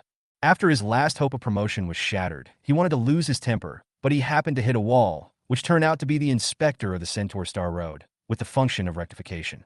Now it's not a question of whether he can be promoted. If this inspector is a little more ruthless and makes a hint, who knows how many people will personally deal with this small teleportation array leader just to please him. Moreover, compared with the identity of the inspector, the young man's other identity is truly surprising. As a disciple of Tai Chi Monarch, although Tai Chi Monarch Zhang Huaijin does not have a very good reputation, his strength is unquestionable. As the only powerful human who has killed 4 foreign monarchs alone, no other race dares to invade the Star Road stronghold guarded by Taiji Monarch except the 10 most powerful tribes. The disciples who dared to mock this existence, the other people who were guarding the teleportation array were somewhat gloating, thinking that this leader was finished. Some people are even already planning how to take over after this leader leaves. Although the position of team leader is insignificant, there's a lot of profit to be made. From managing the teleportation array to charging a little more fees from subordinate races, they dare not say anything and will not rebel against the human race for this little benefit. But what Qi Yuan said next shocked everyone. Team leader, this is just a routine question for you guys. It's nothing. But why do you call these races that have allied with humans and fought for them inferior races? Is it because they are weak? This behavior is absolutely unacceptable. If you continue like this, they will become alienated from the human race. In the end, if they are provoked, they will rebel against the human race and cause huge losses. You must be a good leader. I hope that next time you come, you can treat these warriors who fight for the human race equally. Qi Yuan did not care about his mockery, but told him all his thoughts in detail, hoping that he would change. However, these words made the guards on the teleportation array look at each other in bewilderment, because in their opinion, these second generations were the main force discriminating against subordinate races, and they were just following the trend. The leader seemed to understand that this was an opportunity Qi Yuan gave him, and immediately said, "Master Inspector, I will follow your instructions. From now on, I, Hubo, will never discriminate against any warrior who fights for the human race." Qi Yuan nodded with satisfaction and prepared to leave with his merman subordinates. On the other side, in a secret room in the Centaur Star Road Inspection Hall, the top leaders of the Wu family were holding a meeting to discuss how to deal with the new Inspector Qi Yuan. "Master, we can't just let the matter between the fourth brother and Wu Di go like this. Otherwise, how can our Wu family survive in Centaur Star Road?" A sturdy man slammed the table in front of him and shouted. As soon as he finished speaking, several people immediately agreed to deal with Qi Yuan and not let this matter pass easily. But after hearing what the sturdy man said, Wu Hua, who was thin and gloomy, sneered and said with some disdain, "How can you, Wu Lei? You are a simple-minded but strong-limbed creature. How can a mere platinum-level beastmaster deal with a new inspector? You know, he is a disciple of the Taiji Monarch. Now that his identity has been exposed, I wonder how many people want to show their affection to him. Let's not talk about anything else. Which one of the Bai families by Lao San and the Wu family's Wu Lao heir can you deal with?" But they are now at the gate of the inspection hall, welcoming the new inspector. "You. So according to what you said, you are not going to avenge Wu Ming and Wu Di? The Wu family might as well be disbanded. If you don't even dare to help when your own family members are bullied, then what's the point of having this family?" The sturdy man glared at Wu Hua and shouted directly, "Quiet." Suddenly, the old man sitting at the top seat finally spoke, which made the two people who were arguing stop and look at the only quasi-king level beastmaster in the Wu family. After a long while, he sighed deeply and said, "Let's go. Let all the Wu family members pack up, and we will leave the inspection hall. Now that Minger has gone to Tianjin Star Road, this may not necessarily be a bad thing. It may be his chance to break through to the Heavenly King level. But some people in our family really went too far. They acted arrogantly outside in the name of the family, provoked tough guys, and implicated our entire Wu family. I think it's time to reorganize this family." After the old man finished speaking, he coughed violently a few times, as if he was about to die. "Uncle San, take care of yourself. Now that the fourth brother is in danger of death, you are the pillar and backbone of our Wu family. If something happens to you, then our Wu family. Okay, let's get ready and go to the garrison." Before Wu Hua could finish his words, the strongest man in the Wu family interrupted him. After he left, other senior executives of the Wu family also left one after another. But no one noticed that a crack suddenly appeared on the face of an unknown elder of the Wu family. A scarlet eye emerged from the crack, but quickly disappeared like an illusion. Chapter 42. The Mess in the Inspection Hall. Here he comes. Lord Qi is here. At the gate of the inspection hall, a large group of people stood there, ready to welcome the new owner of the inspection hall. Seeing Qi Yuan and a group of mermaids in the distance, someone shouted. Immediately, the leaders of the Bai and Wu families looked over with smiling faces, waiting for Qi Yuan's arrival. When he approached, everyone said respectfully, "We welcome Master Qi to the inspection hall. I believe that under your leadership, we will be able to eliminate Qinku and establish a brand new inspection hall." Okay, why are there so few people here? Qi Yuan nodded and asked in confusion while looking at the sparse crowd in front of him. Inspector Qi, since Wu Di and Wu Ming offended you, the Wu family is worried about being purged. So they left the inspection hall and are now heading to the garrison to find the chief garrison commander. In the crowd, a handsome young man named Bai Yi, dressed in white, answered. After hearing this, Qi Yuan frowned and continued to ask, "How many people from the Wu family are there in the entire patrol hall? Tell me about the current situation." Master Qi, the previous inspector, was the fourth son of the Wu family, Wu Ming.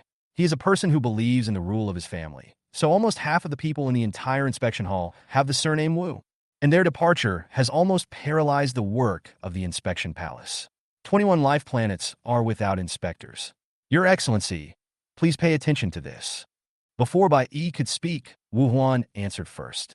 Originally, the Wu family was the only dominant family in the inspection hall, so the Wu family and the Bai family had to unite and stick together to avoid being completely squeezed out of the inspection hall. But now is not the time to talk about brotherhood. Whoever can catch the inspectors, I first will have the opportunity to reap the huge benefits left by the Wu family. As the saying goes, there are no eternal friends, nor eternal enemies. That's it.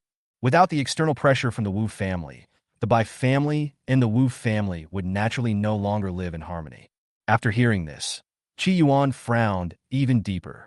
He didn't know that he had taken over this situation. Wouldn't it mean that the entire inspection hall would become an empty shell?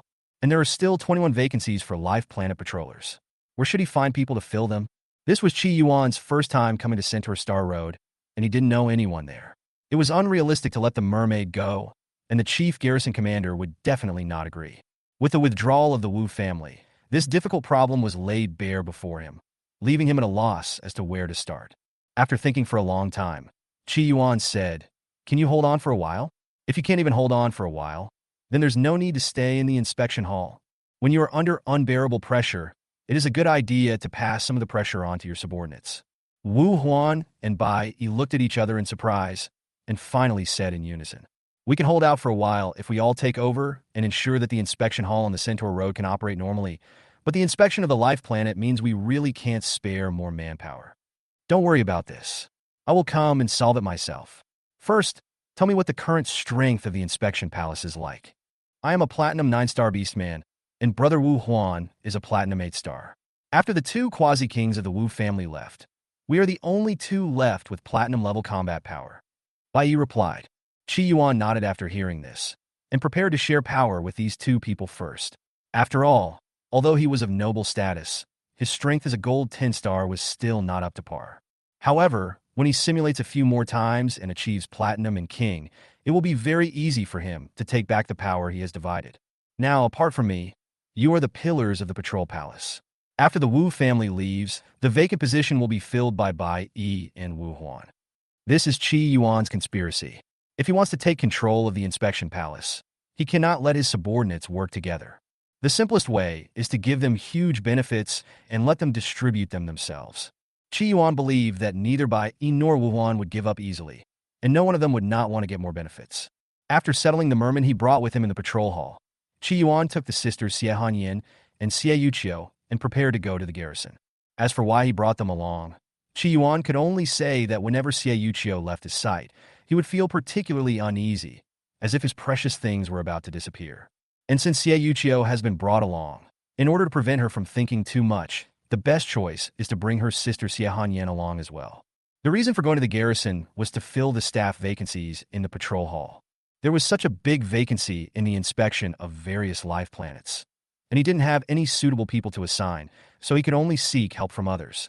After Qi Yuan left, Bai Yi and Wu Huan, who had just been in harmony, stopped pretending and started arguing in front of the inspection hall at the door. Wu Lao, I didn't realize that you were quite experienced in being a lackey. Why are you so anxious to lick the new master? Bai Yi spoke first. Hey Bai Lao-san, who was the one who was so anxious to show loyalty just now? What qualifications do you have to criticize me? You want to worship a little fellow with 10 gold stars like a treasure. Wu Huan hit back bluntly.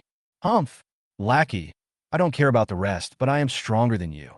Considering our past friendship, my Bai family will only take 7 levels of the vacancy of the Wu family in the patrol hall, and the rest will be left to you. You have such a big appetite. Aren't you afraid of eating yourself to death? You're only 1 star higher than me. If we really fight, my red dragon will not be afraid of your giant tree guards, so my Wu family should get 60%. It seems that you haven't been beaten for a long time, and you're feeling a little itchy. Do you think your Wu family deserves the 6th floor? Bai Yi said with disdain and contempt. Go ahead and give it a try. Let's go fight in the starry sky right now.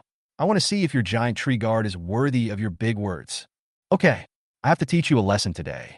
Afterwards, the two of them left hand in hand and left the inspection hall, leaving behind only the Bai family and the Wu family who were hostile to each other, as well as a small number of leisurely centrists. Scar saw everything, and he knew clearly that the reason he had the opportunity to follow this person was just because of luck. If you want to keep following him, you can't rely on luck every time. Only if I can create some value and make that person see my importance will he choose to take me with him wherever he goes in the future. And now, the young master has just become the inspector of the Centaur Star Road and is unfamiliar with everything here. Monitoring the movements of the Bai and Wu families is the first thing Scar has to do. Not only that, we must also try our best to win over those centrists to support the young master. Generally speaking, the young master can choose not to speak, but as the young master's most loyal subordinate, Scar cannot help but do it. Inside the garrison, the pillar of the Wu family was talking with the chief garrison commander Xiang Tianming. Master Xiang, you are aware of the Wu family's current situation. They probably can't stay on Centaur Star Road any longer. Could you write a letter to introduce us to Andromeda Star Road? Old man Wu said slowly, while coughing weakly. Xiang Tianming, who was sitting at the top, squinted his eyes, as if thinking about something. After a long time, he slowly took a sip of tea and said, Okay, but I want 50% of what the Wu family has gained on Centaur Star Road over the years. Shou Xiang, isn't 50% a bit too much? How about 30%? Old man Wu had an unpleasant look on his face and almost squeezed out these words. Chapter 43 Deals and Rejections. He really didn't expect this guy to be so greedy that he actually wanted 50% of the resources. You know, the Wu family has been rooted in the Centaur Star Road for hundreds of years, and the resources they have accumulated are definitely an extremely terrifying number. But the chief garrison commander would take away half of it with every opening and closing of his mouth. How could old man Wu tolerate this? 30% was already the limit he could accept. At worst, he could just find another person to help him get to Andromeda. There was more than one king-level beastmaster like Xiang Tianming on the Sagittarius Star Road. The Wu family chose him simply because he had the highest status here. However, Xiang Tianming did not express his opinion, but began to make tea very leisurely, as if he ignored old man Wu. The atmosphere suddenly became quiet. After a while, Xiang Tianming took a sip of tea slowly, looked at old man Wu with some surprise, and then said, Old Wu, I'm not trying to trick you. If I hadn't covered up for you, you would have been discovered by the inspectors above. How could you still be alive to negotiate with me? Besides, if your family is this big, there must be a place to take them in on Fairy Star Road. Don't you need me to mediate? So charging 50% is already a very reasonable price. If it were someone else, I wouldn't do it without 70% or 80%. If we weren't so close, I wouldn't make an exception for you. But 50% is really too high. Xiang Jinshou and the Wu family have hundreds of people. They need resources to survive and develop. How about 35%? If that doesn't work, I can only think of other ways. Seeing that the other party was playing the emotional card, old man Wu also started to complain. Xiang Tianming didn't care at all. He drank the tea in the cup in one breath and continued. I'm the only one who can do this in Centaur Xinglu now. The commander of the Centaur army has gone to report to Lord Yaoyue. If there is no war here, he will not be back for at least a month. And the two deputy commanders of the Centaur army are both from Shunan province. The Wu family has offended the young apprentice of the Taiji monarch. Do you think they will help you? Oh, by the way, I almost forgot to offer sacrifices to Li Bai. That guy has a kind heart and likes to help others, provided you can find him. After hearing what Xiang Tianming said, Old Man Wu's face became extremely ugly. He has been busy with the relocation of his family recently, and has not paid any attention to the movements of the various king-level beastmasters in the Centaur Star Road. Under the premise that the commander of the cavalry army has left and the two deputy commanders are both from Shunan province, it is nothing short of a pipe dream to want to go to Andromeda through this route. Li Bai was widely acknowledged to be unreliable. He often spent his time drunkenly in some corner, delaying many things, and thus angered several monarchs, who exiled him to the Centaur Star Road as a priest. This is also the reason why he has the ability to be titled as the King of Heaven but has no real power. It is easy to ask Li Bai for help, but whether that guy agrees is one thing, but whether he will do it is another. Seeing Xiang Tianming's sure look on his face, Old Man Wu wanted to refuse, but he didn't have the courage to speak because he knew that the man in front of him was not lying. But he really couldn't bear to give up the precious resources accumulated by generations. Just when Old Man Wu was in a dilemma, Xiang Tianming added fuel to the fire and said, "Old Wu, you have to make a decision quickly. After Qi Yuan goes to inspect the palace, the people from the other two families will not be merciful and will definitely tell him everything you have done. If he was just a gold-level beastmaster, there would be nothing he could do even if he knew about it. But he happens to be a disciple of the Taiji monarch. With evidence against him, it would be perfectly legitimate for him to deal with you. If he investigates, we won't be able to withstand the pressure. Don't blame me then." Just as he finished speaking, a beautiful woman dressed as a secretary knocked on the door, walked in, and whispered in Xiang Tianming's ear, "Sir, Qi Yuan is here. He is now at the gate of the garrison, waiting for your reception." His expression remained unchanged after hearing this, but he was ecstatic in his heart. He didn't expect this guy to be so powerful. Speak of the devil, and he will appear. Although the female secretary spoke in a low voice, her physical fitness had already surpassed the limit, and the Old Man Wu, who was at the quasi-king level, could still hear it clearly. Qi Yuan's arrival was the last straw that broke the camel's back. Old Man Wu's straight body suddenly hunched over, and he said weakly, "I agree. Then I'll have to trouble Xiang Jinsho to help delay Qi's inspection. Okay, as soon as the corresponding resources are in place, I will send you away immediately." After Xiang Tianming finished speaking to Old Man Wu, he turned to the female secretary and said, "Go tell Patrolman Shi that my beast-controlling 8-treasure silkworm has reached a critical moment of breakthrough, and I really can't spare the time to entertain him. Let him go to the Centaur Army's base first." After Old Man Wu and the female secretary left, Xiang Tianming smiled meaningfully and said to himself with some disdain, "As a small Wu family, how could we have given you so many conveniences if we hadn't considered Wu Ming's potential to break through to the Heavenly King level? Now that Wu Ming has been taken away, you are the only one left, an old man who is about to die. You dare to negotiate with me? But I really didn't expect that the Wu family is quite good at accumulating resources." Xiang Tianming seemed to have thought of something, and suddenly looked into the darkness, then ordered, "Yingyi, gather the brothers and go do something big. I want 50% of this, and the other 50% your Wu family can't take away. After all, it's all mine." After he finished speaking, a shrill voice came from the darkness of the secret room. "Yes, my lord, Yingyi is happy to serve you." Afterwards, Xiang Tianming summoned his 8 treasures heavenly silkworm from the beast taming ring and let it absorb the treasures of heaven and earth in preparation for a breakthrough. After all, Qi Yuan is a disciple of the Taiji monarch, and it is not easy to offend him. Since he said that his beastmaster is going to break through, then let it break through. In a guest room of the garrison, Qi Yuan and the 2 merman sisters waited for a long time. The secretary finally ran over and said while panting, "Master Qi, Master Xiang's beast is about to break through. He can't spare the time to see you now, so he can only drag me here to say sorry to you. But he suggested that you go to the Centaur Army's base to look for the 2 deputy commanders. They are both from Shunan province." Just when Qi Yuan thought that the chief garrison commander of the Centaur Star Road wanted to avoid him and protect the Wu family, a mighty spiritual energy suddenly erupted from the center of the garrison. Such a movement can only occur when a king-level beast tamer breaks through. Could it be that I have wronged him? Is this really such a coincidence? Qi Yuan thought. However, at the moment, it was indeed impossible to meet the chief garrison commander. so he had no choice but to thank the female secretary and leave. But this trip was not without gain. At least Qi Yuan knew that he could go to the two deputy commanders of the cavalry army for help.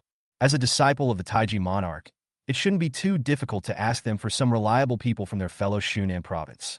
However, Qi Yuan was not sure that he would be treated with courtesy when he went there. He might be turned away again. Xie Hanyin seemed to see his worries and said comfortingly, "Master Qi, such a big gap cannot be solved in a short time. Don't put too much pressure on yourself. Since the chief garrison commander is making a breakthrough, let's go to the Centaur Army's base first. Well, we have to try it twice to find out whether there is a chance or not." Qi Yuan sighed and took his mermaid sisters to the Centaur Army's base. Chapter 44. Qi Longhe, deputy commander of the Horse Army, and Lin Shu. On the other side, at a high-level military camp on Centaur Star Road, a thick black cloud shrouded the place, adding a bit of bleakness. In the military camp, the top main seat was empty, but on the left and right sides of the main seat, there was a middle-aged man in military uniform sitting respectively. In front of them, there were more than a dozen senior leaders of the Ma army sitting upright and silent. Although there were clearly more than a dozen people sitting here, it seemed dead and depressing. The entire senior military camp was so quiet that even each other's rapid breathing could be heard clearly, as if an unprecedented storm was about to come. Finally, a powerful voice broke the silence. Qi Longhe frowned and shouted angrily, "Tell me, what do you usually do?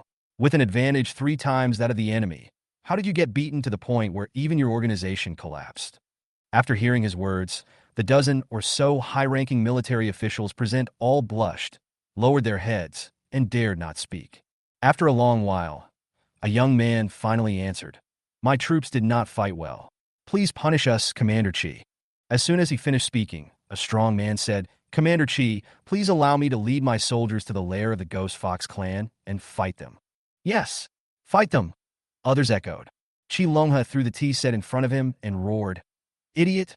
You can't even beat them in your own home turf. Do you think you can stand up if you go to their lair? What's the point of you fighting? You'll only bring shame to Lord Yaoyue." The commander, who was still in Frost Wind Star Road, had to rush back early to apologize to Lord Yaoyue. "Don't you know that he will be promoted to the commander of the Yaoyue army soon? Now that this has happened, even the former subordinate races are ready to make a move. They think that our Centaur army is incapable of protecting their safety and want to secede and establish their own regime." As if he was tired, Qi Longhe took a long time to relax before continuing.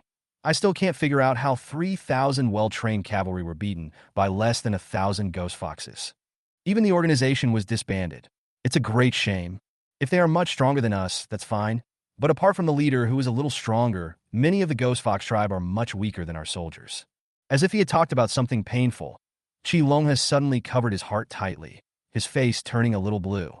After seeing this scene, Lin Shu, who was standing next to him, immediately summoned a sunflower to heal him, which made Qi Longhe's expression look better. His old wound caused by anger relapsed. This old wound was caused by the counterattack of a king-level cicada when it was dying many years ago.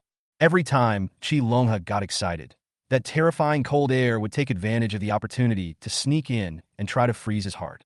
This cold air stayed with him for a long time, and when Qi Longhe wanted to find someone to remove it, he found that even the monarch had no way to remove the cold air without endangering his life. Later, Taiji monarch Zhang Huaijin learned about this and went to the Muling tribe to rob a sunflower. He originally wanted to contract it directly through Qi Longhe, but his contract slot was full. They had to settle for the second best and found him a partner to contract with Sunflower, and this partner was Lin Shu, who was beside Qi Longhe. As soon as the coldness in Qi Longhe's body erupts, Lin Shu will immediately summon that special beast to help him suppress it. Over time, the relationship between the two people became better and better. "Brother Qi, stop talking and take a good rest first," Lin Shu said to Qi Longhe, who had just experienced the cold air entering his body, and then asked the high-ranking officers of the cavalry below with a stern face, "I won't say anything else. I just want to ask why you lost so quickly." After hearing Lin Shu's words, a young man with a mole on the corner of his mouth looked thoughtful, as if he was recalling the sudden encounter. Suddenly, he seemed to have thought of something and blurted out, "I remember now. Those ghost foxes seem to be very familiar with our camp. They even knew exactly how many people were there. And many of my fellow beastmasters had problems that day. They attacked anything they saw except their masters, as if they had gone crazy. Lin Shu nodded after hearing this. He knew the latter point. It should be because he was affected by the ghost fox's mind-confusing spell, and he couldn't distinguish between friend and foe. But this was the first time he had heard of this, so he immediately asked, "You mean they're so familiar with our camp that they even know a few people in that place?" It seems that there is a traitor in our centaur army. No wonder the medium of the mind-confusing spell was able to quietly avoid detection and land on the beasts of our army. With murderous intent in his eyes, he glanced at the dozen or so high-ranking centaurs below him and released a killing field. A traitor who could leak such detailed information about a military camp could only be a high-ranking official. The people below would have no chance of knowing this information at all. The terrifying murderous intent immediately made these people break out in cold sweats, and they cursed the damned traitors in their hearts. After a long time, some high-ranking members of the cavalry army even fainted because they could not withstand the overwhelming murderous intent, but they still did not find the traitor. Lin Shu also became a little hesitant at this moment, thinking, could it be that the traitor is not among these people? In the territory of the killing scorpion, anyone who showed the slightest killing intent towards him would be detected. If there is a traitor among the people below, he must be full of murderous intentions towards me, and this is absolutely impossible to conceal. After he retracted the killing field, he looked at the few people who were trembling but still sober, and continued to ask, "Besides you, who else knows the specific layout of that military camp?" The few people who were still awake looked at each other, and after thinking for a long time, they still couldn't think of anyone else. Suddenly, Yang Su, the young man with the mole on the corner of his mouth, said weakly, "In addition to us, those who provide supplies and logistics can enter the military camp." And I remember that the sudden attack happened just a few days after the supplies were delivered. This is a new idea. Lin Shu nodded. Yang Su was right. Originally, they only focused on finding problems within themselves, but ignored external problems. Who was in charge of the supply? Bring him back now. Yang Su immediately stood up and shouted to him. Commander Lin, if I remember correctly, it was an elder of the Wu family. Someone from the Wu family? From the inspection palace? That makes things easy, Lin Shu said after he breathed a sigh of relief. If it were in the past, it would be impossible to arrest an elder of the Wu family without any evidence, because the one in charge of the inspection hall was the fourth son of the Wu family, Wu Ming. But now it is different. The situation in the inspection hall has changed. Qi Yuan, a disciple of Taiji Monarch of their Shunin province, is appointed as the inspector. It is too easy for him to investigate an elder of the Wu family. Just as he was about to visit Qi Yuan in the inspection hall, a soldier in military uniform rushed in and said to everyone present, "My lords, the new Inspector General Qi Yuan is here." Chapter 45, Capturing the Suspect, the Wu family's last struggle 1. Lin Shu was a little confused, thinking, why did he come here suddenly? He had just taken up the post of the inspector of the Centaur Star Road, so shouldn't he be in charge of the inspection hall? However, he immediately said to the sergeant who delivered the message, "Well, what are you standing there for? Hurry up and invite him in." Although I don't know why Qi Yuan suddenly visited me, I still have to show the minimum courtesy. Moreover, if he came here now, he would not have to go to the inspection hall to discuss the arrest of the elders of the Wu family with him. Now, he could just talk about it directly in the military camp. With the guidance of the messenger, Qi Yuan and the Mermaid sisters arrived at the military camp where the top leaders of the Centaur army gathered without any obstruction. As soon as he entered the door, he saw a burly man in military uniform, with a kind smile on his face, quickly approaching him and saying, "Inspector Qi is truly a man of talent. He has been promoted to inspector at such a young age, and he is also the holy son of our Shunin province. His future is limitless." Qi Yuan looked at the man's uniform and knew his identity from the medal on his chest. He immediately replied modestly, "Commander Lin, you were too kind. If it weren't for the accident, I would still be studying in Yunzhou City. As for this position, it was forced upon me by the teacher. I will need your help in the future. Otherwise, how can a gold-level kid like me support such a large inspection hall?" After hearing his words, Lin Shu immediately understood the purpose of the young man's visit today. It was very likely that he came to ask for someone, so he directly led him into the military camp and sat him down. However, he was not prepared to refuse. After all, it was extremely difficult to place people in the inspection hall in the past, but it is much easier now. But now Lin Shu has something more important to say, so the matter of borrowing people will have to be put on hold for the time being. "Inspector Qi, logically speaking, we shouldn't talk about this matter today when we meet for the first time. but I really have no choice but to boldly ask for your help. Hey, Brother Lin, you are too polite.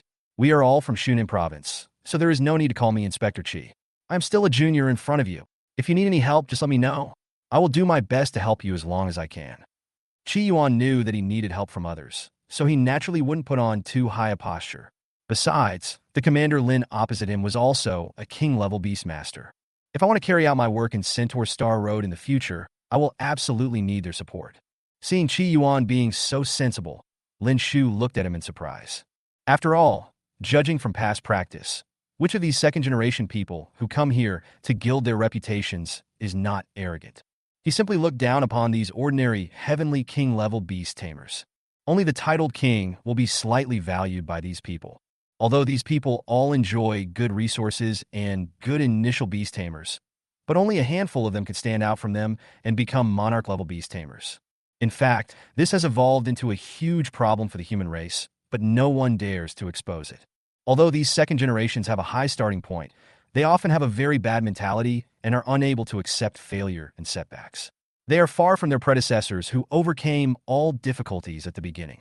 Brother Lin? Brother Lin? What are you thinking about? Lin Shu, who was thinking, suddenly heard Chi Yuan's voice.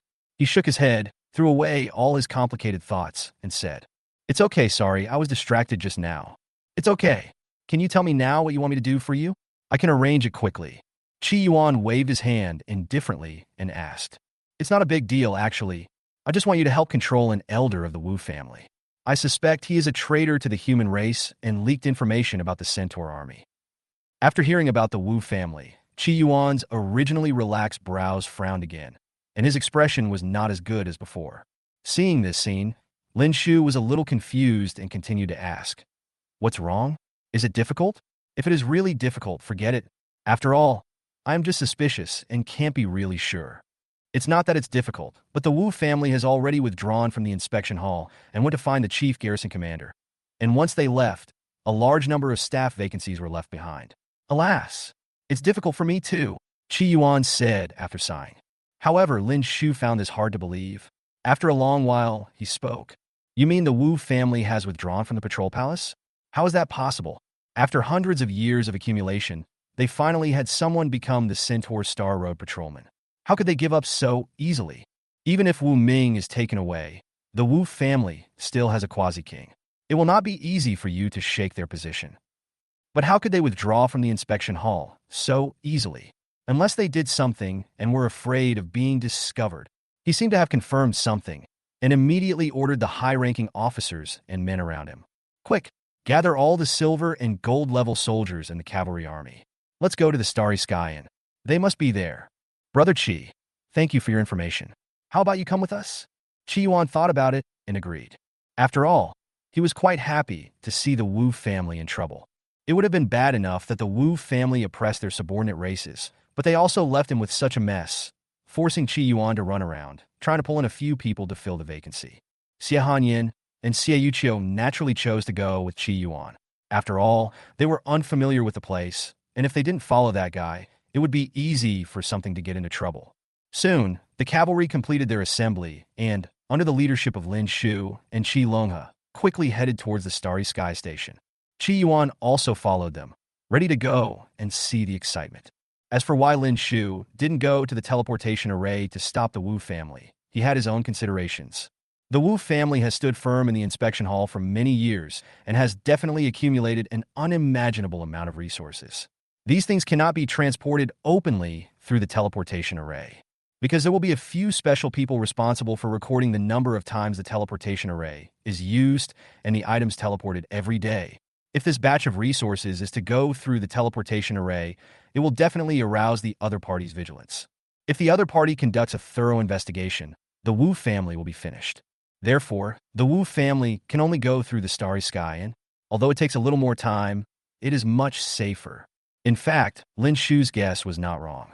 When they arrived at the Starry Sky Station closest to the Centaur Star Road, Old Man Wu and others had already packed the remaining 50% of the resources and were ready to leave. After seeing himself surrounded by such a large army, Old Man Wu seemed to be at ease. However, when he saw the two leaders, he realized that there would be some trouble today. He originally thought that at most there would be a few platinum-level beastmasters, but he didn't expect that both deputy commanders would come. But fortunately, 50% of the resources were spent on the chief garrison commander, so I don't think they would dare to do anything reckless. Two commanders, what does this mean? If the Centurion army doesn't go to resist foreign invasion, why are they looking for us? Old Man Wu said slowly and calmly without changing his expression. One of my military camps was attacked, and the attacking Ghost Fox tribe knew the layout of the camp very well. I have reason to suspect that the Wu family elders who provided logistical support for that camp have become traitors to the human race. Please don't make the mistake. Lin Shu looked fiercely and stared at Old Man Wu. Is this true? Who is the elder in charge? I will arrest him and hand him over to you immediately. Old Man Wu replied immediately. He was just an elder. If he died, he died. The most important thing now was the safety of their entire Wu family. If I remember correctly, it should be Elder Wu Yu. He is in charge of the logistic support of that camp. In the army, Yang Su said frankly. Chapter 46, Capturing the Suspect, the Wu family's last struggle too. After hearing this, Old Man Wu looked at the young man with his dim eyes, took a deep breath, and said to the Wu family member beside him, Go, bring him here, and hand him over to the two commanders. After saying this, he closed his eyes as if accepting his fate and began to think about why the Wu family had come to this point.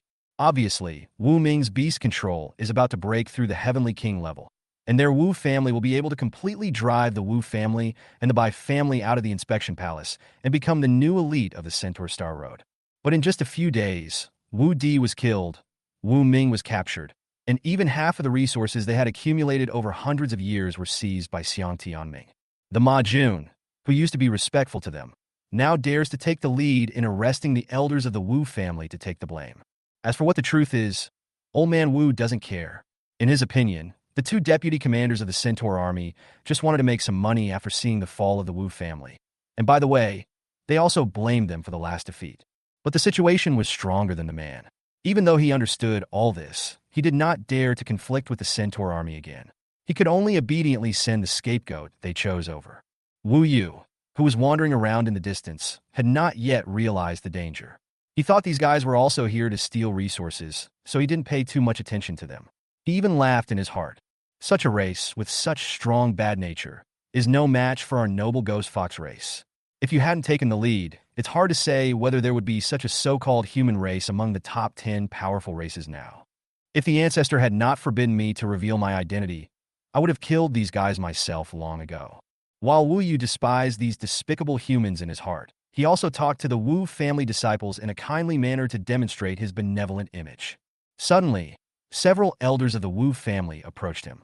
Just as Wu Yu was about to ask what happened, they all summoned their own beasts and attacked him together.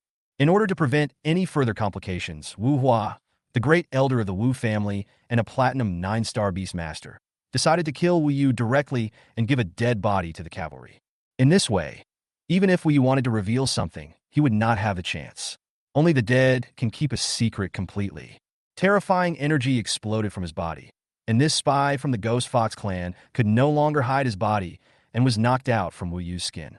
Suddenly, everyone in the Wu family and the troops on the periphery were a little stunned, and even Lin Shu was a little surprised. He originally thought that this elder of the Wu family betrayed the Centaur army as a human, but he did not expect that he had already been replaced by the Ghost Fox clan. That was not surprising.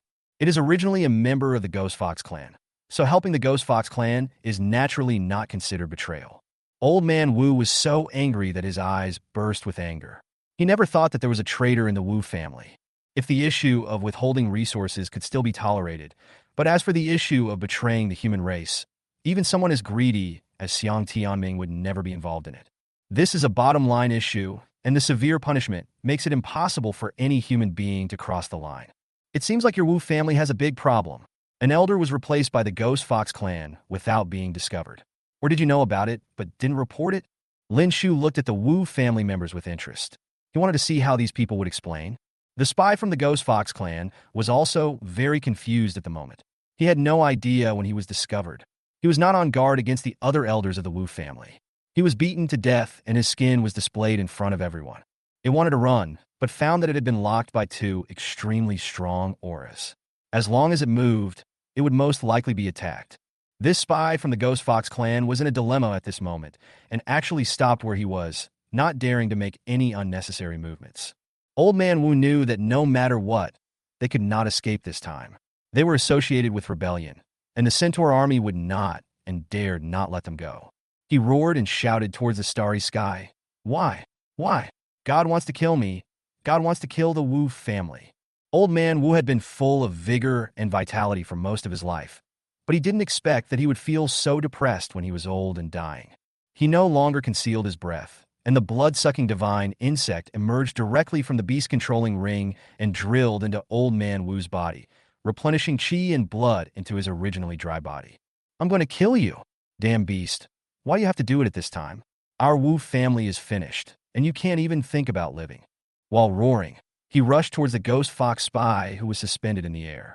The aura bursting from his body was almost at the king level, level 40.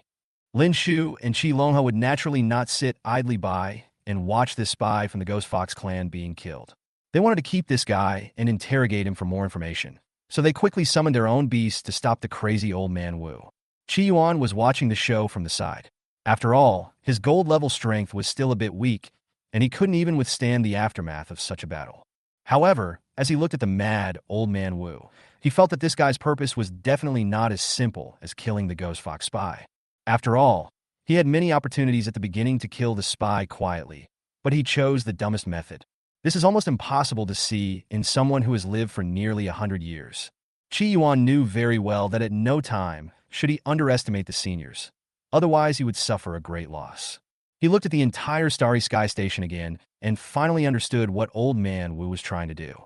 It was a very clumsy plan, to buy time by raising offspring to gain combat power comparable to that of a king, so that the descendants he valued would leave. In fact, the two battle-hardened deputy commanders had already discovered this plot.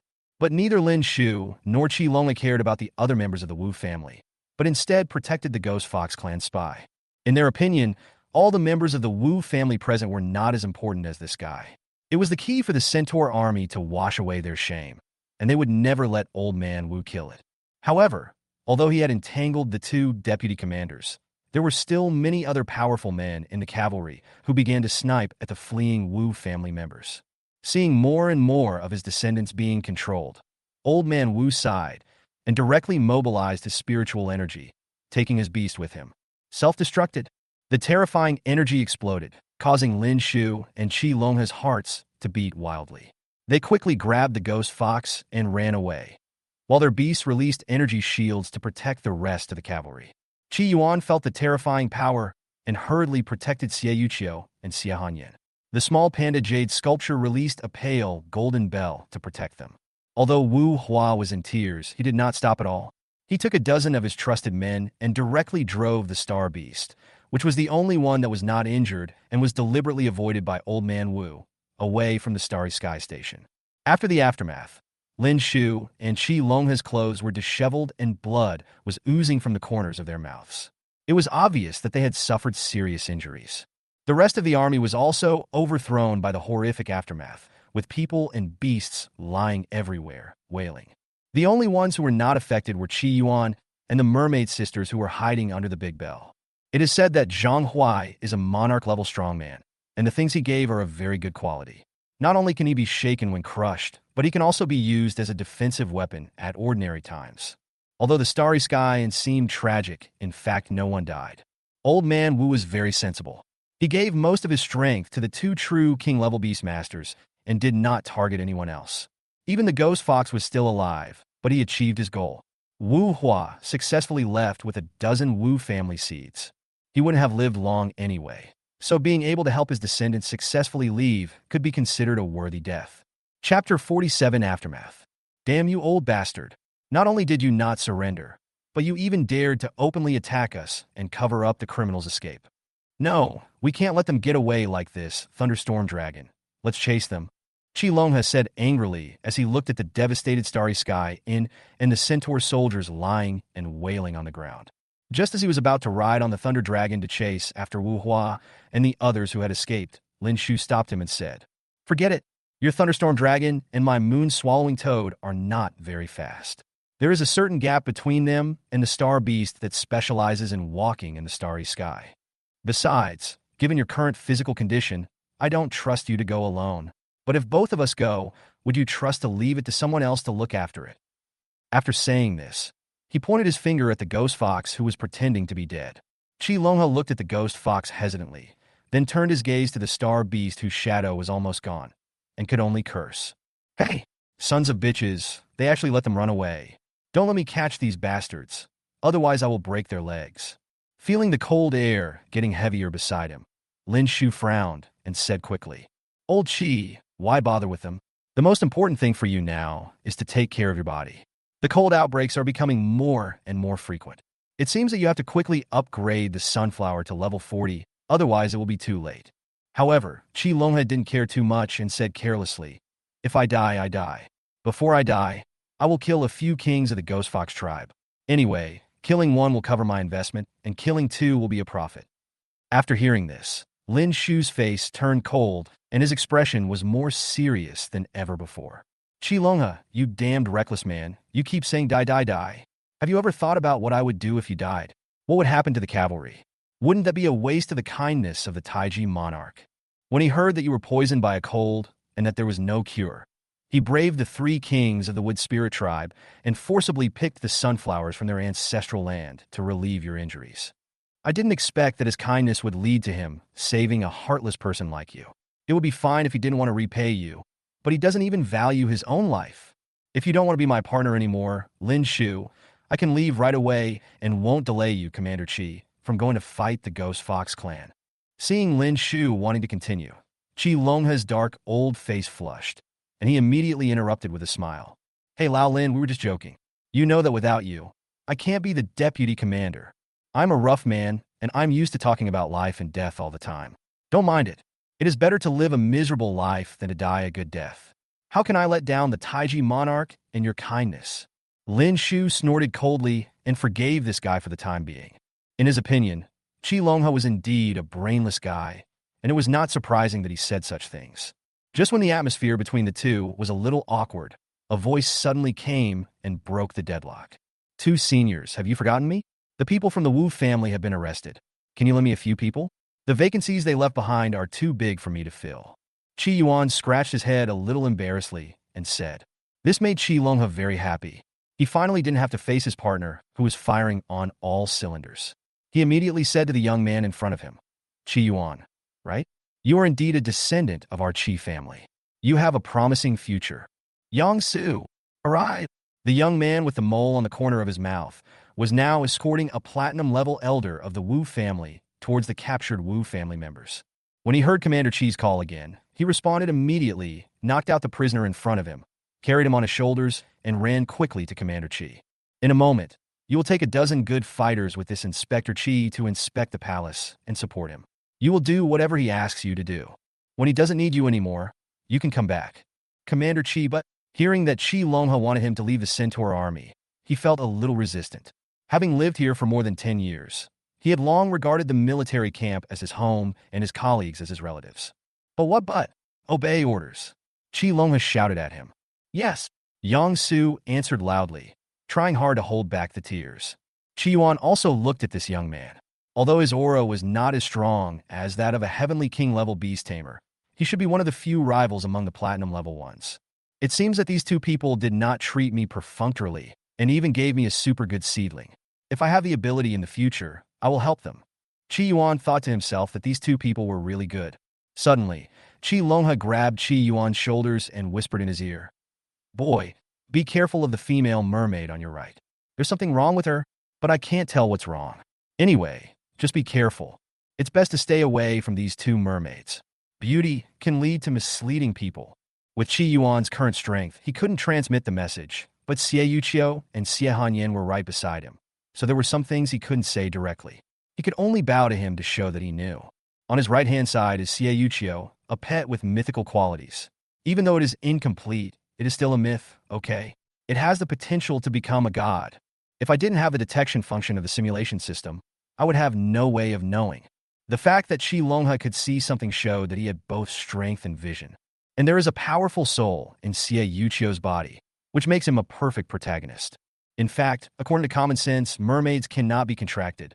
Therefore, neither Xie Yuqiu nor the soul in her body could guess why Chi Yuan was so eager.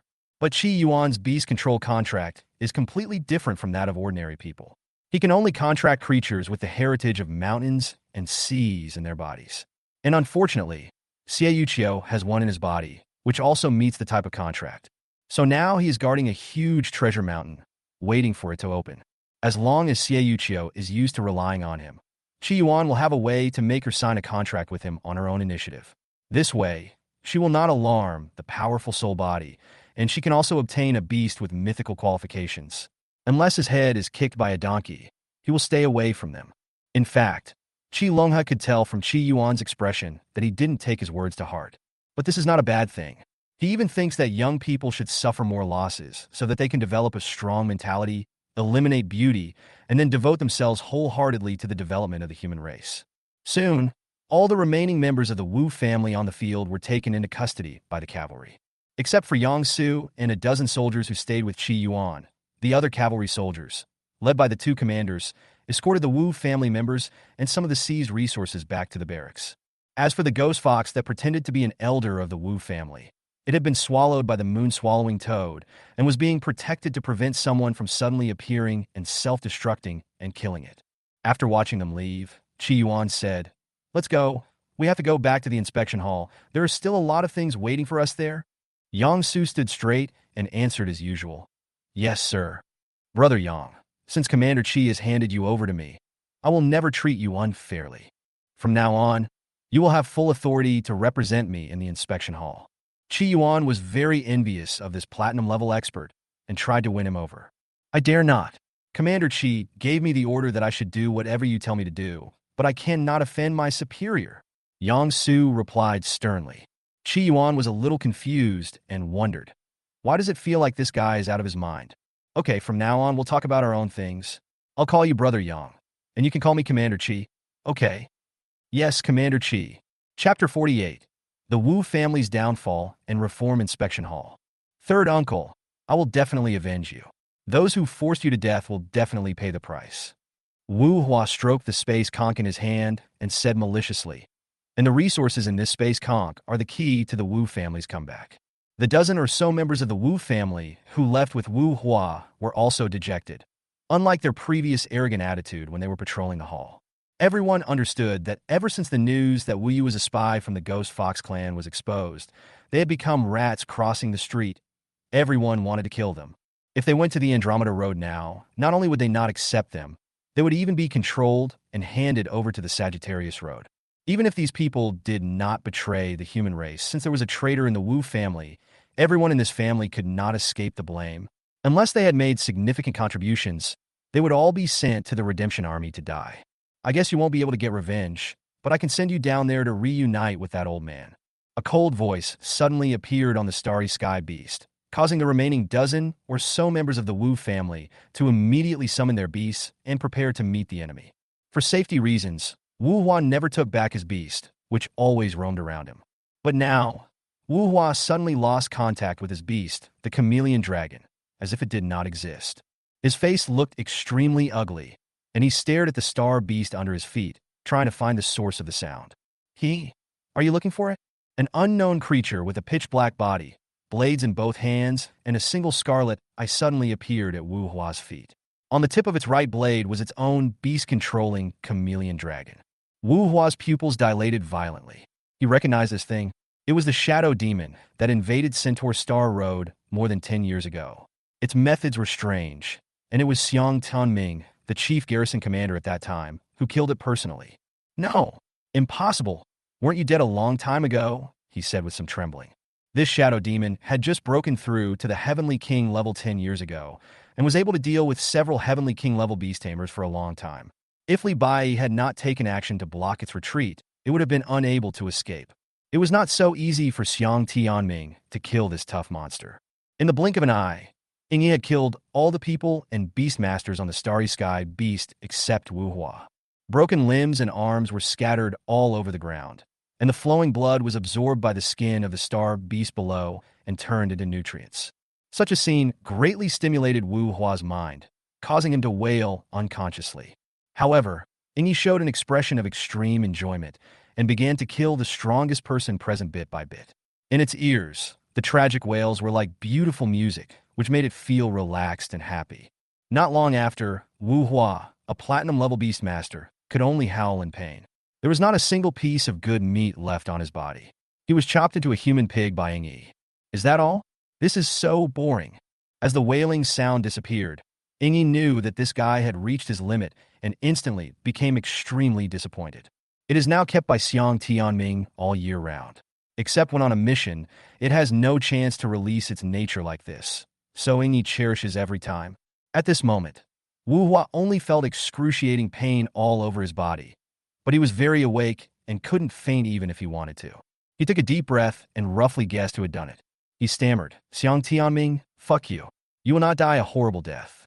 Even if I become a ghost, I will not let you go. After saying this, he died immediately. Ing Yi took away the space conch from him, and before leaving, he fed the bodies of all of them and the beastmasters to the star beast, destroying all traces.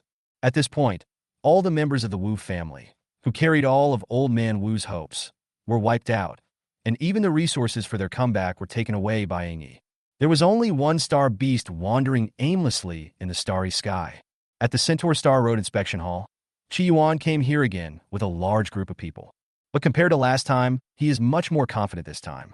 In addition to the dozen or so gold-level experts assisted by the two deputy commanders, the one Qi Yuan values most is Yang Su, who has reached the platinum 10-star level. With him around, the other two platinum beastmasters in the patrol hall would have no way to undermine him. However, what Qi Yuan did not expect was that Wu Huan and Bai Yi actually ran to the starry sky and have not returned until now. And according to Scar's report, the two guys seemed to have some conflict and were entangled in the division of interest left by the Wu family, and they wanted to go to the starry sky to fight it out. Qi Yuan knew very well that they were acting for him in order to reassure him, but their acting was a little exaggerated. Just when the two of them were away, Qi Yuan was inspecting the palace and starting the reforms. Some of the Wu and Bai family members who occupied important positions in the inspection hall were sent to various life planets to serve as inspectors. This naturally caused a backlash from the two families, with some even saying bluntly, without the order from their own family master, they would not leave the inspection hall. Of course, it wasn't long before these rebellious guys agreed. Qi Yuan was a scholar, and he loved to convince others with reason. Yang Su's reason is greater than that of everyone present, and everyone only obeys his orders. So after beating up the stubborn elements, they were willing to follow Qi Yuan's arrangements and go to some remote life planets as inspectors. Of course, people from these two families also tried to find ways to notify the two platinum-level beastmasters, hoping that they could come back to stabilize the situation and resist Qi Yuan's orders. But when they came back, it was too late. In the starry sky, Bai Yi and Wu Huan were drinking and chatting on a ruined and desolate planet. The atmosphere was extremely harmonious, and there was no tension at all as there was at the gate of the inspection hall. Brother Bai, do you think that kid will believe us? Wu Huan spoke first. He's just a second generation. We don't even know when he was sidelined.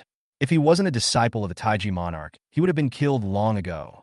Now that he has just arrived and there is no one around him he can trust, who else can he use except us? But these second generations are most concerned about face, so we must pay attention to this.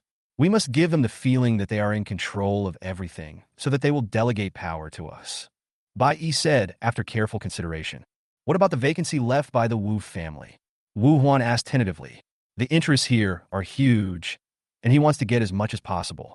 After all, no one would complain that there are too many resources and they cannot use them. There will always be someone in the family who needs them. As originally agreed, we'll each take half, and give him all those life planets that don't produce any benefits and are barren. Bai Yi said this carelessly, but his eyes were filled with deep contempt and greed. On the surface, they still get along well and call each other brothers. In fact, Qi Yuan's conspiracy did work. This is the bad nature of human beings. They're never satisfied and want more once they get something. This is true for Wu Huan and Bai Yi as well. At this moment, they were all looking forward to getting more benefits from Qi Yuan, so they temporarily put aside their conflicts. But this contradiction will not disappear, but will become increasingly larger over time until it is completely irreconcilable. Okay, Brother Bai is a righteous man. Let's not talk about this and just drink. Wu Huan picked up the wine glass and drank it all in one gulp. Bai Yi also picked up the wine glass and started drinking it. They didn't want to go back too early and planned to give the new inspector some time to himself so that Qi Yuan would know their importance. But this also caused them to miss the only opportunity to stop Qi Yuan from reforming the inspection palace. Chapter 49. The first simulation of the longevity of a turtle. After going through so many things, Qi Yuan finally had some free time. As for the matters of inspecting the palace, he handed them all over to Xie Hanyin and Yang Su, under the pretext of training them well. In fact, the reason is very simple. He is too lazy and doesn't want to deal with those complicated things. However, Qi Yuan didn't realize that Xie Hanyin, a mermaid woman, showed extraordinary talent in handling these matters and managed everything in an orderly manner. After Bai Yi and Wu Huan ran to the starry sky, Qi Yuan sent the two stronger beastmasters to the remote life planet as inspectors. Some of them don't even have a teleportation array and can only teleport to a nearby planet and then fly there with their beasts. Most of the vacant positions were given to the centrists and the cavalry soldiers brought back by Qi Yuan, and even a few mermen also took up some less important positions. Although according to the human race's starry sky laws, outsiders are not allowed to serve as inspectors, garrisons, or military commanders unless specially approved. But some less important positions can still be assigned to them, and this does not violate the laws of the human starry sky. Qi Yuan was also happy to have some free time, and whenever he had time, he would cultivate his relationship with Xie Yuqiu, preparing for his future contract with her. A few days passed quickly, and the cooling time of the simulation system finally ended, and he could sign the contract again. However, considering the huge difference in strength between the two beasts, Qi Yuan finally decided to simulate the longevity of the little turtle that had just been contracted. Moreover, Lazy Bird's strength has expanded too much in a short period of time. The most important thing now is to stabilize his realm rather than continue to improve.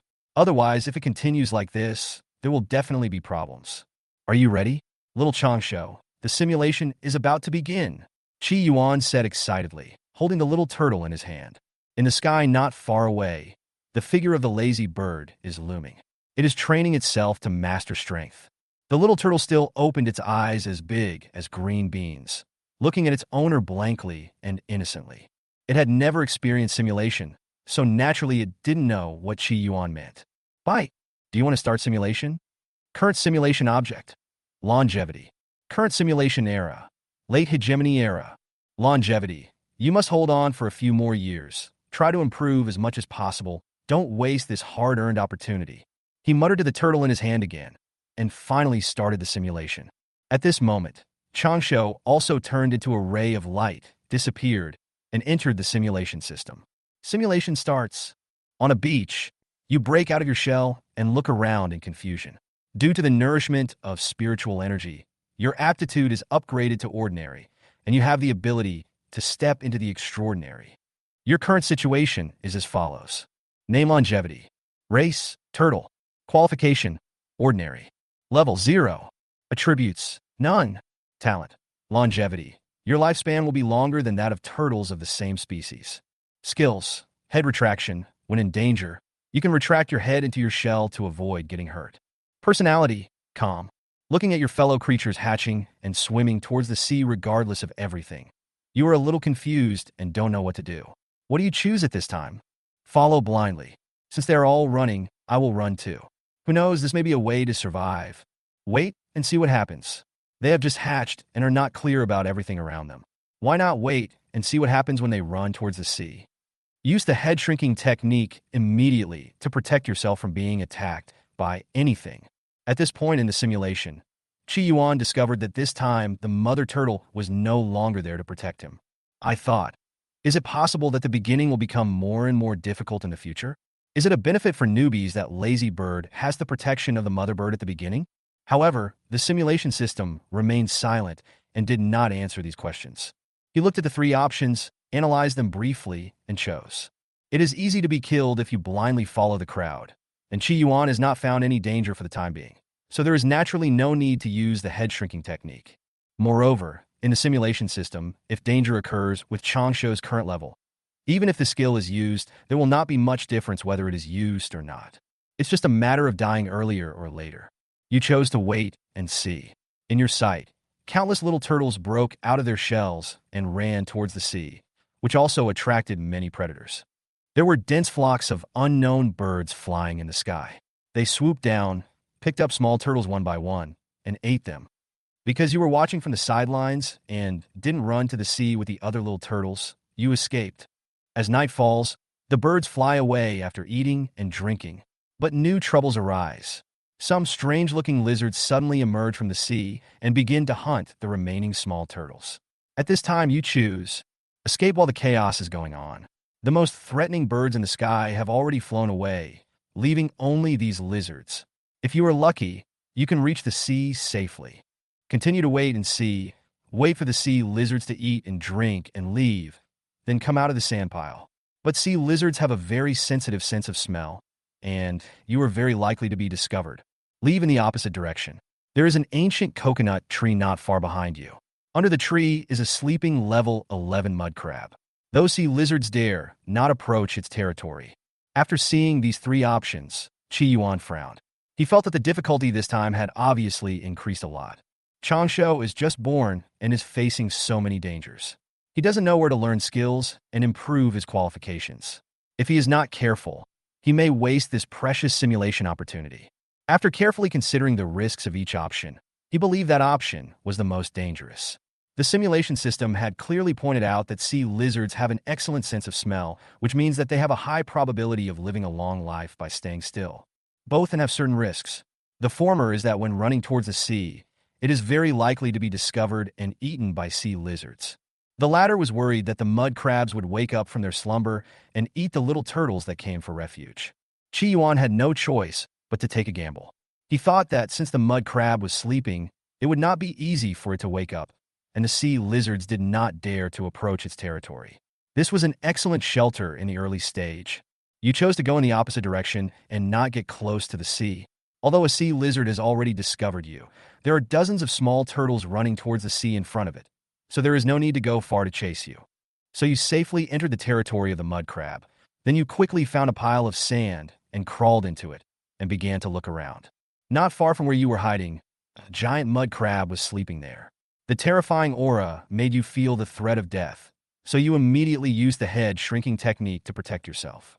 Originally, after the sea lizard ate the other little turtles, it followed your scent and came here. But it wandered around the mud crab's territory for a long time and never had the courage to enter here, so it could only leave quickly and look for other little turtles. You successfully escaped the first crisis. Now you feel a strong hunger rising in your heart. It seems that if you don't eat something, you will starve to death in the next moment. You choose now. Eat sand to fill your stomach. You are too hungry, and the nearest thing to you is sand. Filling your stomach with sand may be a good choice, but it has no nutrition, and you will still starve to death after a long time.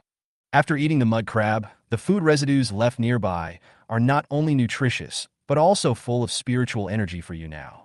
They can help you break through the level, but there is a certain probability of awakening the mud crab. Chapter 50 Simulation. See Dragon Ball, an opportunity for evolution.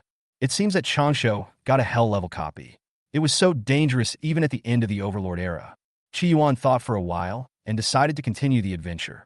After all, the little turtle, who was not even extraordinary, was at risk of dying at any time on this beach. Besides, the size of the mud crab looks so big in the simulation panel that it probably wouldn't be noticed that it has a small body and can live longer. So he chose option, taking a gamble and seeing if he could turn his bicycle into a motorcycle. You choose to eat the food scraps of the mud crab. While it is still asleep, you quickly crawl under its body and eat the pieces of ancient coconut. These ancient coconut pieces contain extremely rich spiritual energy. After eating just a few pieces, you will feel extremely full, and your level will break through to level 1, officially becoming an extraordinary life. But the noise of your breakthrough still affected the sleeping mud crab. It slowly woke up and fixed its eyes on the place where the spiritual energy was just disordered, but you had already run behind the mud crab. After searching its territory for a long time, it still did not find any intruders, so it took out its anger on the sea lizards wandering around the ancient coconut tree and drove them away. After returning, the mud crab ate a few more ancient coconuts and continued to sleep.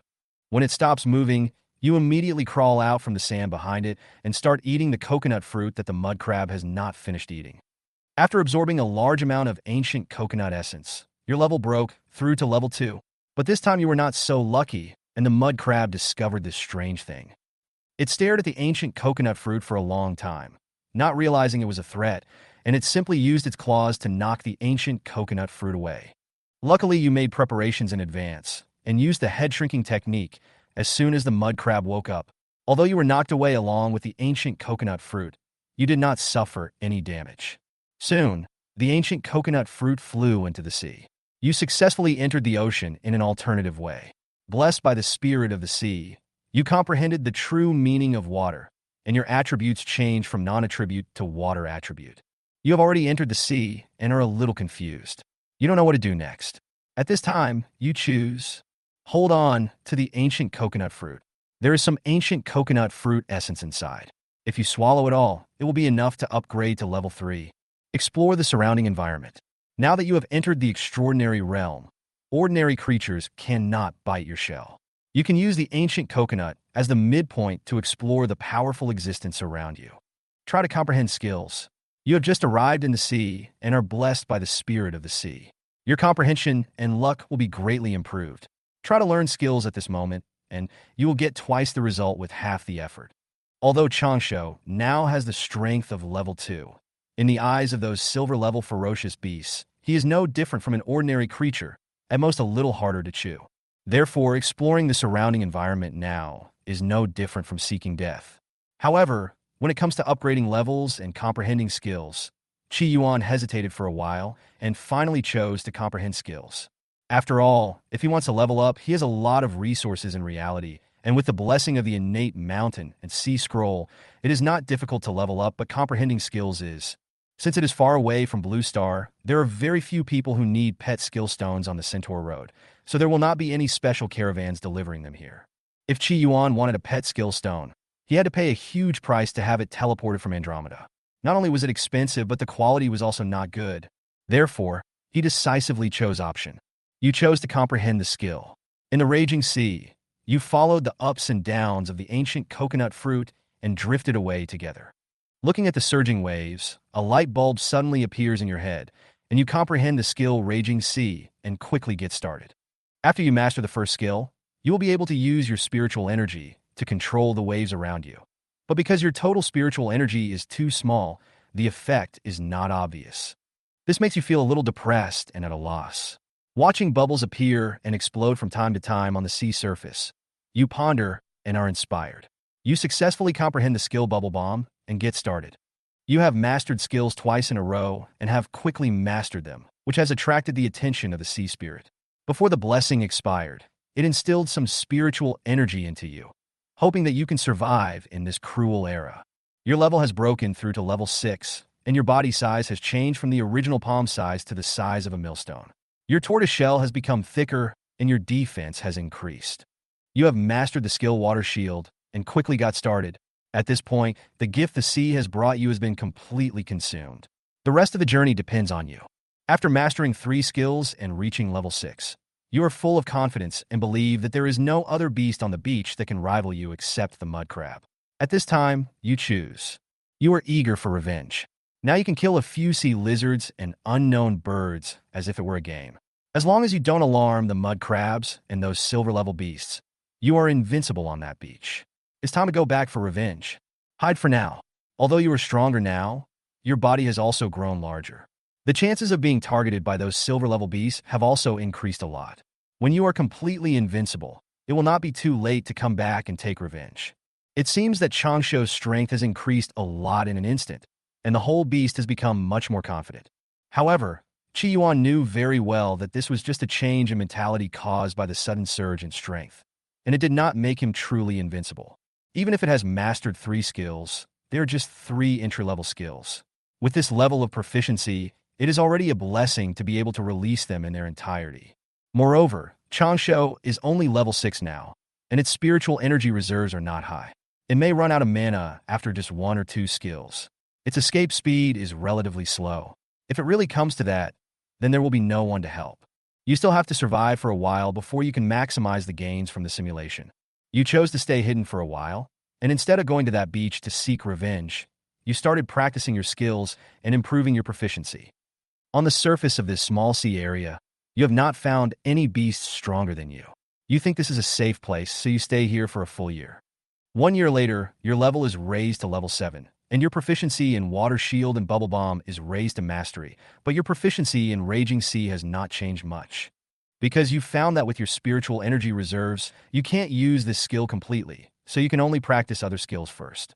One day, when you were diving under the sea to practice your Water Shield skill, a faint fragrance suddenly emerged from the seabed, which deeply attracted you.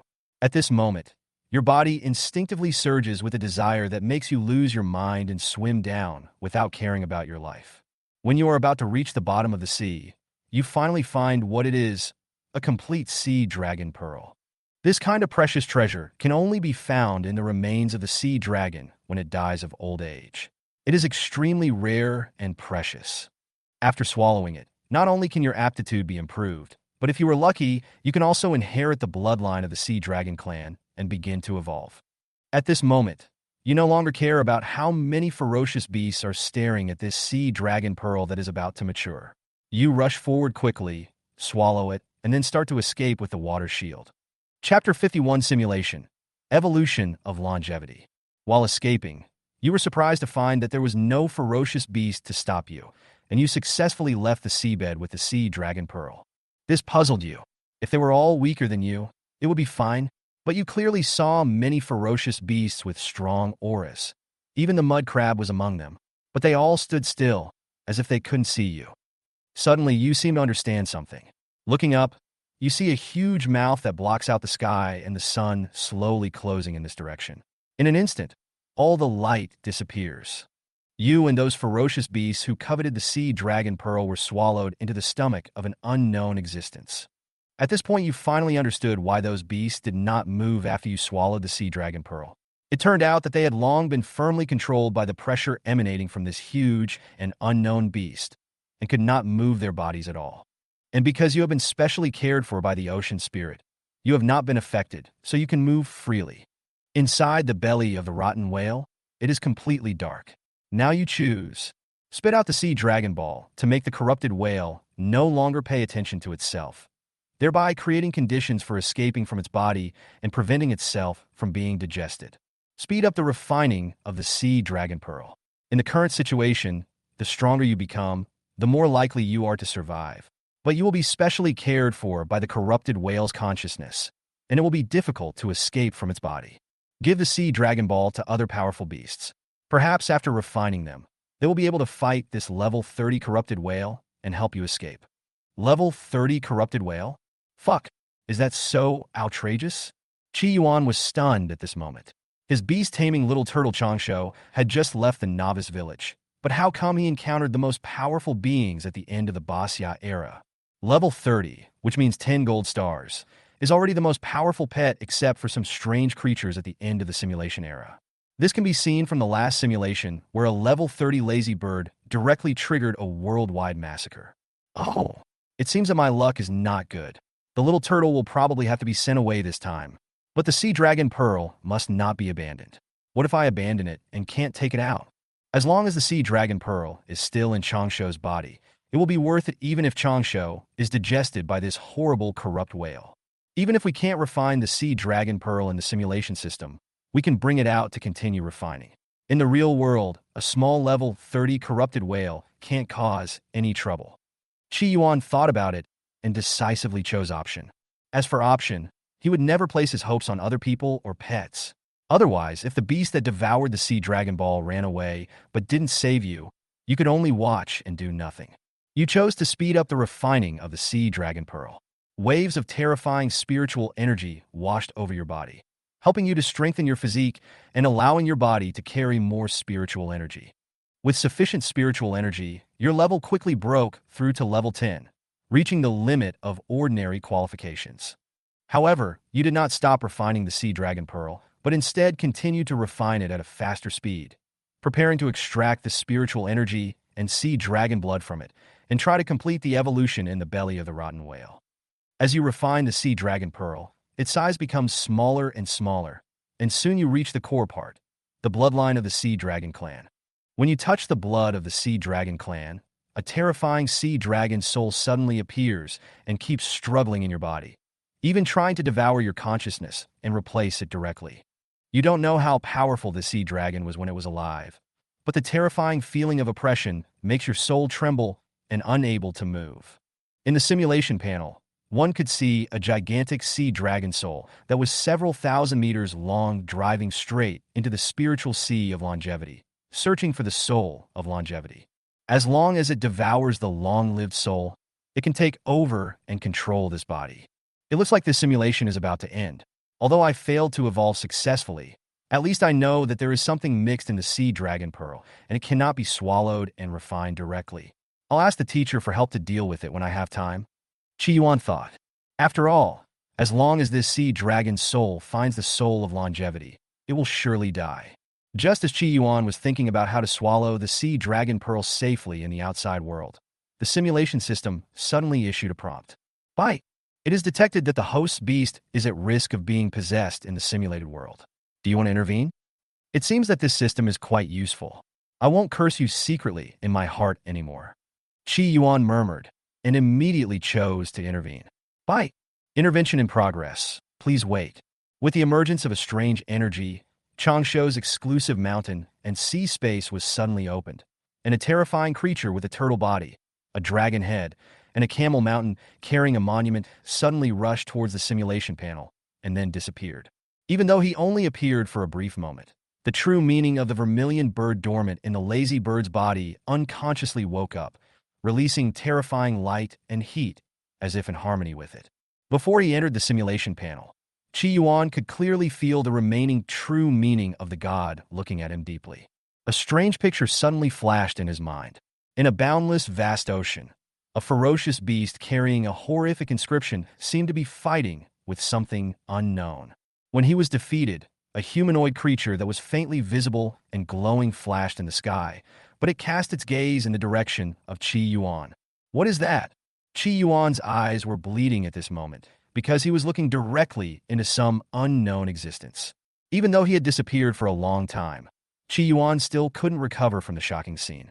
It was not until a shrill cry was heard that the picture shattered into pieces and disappeared without a trace. But Qi Yuan fell into a coma because he couldn't bear the tremendous pressure. And the simulation system is still running on its own. Welcome the Great Coming. Simulation continues. Ba Xiaozhen's figure suddenly appeared in the simulation world. Both the level 30 rotten whale and the sea dragon in the form of a soul body began to tremble at this moment. He who was carrying the steel on Taoshan Mountain appeared in Changshou's spiritual world in the blink of an eye, and easily crushed the nearly 1,000-meter-long sea dragon soul, turning it into pure soul power to nourish Changshou's soul body. Inside the rotten whale's body, the little turtle's long-lived body formed a small flesh cocoon, which greedily sucked the rotten whale's flesh and blood and spiritual energy, making it miserable, but it dared not move. Ba Xiao's true meaning slowly sank into Changshou's spiritual sea and eventually disappeared.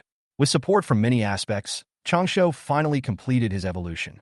The specific information is as follows. Name: longevity. Race: dragon turtle. Qualification: treasure. Level: level 21. Attributes: water, dragon, earth. Talent: longevity. Carrying a mountain and a stone tablet on your back. You can carry mountains and stone tablets on your back, greatly improving your strength and level. The degree of improvement depends on the size of the mountain and the meaning of the inscription on the tablet. Dragon body. You have dragon blood. Your physical strength is much higher than other beasts of the same level and qualifications, and your resistance to various physical and elemental attacks is greatly improved. Skills: head shrinking mastered, bubble bomb mastered, water shield mastered, raging sea beginner, mountain power beginner, heavenly suppression monument beginner, dragon breath beginner, water spout beginner. Personality: calm. Bite. The simulation is affected by an unknown force and is about to end. Please confirm with the host. Host did not respond. Simulation ended. Rewards are being calculated. Chapter 52: Rewards and Thoughts. After a long time, Qi Yuan slowly woke up, and at this moment he felt a terrible headache. Damn, what on earth was that? Those eyes. Why can't I remember it? Qi Yuan murmured in confusion. He clearly remembered that he seemed to see the face of the glowing humanoid creature. But now, there is not the slightest impression of this in my mind.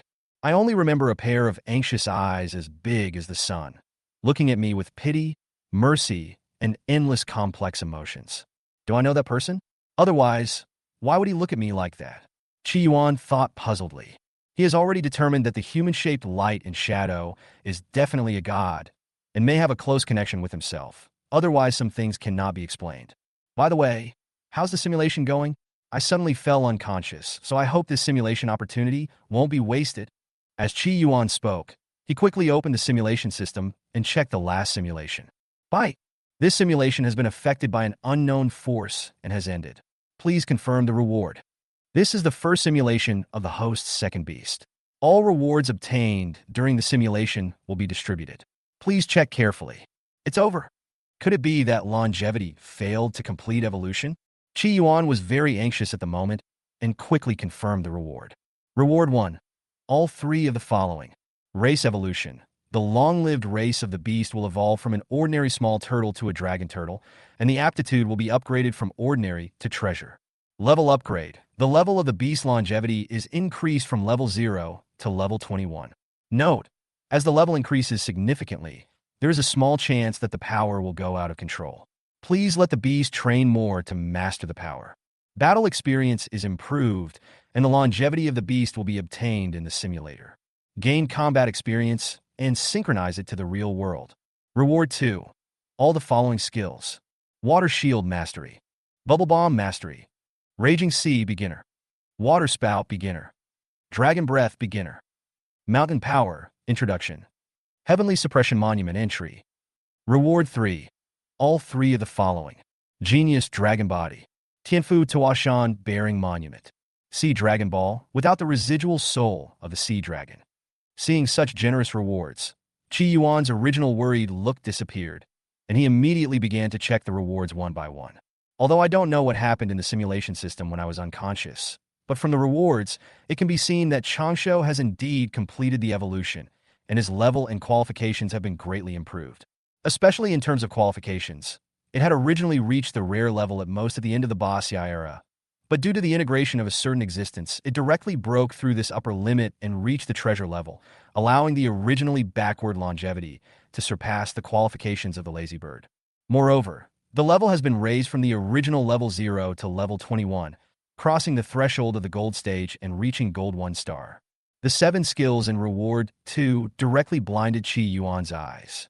Even after so many simulations, Lazy Bird may not have so many skills, but this little Changsho is quite impressive and learns so many in one go. Although the proficiency of these skills is not high, they can be practiced in the exclusive mountain and sea space to quickly improve the proficiency. In this way, when I do things in the future, I don't have to keep it in the exclusive mountain and sea space to prevent it from being accidentally injured. Needless to say, the 2 talents are very good if used well. And there are sea dragon beads. I didn't expect that Changsho ate one in the simulation world, and it was included in the reward. But it's a pity that the thousands-meter-long sea dragon soul is gone. Otherwise, the culprit could be punished. After confirming the reward, Qi Yuan opened his own panel. Beast Tamer. Qi Yuan. Age, 18. Beast Taming Level. Gold 10-star Beast Tamer. Beast Taming Talent. Mountain and Sea Scroll. Contracted Beast Tamer. Lazy Bird. Longevity. Number of simulation points, 2. Simulatable era. Before, middle, late, and final period of Suzaku period. Before, middle, late, and final period of Basha period. After discovering that his Beast Tamer level had not changed and was still gold 10 stars, he guessed that this Beast Tamer level should be calculated based on the strongest one among all the Beast Tamers. Afterwards, Qi Yuan opened the information column of Changsho again, ready to take a look at its current basic information after receiving all the rewards. Name longevity. Race, Dragon Turtle. Qualification, Treasure. Level, Level 21. Attributes, Water, Dragon, Earth. Talent longevity. Carrying a mountain and a stone tablet on your back. You can carry mountains and stone tablets on your back, greatly improving your strength and level. The degree of improvement depends on the size of the mountain and the meaning of the inscription on the tablet. Dragon body. You have dragon blood. Your physical strength is much higher than other beasts of the same level and qualifications, and your resistance to various physical and elemental attacks is greatly improved. Skills. Head Shrinking Mastered. Bubble Bomb Mastered. Water Shield Mastered. Raging Sea Beginner. Mountain Power Beginner. Heavenly Suppression Monument Beginner. Dragon Breath Beginner. Water Spout Beginner. Personality Calm. Oh my god! Such a big change? Qi Yuan said in disbelief. At this moment, Changsho's huge figure suddenly appeared in front of him accompanied by a ray of light. In just a short period of time in the simulation system, its size has grown from the size of a palm to the current 100-meter behemoth. It's so terrifying. Changsho seemed to be unable to react. After lowering his head and seeing his familiar beastmaster again, he was ready to lie on Qi Yuan's head as usual. But he forgot his current size. Qi Yuan and the lazy bird together were like small ants. If it crawled on a Qi Yuan, it would probably cause him to die young and turn him into a pool of meat paste. Moreover, when Changsho moved, the whole earth shook strongly, which made Qi Yuan frown. I shouted in my heart, "Don't come over here." Fortunately, Changsho looked at his resisting master and seemed to understand something. Finally, he realized that his current size made it impossible for him to lie on his master's head like before. So he wrapped Qi Yuan in a stream of water and brought him on his head. "You used to carry me, and now I carry you. This is the big dream of a little turtle." Lazy Bird gave the guy a displeased look and didn't say much. It was just a little confused as to how this guy had grown so big. It was originally very small and cute, but now it was much bigger than itself. Seeing the Lazy Bird's arrogant look, Qi Yuan did not delay and quickly waved for it to come over. Afterwards, the relationship between the one person and the two pets began to strengthen.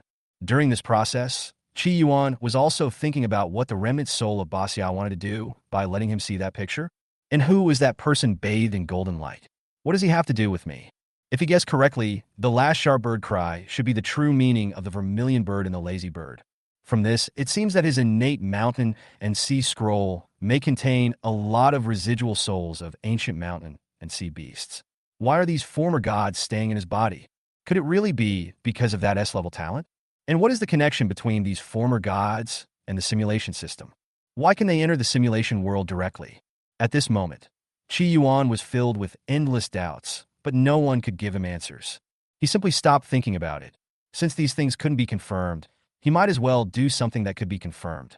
Anyway, it is never wrong to improve your strength. Only when your strength reaches a certain level, all previous doubts will be solved. Chapter 53 System Mission and Moonstar. With this mentality in mind, Qi Yuan would stuff the two beasts into his exclusive mountain and sea space whenever he had time to absorb spiritual energy and practice skills. Several days passed like this, and Qi Yuan felt that this kind of life was a bit boring. Xie Hanyan is in charge of the affairs of the inspection hall, while Yang Su is responsible for providing military support. He is a hands-off boss. Apart from urging his beast taming to practice well every day, he also cultivates his relationship with Xie Yuqiu. There was a small incident during the process. After Bai Yi and Wu Huan came back, when he found out that the core figures of his family had been transferred to a remote planet as inspectors, he wanted to have a good talk with Qi Yuan, but they were stopped by Yang Su. The combined strength of the two of them was no match for this Platinum 10-star Beastmaster, and they did not dare to go too far, so they had to give up. However, Qi Yuan knew very well that these two people were only refraining from attacking him temporarily.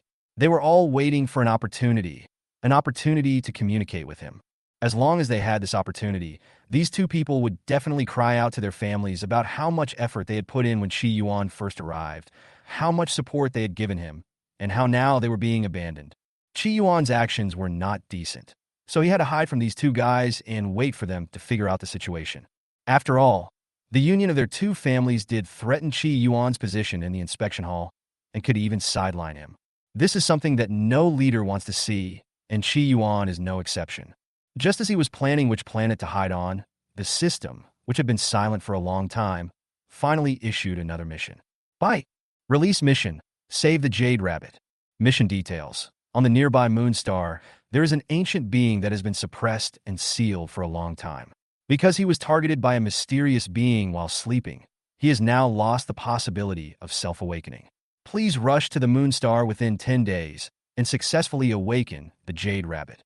Task reward. Jade Rabbit's friendship and simulation ×2. Finally, a mission has been released. System. Do you know how I got here when there were no simulation times? Qi Yuan shouted to the simulation system in his heart. After all, since the last simulation ended and the cooling off period was over, he still hadn't gotten the next simulation opportunity. How could this not make him feel itchy?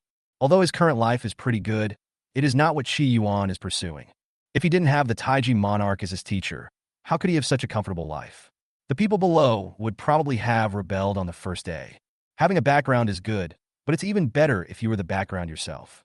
Yueshing Qiyuan actually didn't know much about it, but he had so many people under him, there must be someone who knew about that planet. So he called Xie Hanyan, who was working outside, and asked, "Do you know anyone who knows Yueshing? Moonstar? I'm not sure, but I heard that it's the star of marriage. What's the matter? Our Master Qi is horny, so he wants to go and see it too?" Xie Hanyan looked at him suspiciously and joked. After spending some time together, Xie Hanyan had become familiar with this young man, and they had a good personal relationship, so she naturally knew how to get along with him. "What is that? The star of marriage? Then I must go and see it. Hanyan, go? Quickly contact Yueshing's inspector for me. I have something to ask him." Qi Yuan smiled happily, as if expecting something, and said to the mermaid beside him. Xie Hanyan rolled her eyes at him and said unhappily, "Oh, Master Qi is so eager to pursue love. What about my sister? I see that you like to run to her whenever you have time. Why are you going to Yueshing to pursue your marriage partner now? Let's put things one way or the other. How about taking both Yu Qiu and you with us?" Qi Yuan said awkwardly. Xie Hanyan did not answer, but walked quickly to the boy with her long legs, held his head in her arms, and said teasingly, "Why? You like sisters Donburi, too? We're going together? Aren't you a little greedy?" Qi Yuan struggled for a long time, and finally succeeded in pulling his head out of her arms. He said without blushing or beating his heart, "Don't slander me. I'm Qi Yuan, the disciple of the Taiji Monarch, the Centaur Star Road Inspector, and the Golden 10-Star Beast Tamer. How could I be the kind of person you're talking about? I brought you along because I was worried that you would be ostracized and hurt here. Some people don't dare to do anything to me, so how could they not dare to do anything to you? Hey, you disappoint me so much. How could you think of me like that?" After hearing this, Xie Hanyan's fair face flashed a barely perceptible blush, and she continued, "Do you really think so? Why do I find it hard to believe it? Okay, I'll help you find the inspector of Yueshing and ask him to introduce this place to you. If you have time, you should take Yuqi with you. I won't go because Bai Yi and Wu Huan are watching us. If we all leave, in a few days, you will be sidelined again as the boss who doesn't care about anything." Qi Yuan thought for a while, then agreed with her and said, "I'll leave Yang Su here to protect you. I have something life-saving that my teacher gave me, so there won't be any big problems on this trip to Yueshing." Yang Su is very powerful, and he is a favorite of the two deputy commanders of the Centaur army. No one dares to retaliate against him. What I'm most worried about is you. Be careful. In fact, Qi Yuan had his own considerations for not taking her with him. Xie Yuqiu is a mythical beast that can be contracted, so she naturally cannot leave his sight. She also has a powerful soul body, so there will be no danger to her life safety. If he really wanted to seek a marriage, he would have brought everyone along to play.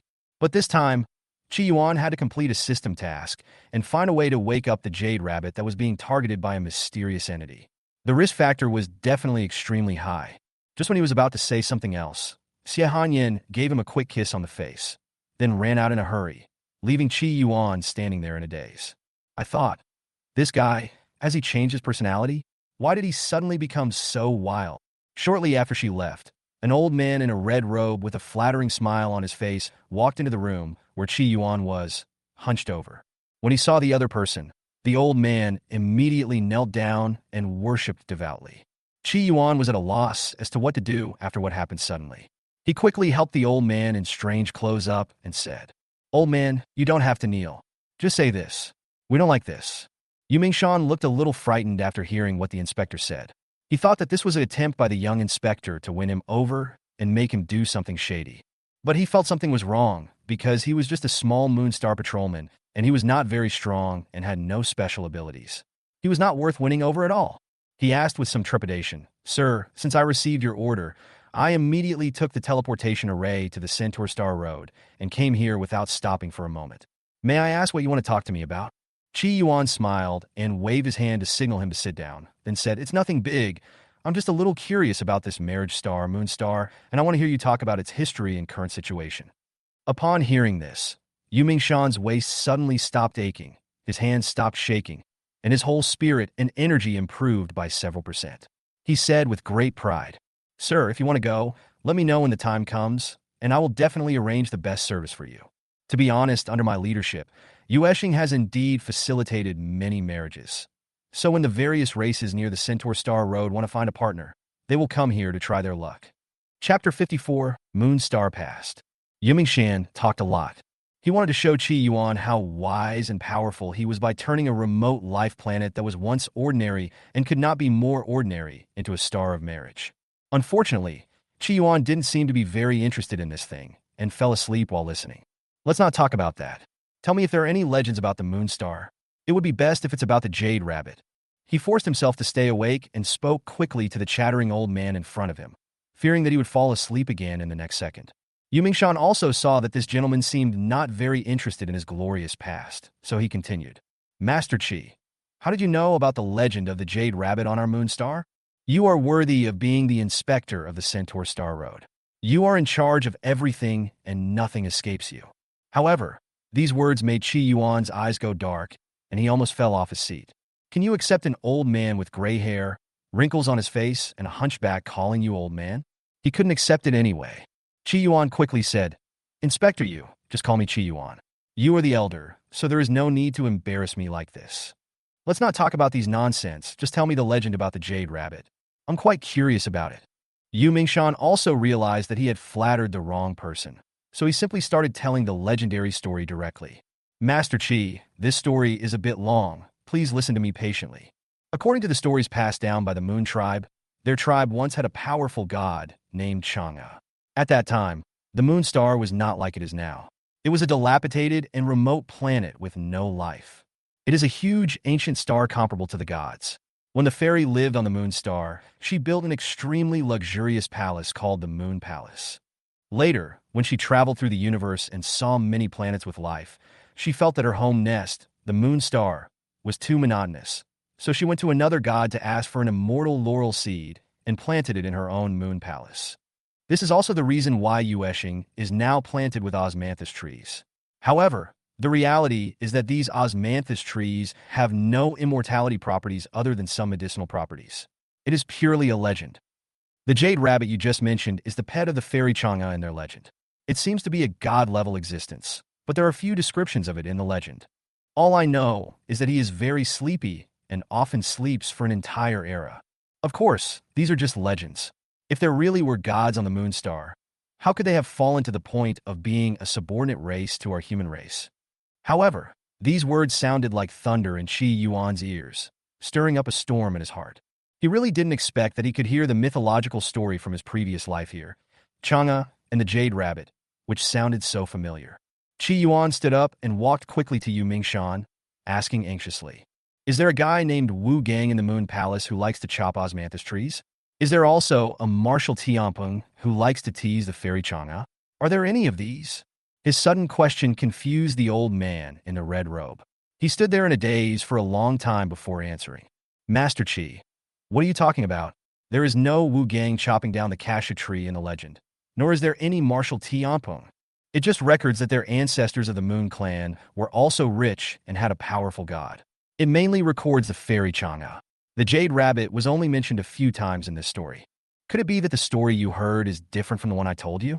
Then please tell me in detail. When I go back, I will ask the Moon Clan members to write it down and pass it down according to your version. After hearing his words, Qi Yuan controlled his emotions again, waved his hand, and said, That's all. They were pretty good originally. I only heard about it from a mermaid, like Wu Gang chopping down a cassia tree, Tianpeng playing with Chang'e, and so on. He continued, This is harmless. Is this all that is recorded about the Jade Rabbit? After hearing this, Shan's face became serious for once, and he said very seriously, Master Qi, you can do anything after you go to Moonstar, but you cannot slander the fairy Chang'e, who is regarded as the god of life by the Moon Clan. Especially the words about Tianpeng teasing Chang'e. It's okay to say them here, but if you say them over there, I'm afraid they will be harmful to you. Okay, I naturally know this. Qi Yuan answered readily. After all, every race has its own beliefs, which cannot be trampled upon by other races. It was like someone dared to slander his teacher, Tai Chi Monarch Zhang Huaijin, in front of Qi Yuan.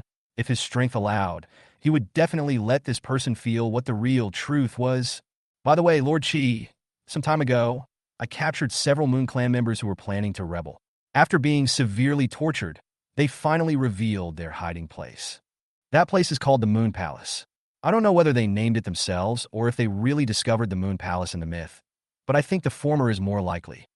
Yu Mingshan saw that Lord Qi was so interested in Jade Rabbit and Moonstar, and seemed to remember something, so he immediately reported it. Qi Yuan's attention was immediately drawn, and he asked hurriedly, "Have you sent anyone to verify it? Is there anything magical about the so-called Moon Palace?" After hearing this, the old man was a little embarrassed and speechless for a long time. It was obvious that he did not verify the news. However, Qi Yuan did not blame him, but said, "Then you go back to Yueshing to prepare and find a few older Yu people. I will ask them in detail then." Yu Mingshan bowed and then left, already thinking how to prepare a unique matchmaking meeting for this young inspector. Let them look at you with new eyes, and then allocate more resources and slaves to Yueshing. Slaves are usually aliens captured in battle.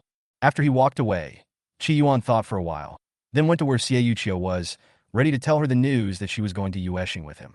At the same time, the merman Xie Yuqiu, who was resting in the room, was communicating with the mysterious soul in his body, asking about his future. "Master Yun, I'm about to break through to the gold level. Can you show me your secret techniques in advance?" After hearing this, the faceless soul indeed shook its head and transmitted the message through its mind. "No rush. Before you break through to the gold level, you can go to Moonstar. A queen of our mermaid tribe once died there, but she left behind a legacy. If you can obtain this legacy, it might be able to make up for your innate deficiencies. And this matter cannot be put off any longer. The later you put it, the more difficult it will be to solve your problem, or even impossible to solve."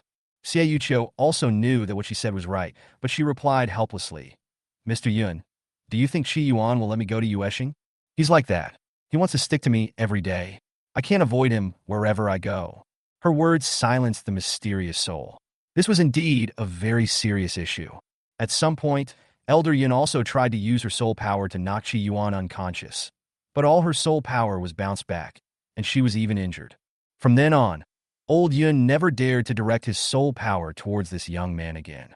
After a long time, she finally said, "How about you talk to him, and we go together?" Chapter 55, Heading to Moonstar. How to discuss. Xie Yuqiu asked puzzledly. "Just tell him that you've been on Centaur Star Road for too long and are feeling a little irritated. Ask him to take you to Moonstar for a stroll. With how much he thinks of you, he will definitely agree. This matter cannot be delayed any longer. At worst, you can just act like a spoiled child to that boy and let him relax his vigilance against you. Then we can find another opportunity to take back the queen's possessions." Elder Yun transmitted the message again. Thinking about being a spoiled brat with that guy, a strange emotion suddenly surged in his heart, and Xie Yuqiu immediately refused. "No, Mr. Yun, I can't do it." Just as the soul body was about to continue persuading her, she suddenly felt Qi Yuan's presence and quickly sent a voice message. "Girl, he's here. Remember what I told you? You must find a way to get to Moonstar." "Hey, what should I say, Mr. Yun?"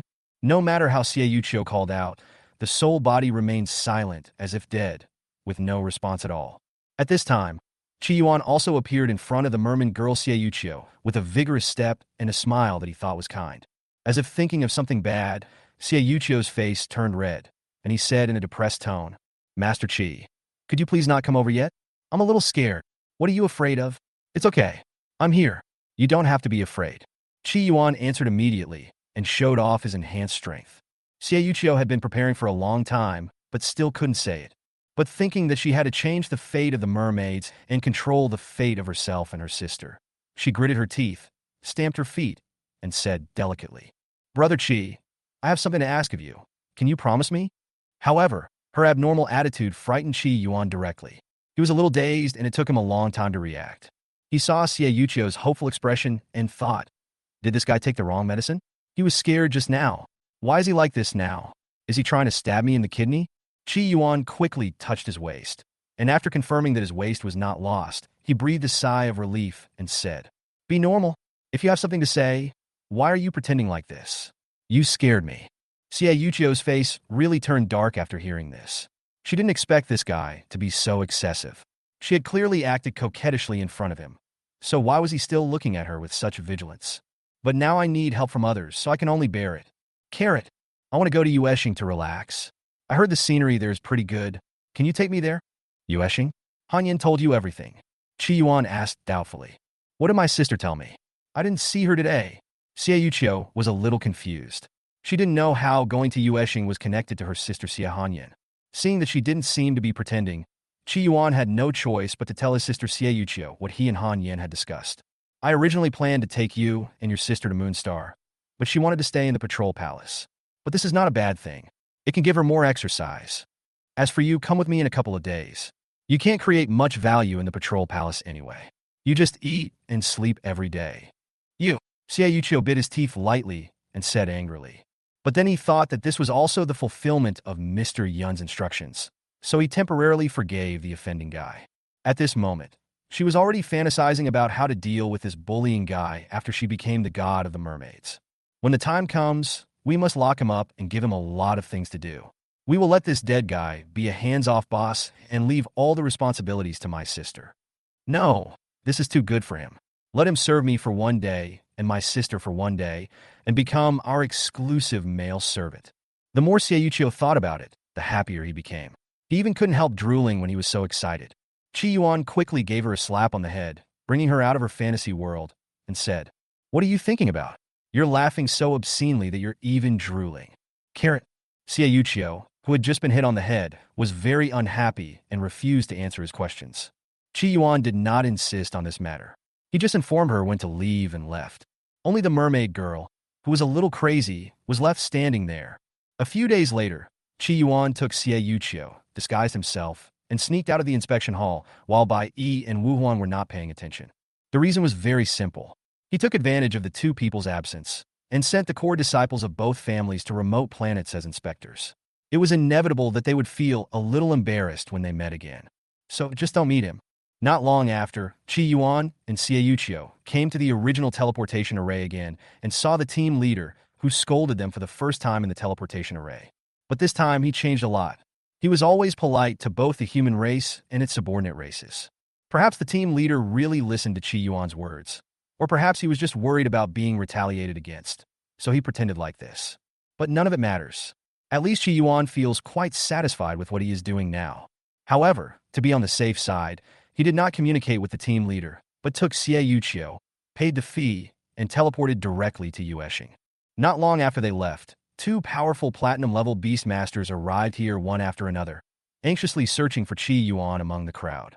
But no matter how long they searched, they couldn't find the person they were longing for, so they had to give up. Wu Huan said to Bai Yi, "Alas, it's too late. He has already left." Bai Yi did not answer, but just let out a long sigh. In fact, when they first heard that Qi Yuan had mobilized his family's core disciples, they were very angry and wanted to use force to force him to give an explanation. Unexpectedly, they were stopped by a guy who appeared out of nowhere. But just when they wanted to use some despicable means, they heard that the Wu family was captured by the Centaur army, and even the quasi-king level old man Wu blew himself up. This forced them to give up on using those shameful means. After all, if the Centaur army could destroy the Wu family, they could also destroy the Bai and Wu families.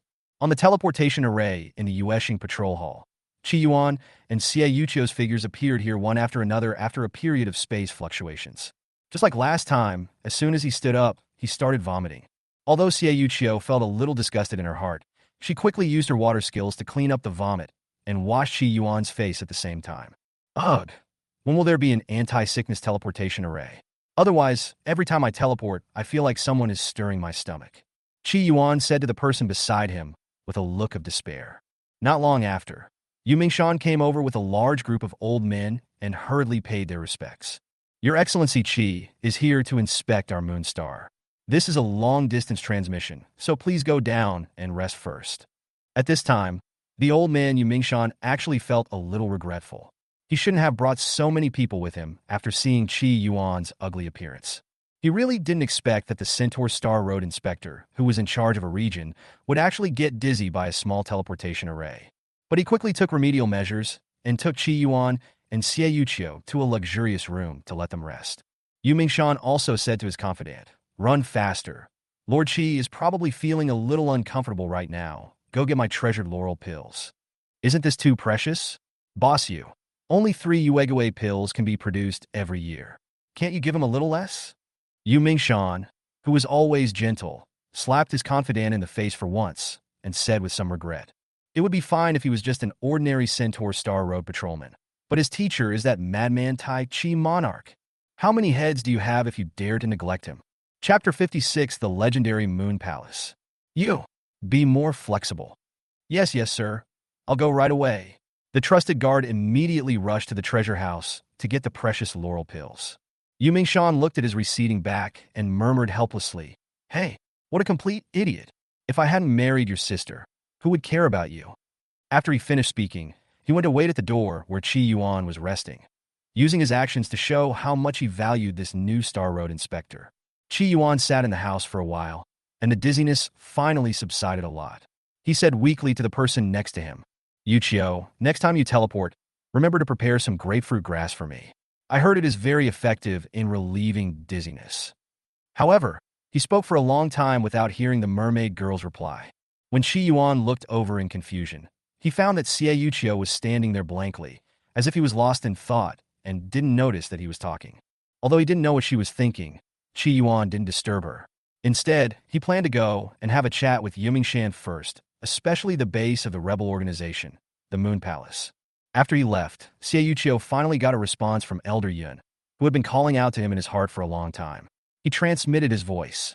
"Girl, he has something on him that can restrain soul attacks, and maybe he can detect souls. I'm afraid of being discovered by that guy, so I won't come out for the time being while he's around. Have you reached Moonstar now?" Xie Yuchio nodded, and then replied, "I see, Elder Yun, I am already in Yueshing, but it may be difficult to act alone. Can you confirm the place where the Mermaid Queen fell? Can you bring that guy with you? After all, he has something to save his life with. If we really encounter some irresistible danger, we will have an extra guarantee." However, her request was ignored by Elder Yun. This former monarch-level powerful man of the Mermaid clan did not want the existence of a human when Xie Yuchio inherited the legacy of the Mermaid Queen. But she was powerless to do anything about it. Her huge and vast spiritual power could not hurt Qi Yuan at all. Instead, he would be injured by the protective magic weapon on his body, and could only helplessly transmit the message.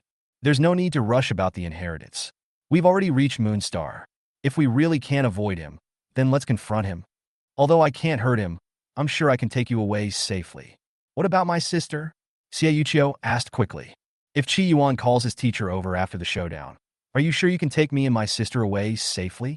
These two sharp questions struck Yun Lao's heart directly, leaving him speechless for a long time, and he could only remain silent. At this time, the atmosphere between the two of them became a little stiff. On the other side, after Qi Yuan went out, he called Yu Mingshan aside and began to ask about the Moon Palace. "Old Yu, how is the investigation going on in the Moon Palace, the base of those traitors you mentioned last time? Was it named by the Moon Tribe themselves, or was it the Moon Palace in the myth?" Seeing that he was so concerned about this matter, Yu Mingshan did not dare to neglect it and quickly replied, "I started investigating this matter as soon as I came back. After a lot of effort, I finally got some clues.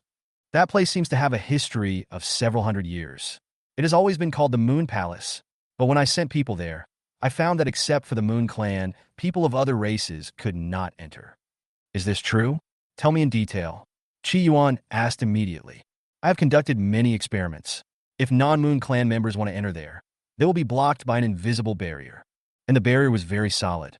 I sent several gold-level experts to attack it for a whole day and night, but it didn't even cause a ripple." Yu Mingshan paused for a moment, as if he had thought of something, before continuing.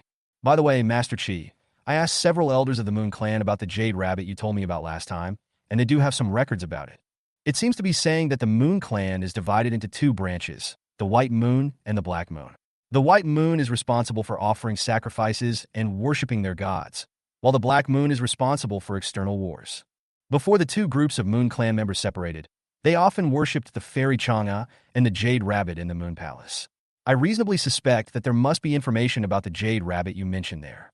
Sir, if you need it, I will immediately send all my Moon Clan members to the Moon Palace to look for what you want." Hearing this, Qi Yuan was overjoyed. He didn't expect that as soon as he arrived, the Moonstar Inspector had already found the suspected sleeping place of the Jade Rabbit and said happily, "Okay, go quickly. If you can find valuable information, I will reward you handsomely." In fact, if this so-called Moon Palace was not open only to the Moon Clan members, he would have liked to go in and take a look himself. But since I can't go, I'll just wait for news. During this time, I can also go shopping in Yueshing with Xie Yuchio and cultivate our relationship. Qi Yuan could already foresee that he was not far from successfully contracting a mythical beastmaster. After all, this mermaid girl seemed to be becoming more and more presumptuous in front of him, and didn't treat him as an outsider at all. He had already made up his mind. Once he confirmed that there was a sleeping jade rabbit in the Moon Palace, he would go there and try to see if he could wake it up directly. At worst, he would just blow up the entire Moon Palace. For Qi Yuan, completing the mission is the most important thing. As for whether he can gain the friendship of Jade Rabbit, it doesn't matter if he has it or not, but he must get the 2 simulation opportunities. Yu Mingshan did not leave in a hurry after hearing this. Instead, he took out a small vermilion box from his arms mysteriously and said with a lewd look on his face, "Master Qi, I have something good that I want to give you to try." "What is it?" Qi Yuan looked at the vermilion box and asked with some confusion. The old man in the red robe smiled mysteriously, leaned close to his ear, and said, "Master Qi, after eating this, not only will the dizziness you feel when teleporting be reduced, but most importantly, it will enhance your abilities in certain areas. It is no longer a luxury for you to fight against 100 people at night. Even the most energetic snake man woman can only beg for mercy when facing you." These explicit words made Qi Yuan, an 18-year-old man, blush. He couldn't help but imagine some scenes and felt uncomfortable somewhere in his body. "Matchmaker, am I such a person? I am in good health. Why would I need this thing?" However, it can reduce the dizziness caused by teleportation in the future, which is a good effect. As Qi Yuan spoke, he casually stuffed the pig-red box into his clothes and placed it close to his body together with the jade panda, which showed how much he valued this item. Yu Mingshan smiled in a servile manner, then bowed and took his leave, and went to arrange for his Moon Clan members to explore the mysterious Moon Palace and look for news about the Jade Rabbit. Qi Yuan, who was still staying where he was, chanted Ba for an unknown period of time before he finally felt calm. But he touched the small vermilion box from time to time with a smile on his face, as if he was thinking of something happy. When Qi Yuan returned to the original lounge, Xiayuqiu was no longer in a daze, but she looked a little unwell. So Qi Yuan asked, "Yuqiu, what's wrong? You look so unhappy." But Xiayuqiu did not answer his question. Instead, he looked at him meaningfully and said, "Qi Yuan, can you take me around Yueshing? It's so boring to stay here all the time." Chapter 57. What the Marriage Star Sees. "Of course! Let's go and have a good look at this famous marriage star on the Centaur Star Road." Qi Yuan put the vermilion box on his body deeper into his pocket and said with a smile. Originally, he came to the room this time intending to invite Xiayuqiu to go out for a stroll. Now that she brought it up herself, that's certainly better. He looked at the mermaid girl in front of him, whose figure was beginning to take shape, and something in his heart was slightly touched. But Qi Yuan quickly suppressed his anger and kept reminding himself in his heart, "She is still a child and will be my beast in the future. How can I do this? I will never eat the sister's rice bowl." Later, a man named Qi said, "Sister's rice bowl, it's so delicious." In fact, according to the lifespan of ordinary humans, Xiayuqiu is much older than him. After all, mermaids are naturally long-lived, with ordinary mermaids generally living for 700 or 800 years, and some can even live for thousands of years. Not to mention those who are extremely powerful. Each of them is like an old monster. Xiayuqiu, who is over 100 years old, is just an adult among the mermaids.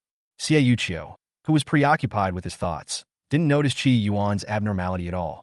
He skillfully took his arm and pulled him out of the restroom.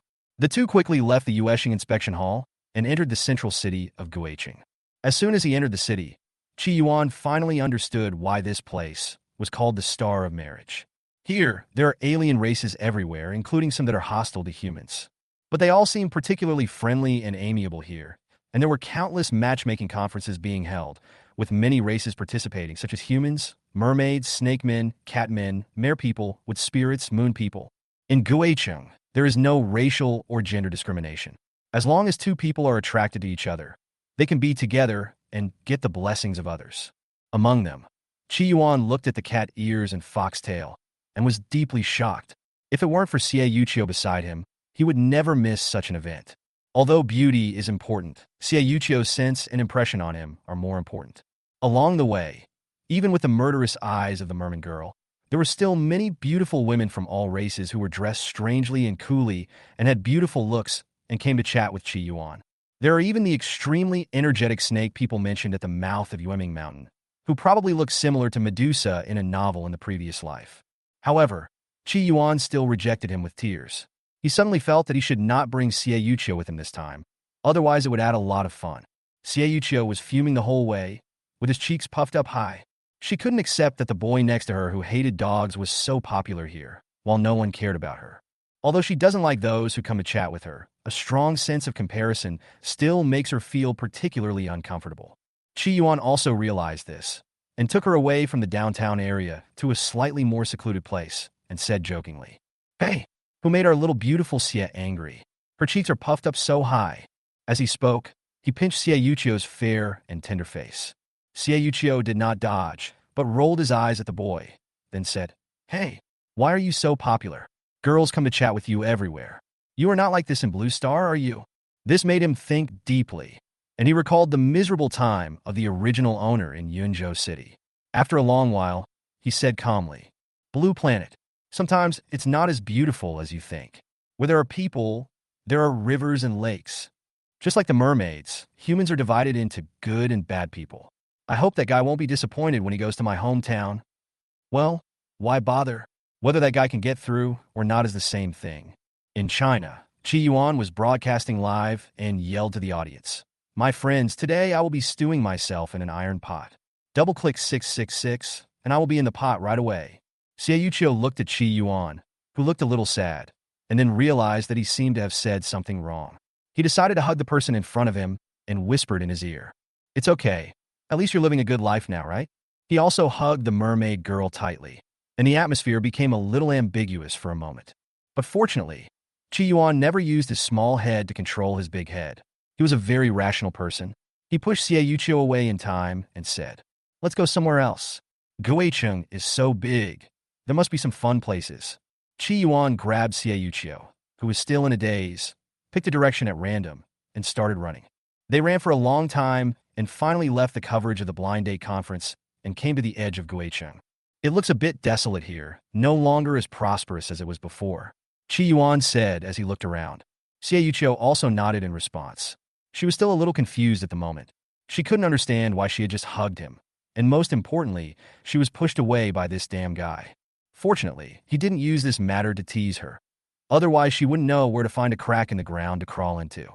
"Hey look, there's a tree full of red ropes. Let's go take a look." The two of them trotted over there and began to carefully examine the tree and the red rope on the tree.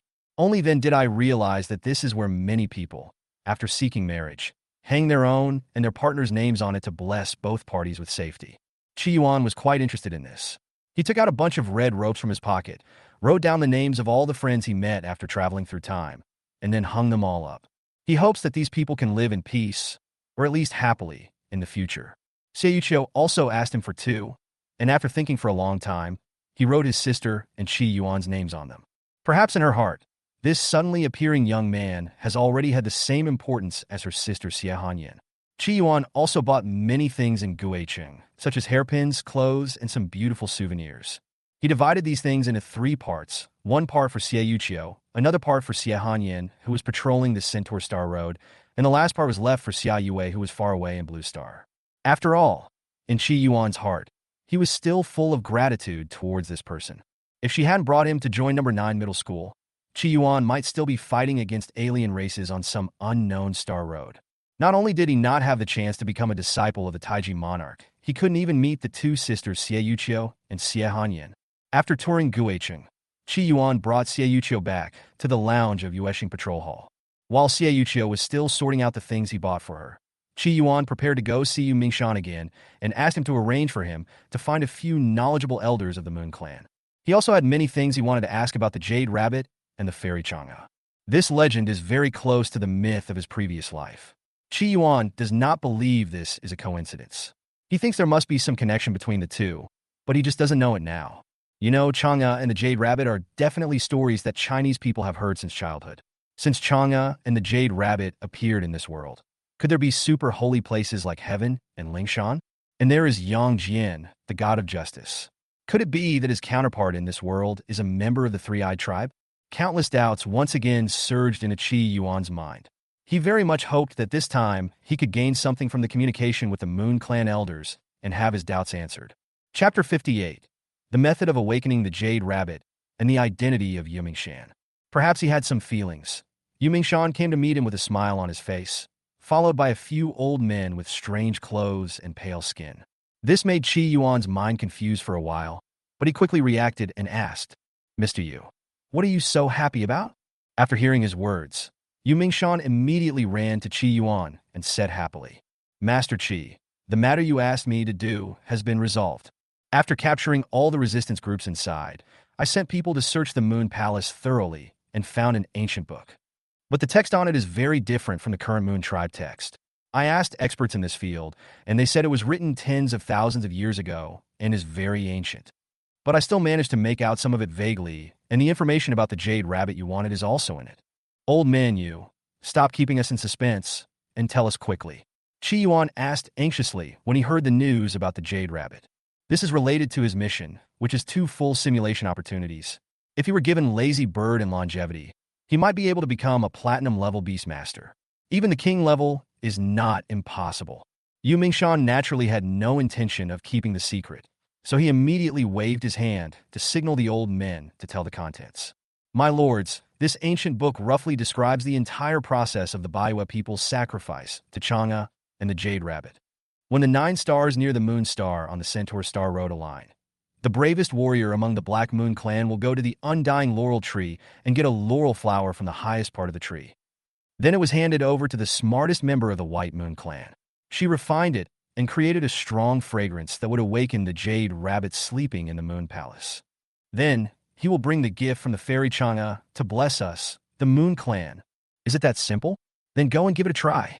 As long as you can successfully wake up the Jade Rabbit, I can agree to a condition that is not too excessive. How about it?" Qi Yuan said with a smile.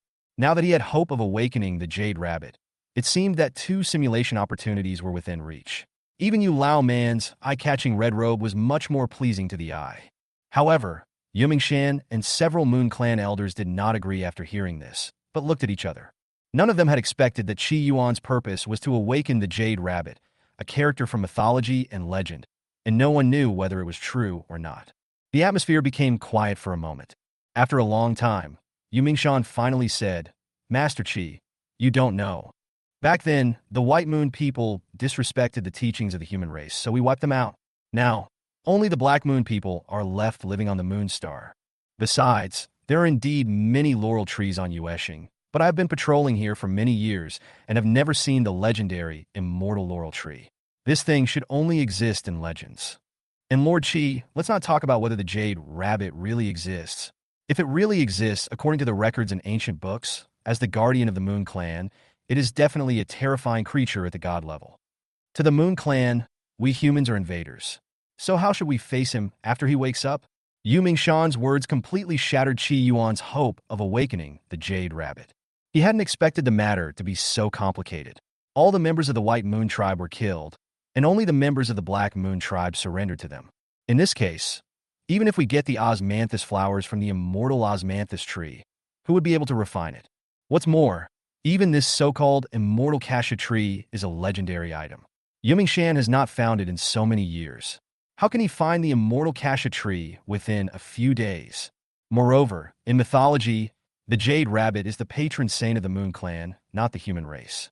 Facing invaders, can he really live in peace with humans? These questions struck Qi Yuan's heart one by one, leaving him at a loss as to what to do. Even if he said he wanted to give up, he couldn't bear to give up those 2 simulation opportunities. After all, it is really difficult to get simulation opportunities from this system. Apart from issuing tasks, the only thing left to obtain it is to contract a new beast with the bloodline of mountains and seas. Qi Yuan, a beast tamer like this, now has one by his side, but he does not want to force Yuchio to complete the contract with him. After all, the most important thing about a contract is that both parties are willing, otherwise problems will easily arise. Some intelligent beasts, after being forced into a contract, will kill their masters even at the risk of backlash and eternal damnation. He definitely didn't want to get to that point with Yuchio, so the simulation opportunity could only be obtained through system tasks. After thinking for a long time, Qi Yuan realized that after successfully awakening the Jade Rabbit, the system would reward the Jade Rabbit with friendship, which would prove that he would not do anything to hurt himself. As for the others, Let them take the teleportation array to Sagittarius Star Road to avoid the limelight. As for whether Jade Rabbit would attack Centaur Star Road, he thought that it would not happen. After all, as the human race is one of the top 3 most powerful races in the starry sky, how could it be possible that there are no gods in charge? After making up his mind, Qi Yuan said to Yu Mingshan in front of him, "Inspector Yu, this is the task assigned to me by the teacher. Don't worry, he will take action at the critical moment. Besides, we haven't even found the White Moon Clan members or the immortal Osmanthus tree yet, so we don't need to think about what will happen after we awaken the Jade Rabbit." Seeing his calm look, Yu Mingshan was not sure whether this was a signal from the Taichi Monarch. When he heard Qi Yuan say that the Taiji Monarch would take action at the critical moment, his heart was filled with turmoil, and he thought, could it be that the madman has become a god? What a terrifying talent and growth rate. Okay, Master Qi, I, Yu Mingshan, will risk my life today to help you find the White Moon Clan and the undead Osmanthus tree. Yu Mingshan patted his chest and said confidently. At this moment, he actually had a little hope in his heart that he could awaken the patron saint of their Moon Clan. Only in this way would their Moon Clan have a chance to escape unscathed from the hands of the human race, and he wouldn't have to pretend to be this damn human anymore. Yu Mingshan, as the former patriarch of the Black Moon Clan and one of the best Heavenly King-level warriors. If it wasn't for the continuation of his own clan, how could he have taken over the body of a mere Moonstar patrolman? As for why he thought Zhang Huai was a lunatic, the reason was very simple. Back then, he was chopped off his body by that guy when he was in his prime, and only his soul managed to escape, and he has been lingering on ever since. And now, after hearing from Zhang Huaizhen's disciples that the guy might have broken through to the level of a god, he was even more terrified. If it wasn't for the current situation of the Black Moon Clan making life a little better, he would have fled long ago. In order to prevent others from discovering his flaws, Yu Mingshan regarded himself as a human for a long time and wielded the knife to kill his former compatriots. Only then did he gain the trust of the higher-ups at Centaur Star Road, allowing him to continue serving as the inspector. A long time has passed. It can be said that sometimes he can't tell whether he is Yu Mingshan, the patrol officer of the human race, or He Chao, the patriarch of the Black Moon Clan. After all, this method of possessing another's body is against the harmony of heaven, especially when the target of possession is the human race, which is loved by heaven and earth. Yueming Mountain was cursed because of this. This curse caused his memory of being the leader of the Black Moon Clan to disappear. If not for the fact that his soul essence was strong enough, he would still be able to remember some things occasionally. Otherwise, he would have been assimilated into the real Yueming Mountain long ago. Qi Yuan was a little surprised to see Yu Mingshan speaking so decisively. But he did not doubt him and just asked him to quickly find information about the undying Osmanthus tree and the White Moon Clan. At the distant Shunan Xinglu stronghold, Zhang Huaizhen, who was concentrating on preparing for a breakthrough, sneezed several times. He muttered to himself in confusion. Why are you sneezing so much? Are those alien brats talking about me again? That's great. When I succeed in breaking through, I will definitely make sure they won't blame me anymore. Chapter 59. The disagreement between the immortal Osmanthus tree and Elder Yun and Xie Yuqiu. In the Yueshing Patrol Hall, Yu Mingshan, who already has a split personality, begins to try to find traces of the immortal Osmanthus tree. He thought that he was the Moonstar Inspector of the human race, and wanted to tell Qi Yuan his hidden identity and let him call the Taichi Monarch to kill him. Then he felt like he was He Chao, the leader of the Black Moon tribe. The most important thing now was to use Qi Yuan's power to find the immortal Osmanthus tree and the White Moon people, and then perform the sacrificial ceremony to awaken the Jade Rabbit. Then let Jade Rabbit drive out these hateful invaders. As for invading the human race in reverse, he had no such idea. Although Yu Mingshan is just a small life planet inspector. But in order to increase confidence, the human race announced the existence of the 2 gods to most humans stationed in the starry sky. That is to say, on the surface, the human race already has 2 guardian gods, but as for how many there are in secret, that is unknown. Therefore, his ultimate goal is to drive the human race out of Moonstar. In fact, as the former patriarch of the Black Moon Clan, he knew the location of the immortal Osmanthus tree. But in order to prevent his other personality, Yu Mingshan, from knowing, he sealed up this part of his memory so that Yu Mingshan would not be able to reveal the news to the strong humans. But this time, he decided to unlock this part of the seal and pick the Osmanthus flowers from the immortal Osmanthus tree himself. Because with Qi Yuan's arrival and his full support for that matter, This is definitely a once-in-a-lifetime opportunity to awaken the Jade Rabbit, the guardian of the Moon Clan. If I miss it this time, I don't know how long it will take for the next time.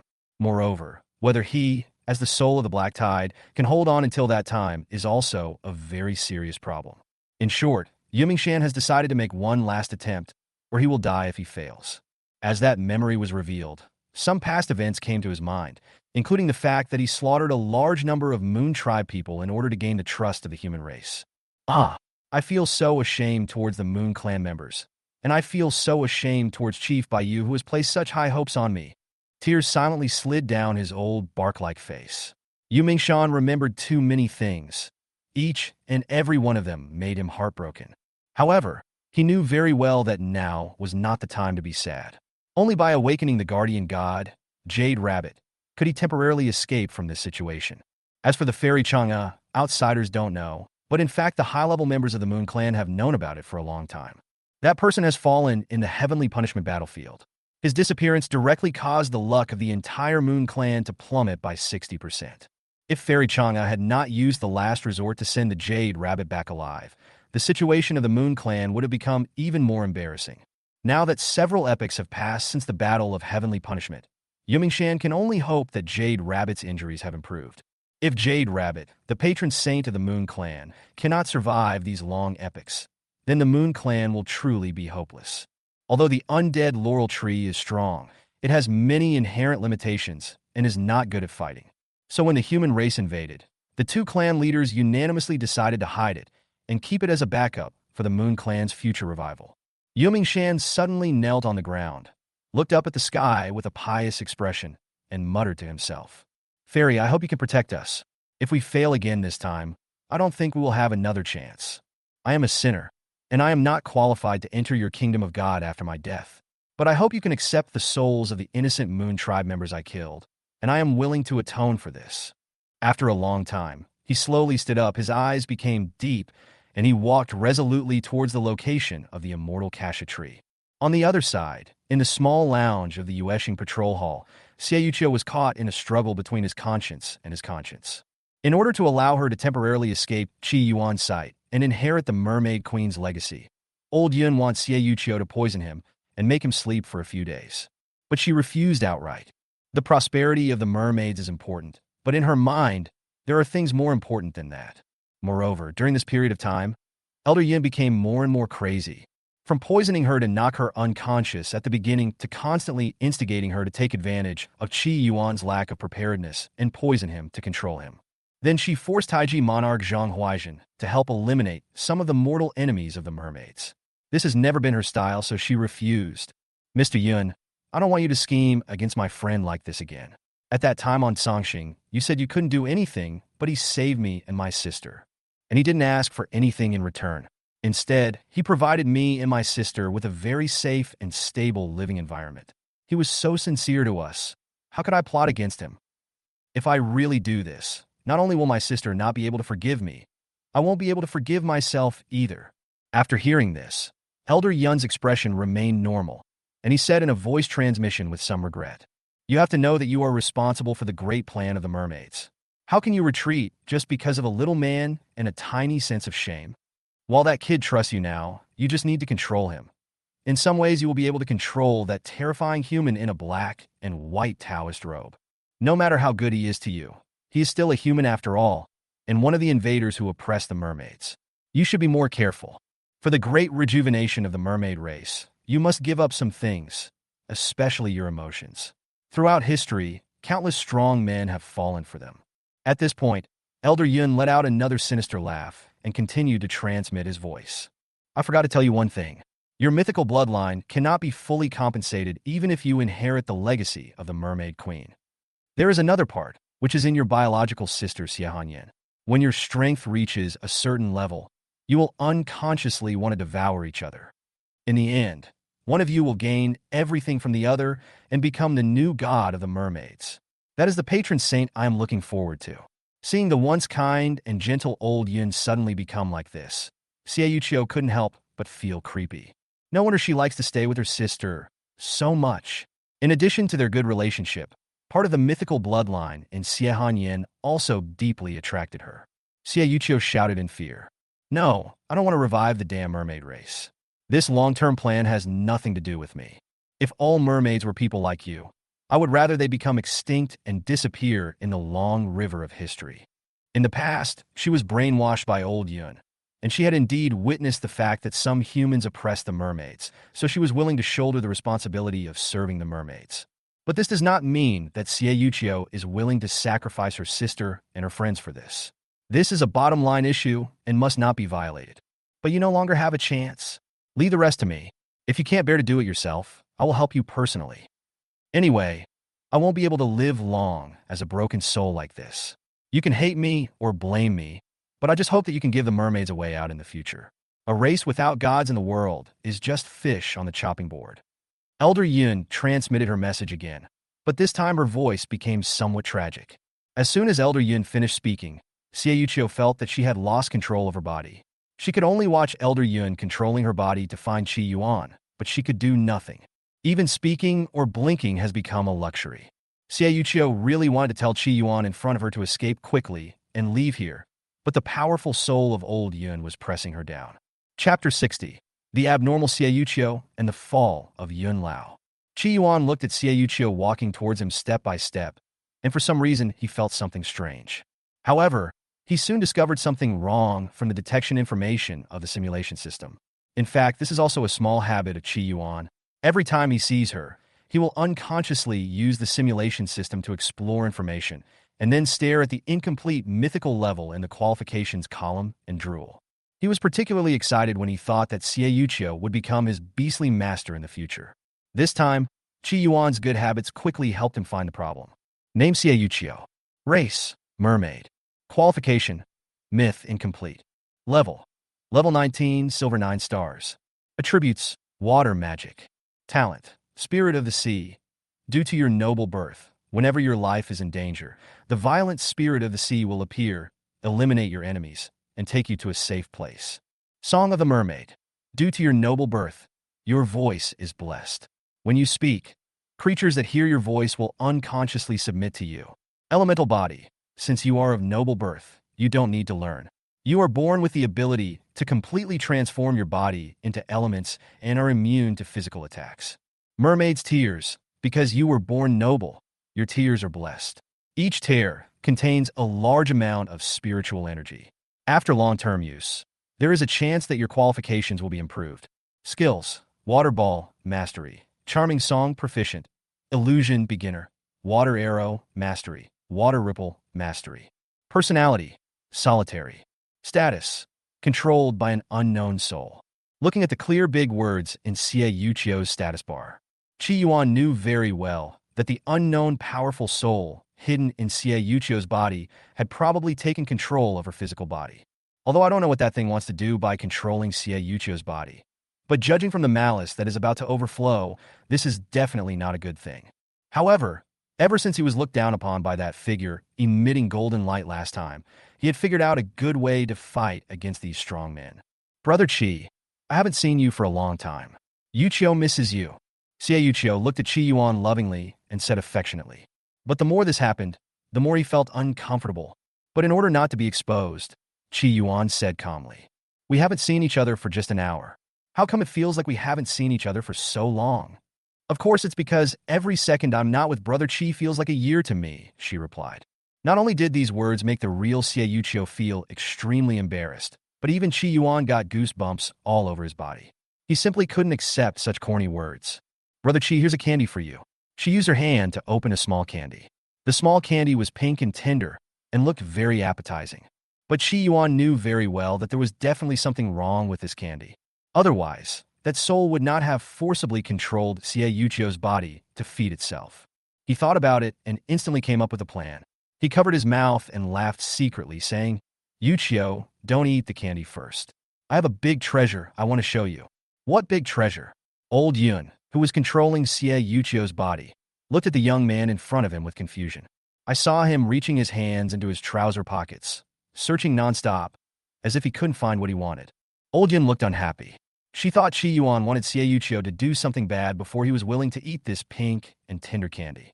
In anger, he directly controlled Xiaoyuchio's body, walked forward, reached out and grabbed something in Qi Yuan's pants and said impatiently, "Is this okay? Eat the candy." Qi Yuan was so frightened by her sudden move that he was shaking all over. He originally wanted to look for the space conch, but he didn't expect that the mysterious and powerful soul was so hungry that it actually took the initiative. He immediately decided not to hold back. Otherwise, his happiness for the rest of his life would be in the hands of others. Qi Yuan never wanted to feel that panic again. "I was originally planning to use Basya too, but this guy went so far as to say that, so don't blame him." Qi Yuan immediately took out a rolled-up picture from the space conch and said to the mermaid girl in front of him, "Yuchio, this is something wonderful that I drew. Please open it and take a look. You will definitely like what's inside." Old Yun was not prepared for this. She did not realize that Qi Yuan had seen through her identity and quickly opened the rolled-up picture. Qi Yuan also turned his eyes away at the same time, avoiding looking directly at the picture. At this moment, in Yun Lao's eyes, she saw a painting composed of countless lines stacked together. A sea of clouds appeared in the painting, and in the middle of it there was a humanoid creature emitting golden light, looming with a pair of strange and creepy eyes that seemed to be staring intently at the ground below. Just as she was about to look away, something horrifying happened. The lines on the scroll seemed to come alive and began to move. The head of the strange creature in the painting slowly turned towards him and cast his gaze downward. "Ah!" Elder Yun screamed uncontrollably, and the terrifying soul power raged out directly. However, when it hit Qi Yuan, it was blocked back by the golden bell released by the Jade Panda. This glance caused Xie Yuchio's eyes to explode, and he lost the ability to see. And Old Yun, who had just taken control of the body, seemed to have received a great stimulation. He kept venting his soul power and ignored everything else. In the madness, Qi Yuan heard an old voice that was completely different from Xie Yuchio's. "I see it. I see it. That is the benevolent, great, and loving king of all gods. How beautiful." Old Yun slowly stretched out his soul-like hands towards the sky, as if he wanted to contact some great existence. In her eyes, above the entire Moonstar, there was a humanoid true god radiating golden light, with dragon horns on his head and burning wings on his back, reaching out to her. In the blink of an eye, Yun Lao's soul was pulled directly in front of him by an unknown force and was slowly absorbed by this mysterious existence. In this way, the powerful existence of the Monarch 10 stars, level 70, the unknown soul lurking in Xie Yuchio, was solved by a painting made by Qi Yuan. In fact, this painting was drawn by Qi Yuan using one line at a time after he saw the golden god.